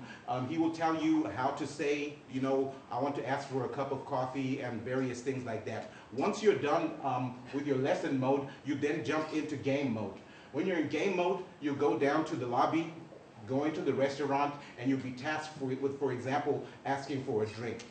You ask for the drink. If you ask for the drink wrong through speech recognition, you'll get a quizzical look, which is our best attempt at a quizzical look right here. You get a quizzical look and you'll get a negative response. As the game evolves, it's going to get much more complicated, where we can imagine you to be like perhaps even in compromising situations where you might even get mugged if you're unable to, converse properly in that language. If you get this quizzical look, you can go back into lesson mode.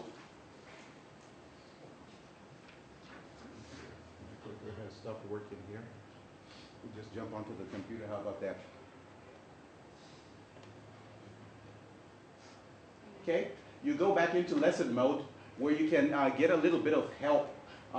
This is not the actual lesson mode that we presented in the beginning. The help you get here is just various little tips or clues as to how you can proceed. So you then continue to proceed, and if you answer right, you get your drink. Irene is going to talk about the marketing aspect of our game. Thank you. So the U.S. language market currently brings in revenue of close to $1 billion per year. The figure here, it shows how the industry has segregated the dominant languages that are being currently offered. And we decided to choose Spanish as our first language because they garner about 37% of market share, and it also closely aligns with the U.S. population language needs. We further broke down that market share, and we looked at it by customer type. And what we decided to pursue was the corporations. So we decided to look at corporate consumers and looking to learn a new language specifically for career placeability and advancement. Let's see here. Our target customers brought in about $100 million last year, and we project this to grow in the future, specifically because of immigration reform.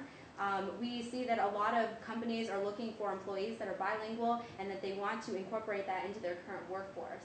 That being said, for example, the healthcare industry is looking for doctors and nurses who are able to speak Spanish so that they can communicate with their patients and families. So what is our sustainable competitive advantage? Our long-term strategy is to obtain a patent in order for us to protect our technology. As innovators in this industry, we feel that without it, that our product would be prone to imitation. And who are our competitors? Well, we did some market research and we found 3 big players in the game. The first is Rosetta Stone, you had Fluence, and PlaySay. We did an 8-point comparison to see what our unique value proposition was compared to these 3. And what we found was that we were able to provide both structured lessons to learn the language as well as a realistic environment for absolute immersion so that our gamer would be able to practice speaking. We also offer cultural immersion in that they would be able to learn the nuances of the language that they are practicing. Because of voice recognition software, we also have that conversational interaction aspect where we'd be able to target what they're saying and how they're saying it in order for them to advance. And finally, we offer convenience and flexibility with online access through PC and mobile compatibility so that they can learn at their convenience and on the go. So how are we going to get this product into the hands of our customers? We decided to look at direct marketing. Particularly, we would link up with dealers through e-commerce websites so that they could buy our product in wholesale and then distribute it. We would also be having sponsored posts between LinkedIn and Facebook to target our corporate customers and have a direct link to our website so that they would be able to buy the products as well. For the risk-averse consumer, we were considering putting promotional trials to reputable e-review sites such as CNET so that they would be able to evaluate our product and then bolster our brand and reputation. And finally, we'd also be looking at technology fairs and expos where we would be able to have business customers come and look at our products and interact with it as well as have live demonstrations. So we have 2 different avenues of selling our product. One is the wholesale, which we would be looking at selling to e-commerce sites such as Amazon, and the other is the retail directly through our website. Also, our consumers would be able to purchase their products in a variety of different ways. They could purchase a level 1 product, or 1, 2, 3, or 4, 5 individually at the price of $179. This is comparable to what Rosetta Stone currently has on the market, and we feel that our product is up to par. They can also purchase in packages of 1 through 3 or 1 through 5, or they can have unlimited access to all the levels and work at their own pace for the period of 1 year. Right here is our proposed business model. What we have in the maroon is what Vigley would keep in-house, and we would work on marketing and sales and R&D and the like. And then what's highlighted in orange here is what we would subcontract out to specialized firms who are probably much better with customer service and have the facilities to do so.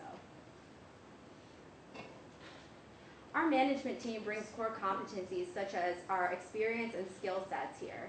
For example, Ken has been working in intelligent design in Japan, so he has a lot of the relationships with programmers and developers that we'd want to bring on board. Chris Caramba has been in the auto industry for quite some time, so he understands the marketing, identifying our customers and their demand.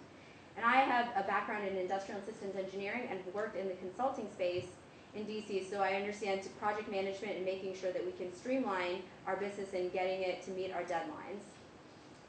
Although we wanted to make sure that we are a well-rounded team, we wanted to hire talented programmers and developers, as well as experienced educators to refine the experience of our game. Finally, here's our proposed timeline for our game development. As you can see, level 1 product development, as soon as it ends, we seamlessly begin product 2 development.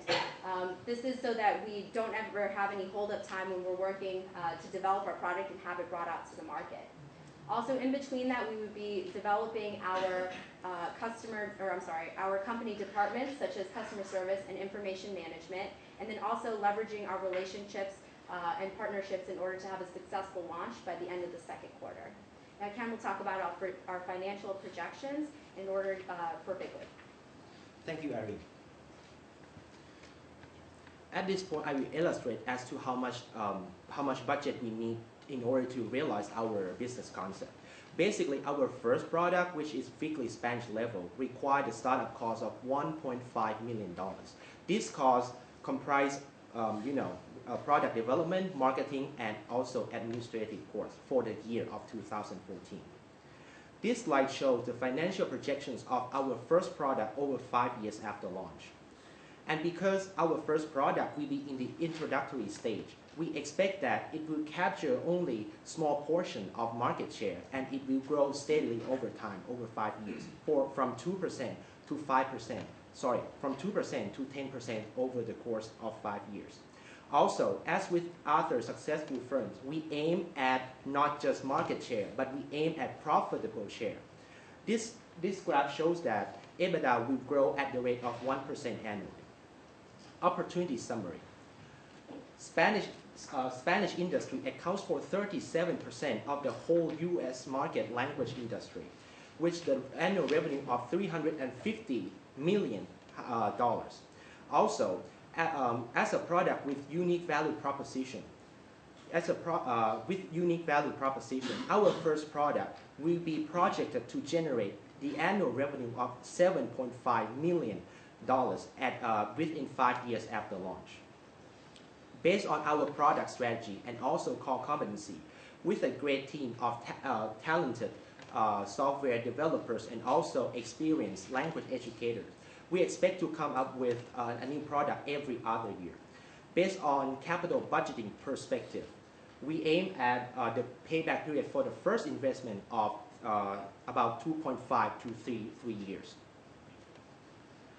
Aiming at enhancing investors' wealth, our management team comes up with 2 strategies. The first option for exit strategy company options. Our first option is once our product reaches the mature state of its product life cycle, we aim at launch IPO in the NYSE or NASDAQ. Option 2, on the other hand, we aim at merge with blue chips company in the existing U.S. language industry, which is Rosetta Stone or Burgess. Lastly, based on our financial projections, based on our thorough market research, and also the addictive nature of our product, our game product, we have no doubt that Bigly will be successful. And now, I will open up the floor for questions.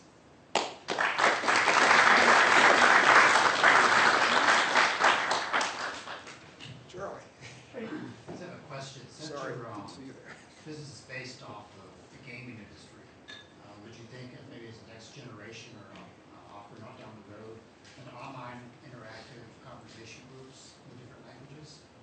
Because like the online gaming, now you have groups of people that are studying, say, Spanish 1, you get online together and converse and go that way as opposed to just interacting with the computer.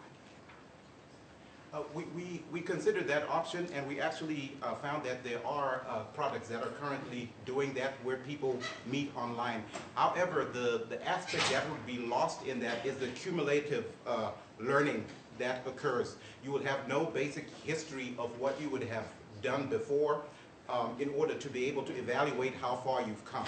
So if you're interacting between 2 individuals, even though you may be able to, converse with them, there is no real record or way to capture the data in terms of how much you've learned. So the thing with Bigly is that when you it will allow you through, of course, our databases to be able to go back and actually look at your progression and find out where you are. So I don't know if this is Irene or Chris, but you talked about the 3 competitors in the space. How much share do each one of those competitors have out there today? I believe the corporate has 30%, consumers are 60%, and government holds 10%. Now, the actual vendors themselves, so the Rosetta Stones and the other 2 vendors you mentioned, how much percentage of the market they go on? I believe that Rosetta Stone holds about 8 to 10% of that market share, and the rest is divided up among smaller companies. Now, your product, will it be installed in the machine, or will it be a software as a service type? It would be a service type product, yes. Okay. So, again, I always come back to barriers to entry. So, you mentioned that you thought maybe some aspect of this might be patentable. To the extent you can talk about that, could you say what you see as potentially being patentable here?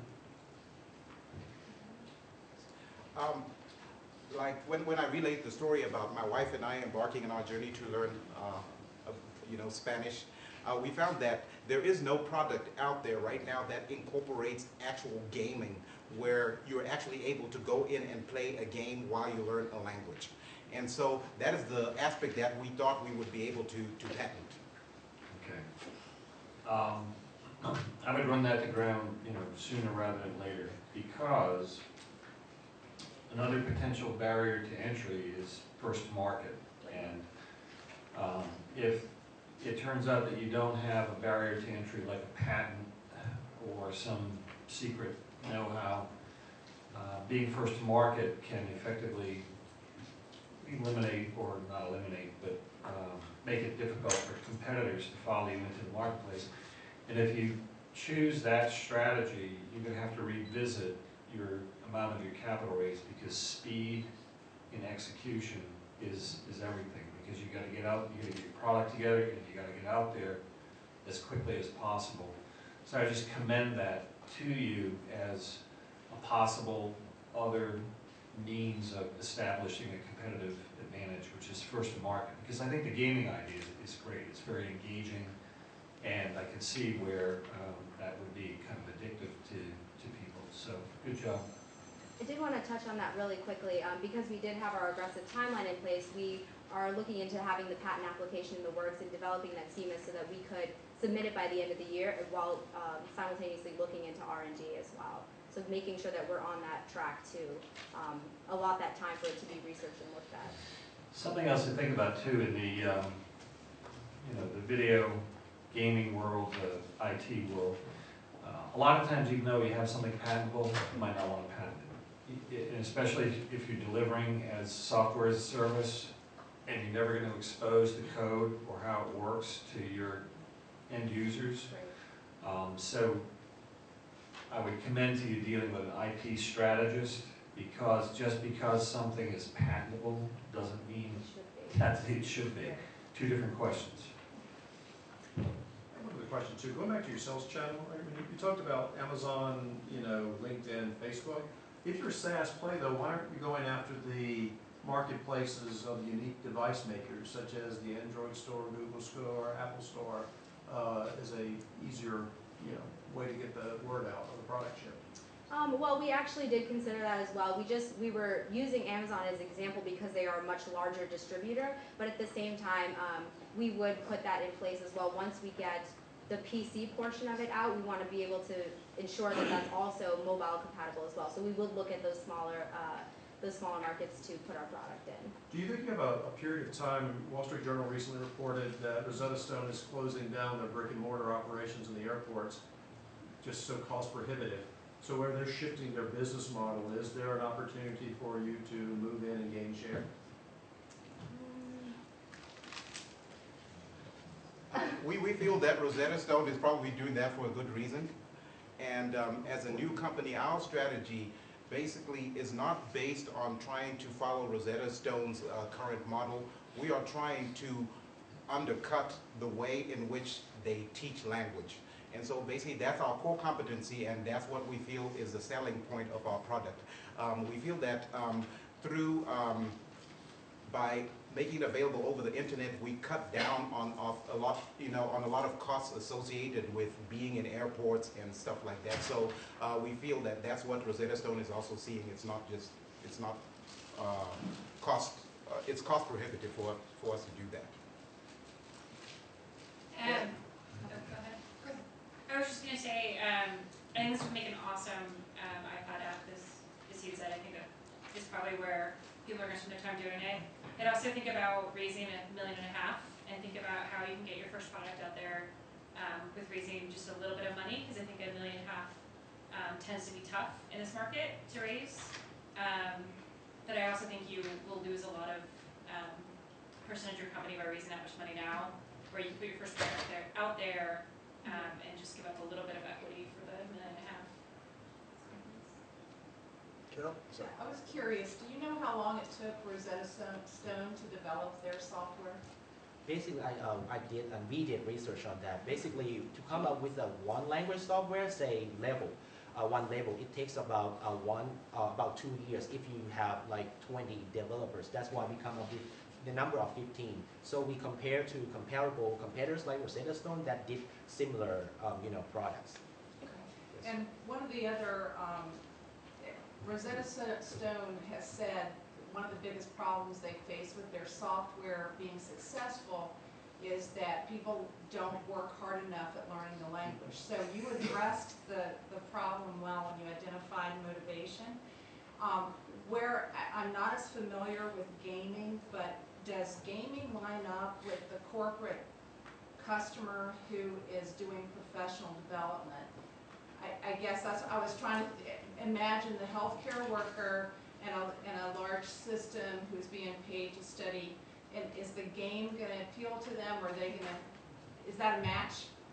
Well, I think that answer is twofold. So whether you are a corporate consumer or whether you're doing this for a hobby, you want to be engaged and you want to feel motivated to continue on. And so while doing this gaming platform, it might seem, like a little bit out of the realm, but at the same time, you kind of feel that as you're progressing, you're moving on to the next level, you feel like you've advanced, and that is made very visible when you are playing the game. And I think no matter what industry that is, you want to feel that sense of achievement that you are progressing and moving in a direction that you intended to go into.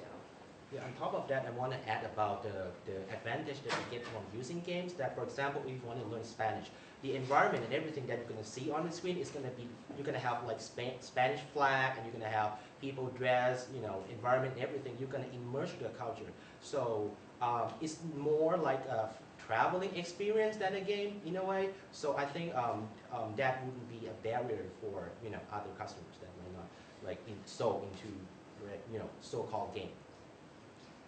One last question, sir. Ken, real quickly, on your cost of goods sold under your cloud storage fees, those numbers look a little high, if you will, on the 2017, 2018. What is it based off of? Cost of goods sold? Yeah. Cost of goods, cloud storage. Just on your business plan, what did you base that off on? Number of users, amount of data being stored? What exactly, how did you come up with those numbers? Cloud storage number and also customer service is variable cost. It depends on how many units that we sell. And these were based off of? Based on available price that, cloud storage, like companies that provide such service. So we did research on that, so we tried to come up with a reasonable number. Do you have numbers associated with the number of users for each one of these? Okay, thanks. If I can stop it there, thank you very much. Thank you.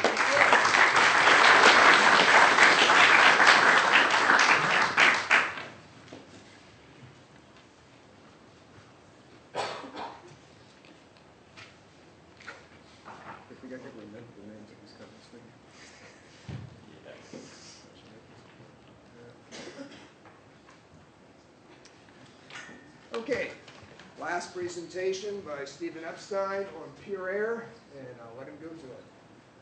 Is that what?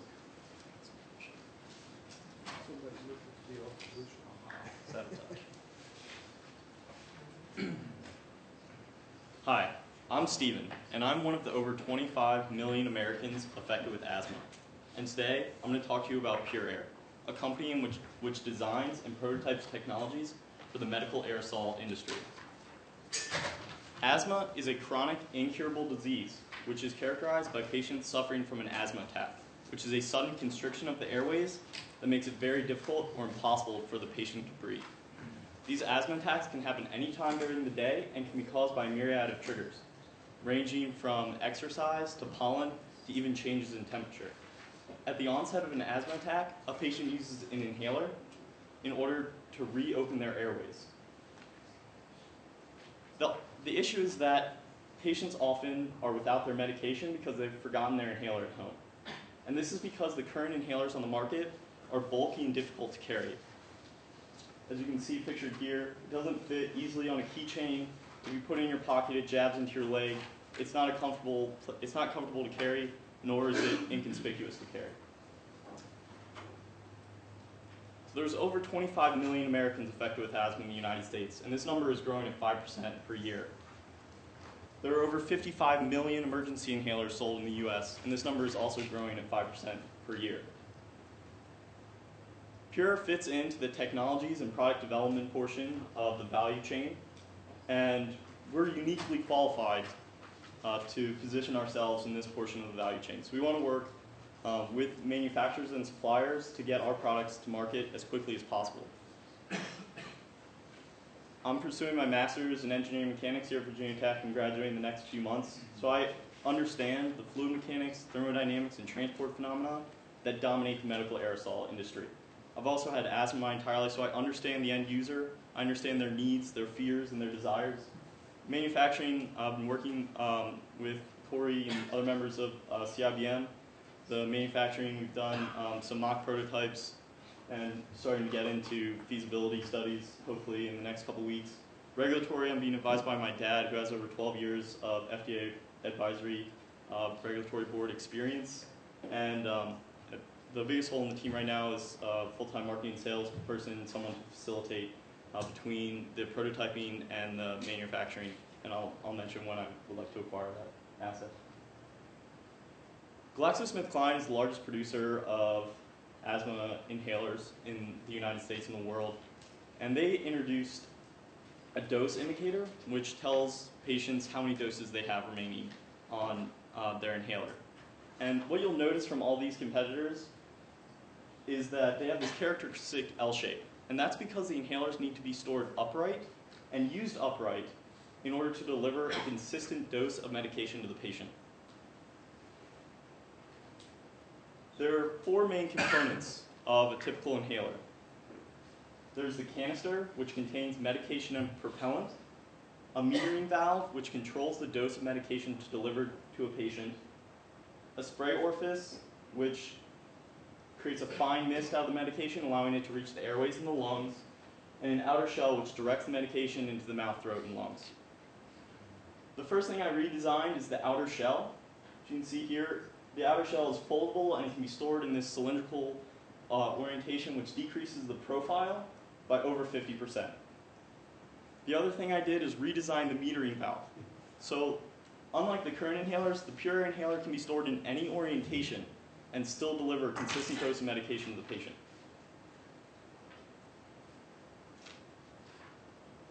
So as you notice, there's a dose indicator here for the Pure Air inhaler, as there is for the GlaxoSmithKline inhaler. And so that's where, one of the functional equivalencies that we have to the market. But our dose indicator is a little bit more visible to the patient, and we believe that, and after my patent search, I believe that's highly patentable, and I expect a utility patent for that. Also, the Pure inhaler has a much slimmer profile, over 50% smaller profile, and it can be stored in any orientation. And after my patent search as well, I expect a utility patent for that portion of the design as well. The initial target market is the 6.5 million Americans ages 10 to 26 with asthma in the United States. This is the ideal target market because of their high levels of activity and their likelihood to forget their inhaler. I'd like to reach this target market and market ourselves to potential suppliers and manufacturers by publishing a pilot study that shows the customer demand as well as the increased portability of the Pure Air inhaler versus the current inhalers on the market. The medication is albuterol sulfate, which is FDA approved. The dosage is 90 micrograms, which is the dosage in the current inhalers. Durability and dose testing need to be performed. One such company that can do this is Piper Medical, and the FDA approval process is FDA 510K, and that is a process that the FDA uses to show that devices are functionally equivalent to current medical devices on the industry, in current medical devices being marketed. So the dosage testing, the durability testing, as well as the pilot study are going to be instrumental in the FDA approval process. And no clinical testing is required. So, like I said, the quickest way to get to market is to partner with a manufacturer, distributor. One such manufacturer is 3M. And the current inhalers are most often sold in chain pharmacies at a cost between $25 and $65, depending if the patient is paying a copay or if they're paying with cash. So, taking market share from current suppliers isn't sustainable growth, and that's not what Pure Air does. Pure Air inhaler actually expands the market because it acts as an auxiliary inhaler. So you keep your 200-dose inhaler at home or in the office, and you put a Pure Air inhaler, 50-dose Pure Air inhaler on your keychain. You slip it in your pocket for going to jog. This ensures that you're never without your medication when you need it the most. So I've been doing product design for a while and expect to be finished product design at the end of the quarter. And the next milestone is a provisional patent, which I expect in the next few months. Then prototyping I expect to be finished at the beginning of the fourth quarter, followed by the testing phase. So this is prototyping finished, this is testing. And as I mentioned, you need a full-time marketing and salesperson, someone with industry experience, 5+ years of experience. This is when I'd like to acquire that individual. In less than a year, expect the utility patents for the metering valve plus the dosage indicator, and have to go through the FDA regulatory process, and expect to have the launch date in late 2014. So the startup cost is going to be around $350,000 if we partner with the manufacturer, and the biggest costs are going to be the FDA regulatory portion as well as marketing and sales. And the manufacturing cost for goods sold is $1.50, which will decrease over time. And so if we partner with the manufacturer and distributor, expect a royalty of 75 cents.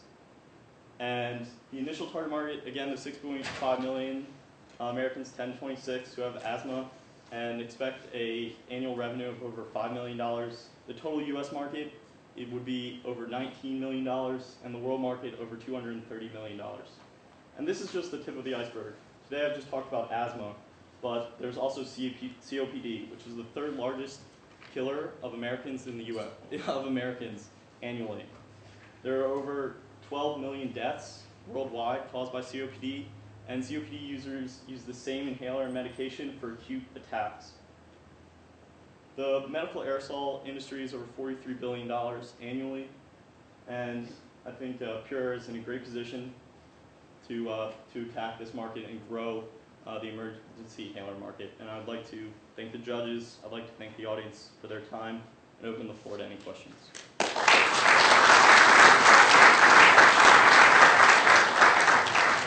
Is anybody an asthmatic?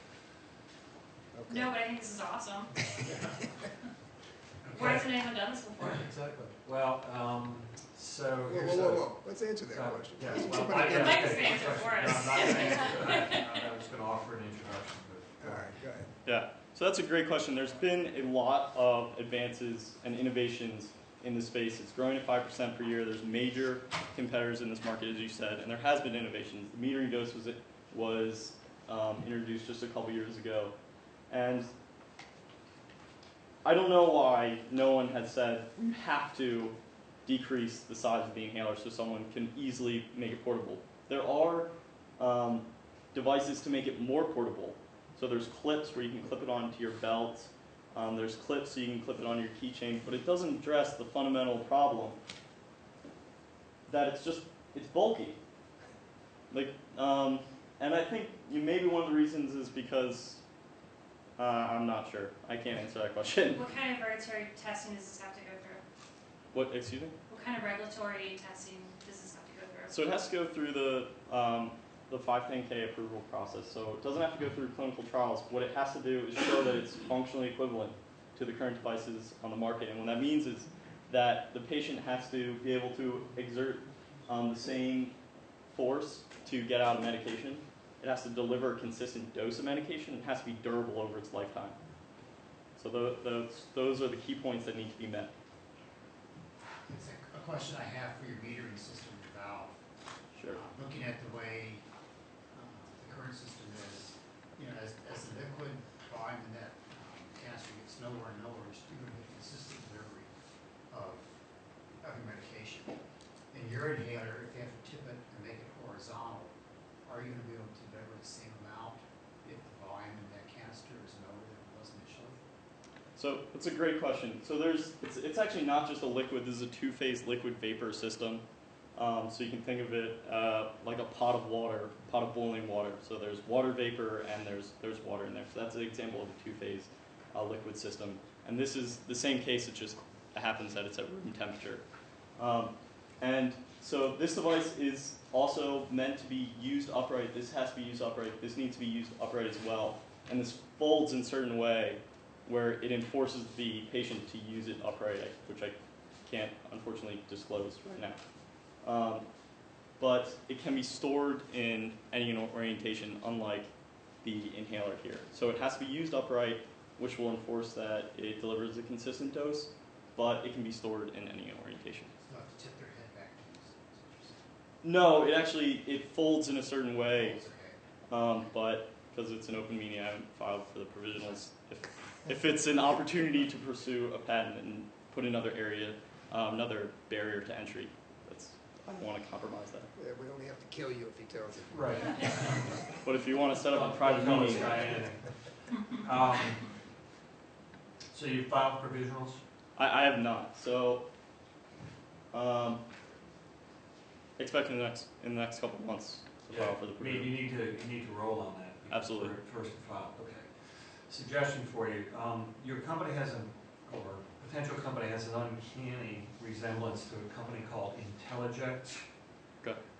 IntelliJect is a company in Richmond, happens to be a client company of ours. Spencer Williamson is the CEO. It's an auto pen device company.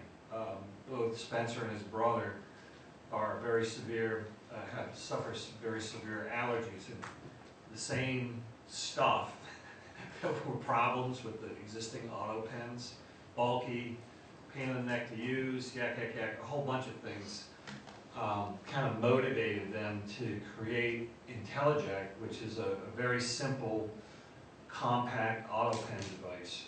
And I just commend to you, Google them. There's a lot of press about them, and if you decided you want an introduction to Spencer Williamson, he's been the whole journey with the FDA approval, some thrills and spills along the way. Might be willing to be a mentor for you. Just offer that up. But I think if you get your patents to issue, you really got something. That's fantastic. Thanks for the information. I loved your presentation in that it was focused and simple enough for me to understand it, and sizable market with an innovative product. Well done. Thank you. Well, it's being a subject matter expert or SME, it brings a lot of relevance, and having your dad who's gone through this with the FDA is probably going to help out quite a bit. That was a great presentation. Thank you. Any other questions then? Okay, thank you, Steve. Good job.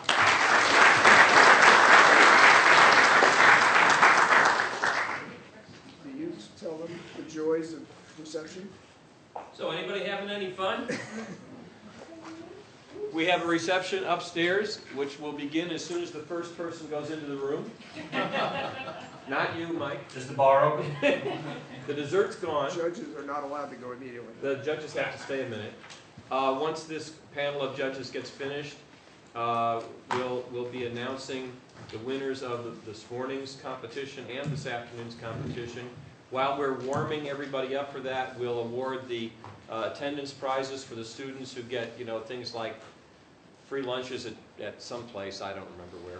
We'll tell you when you get upstairs. We have evaluation forms that are on the table outside. If you wouldn't mind, while you're recycling your badges, either now or you'll be able to recycle them upstairs as well, if you want to remain well known to those around you through the course of the reception. Please fill out an evaluation so we can do a better job next time. Certainly appreciate everybody coming. It was just great. Thanks again to both panels of judges. Remember our sponsors. Their names are on those signs outside the door. Please join us up at the reception and you'll find out who won. Thank you very much.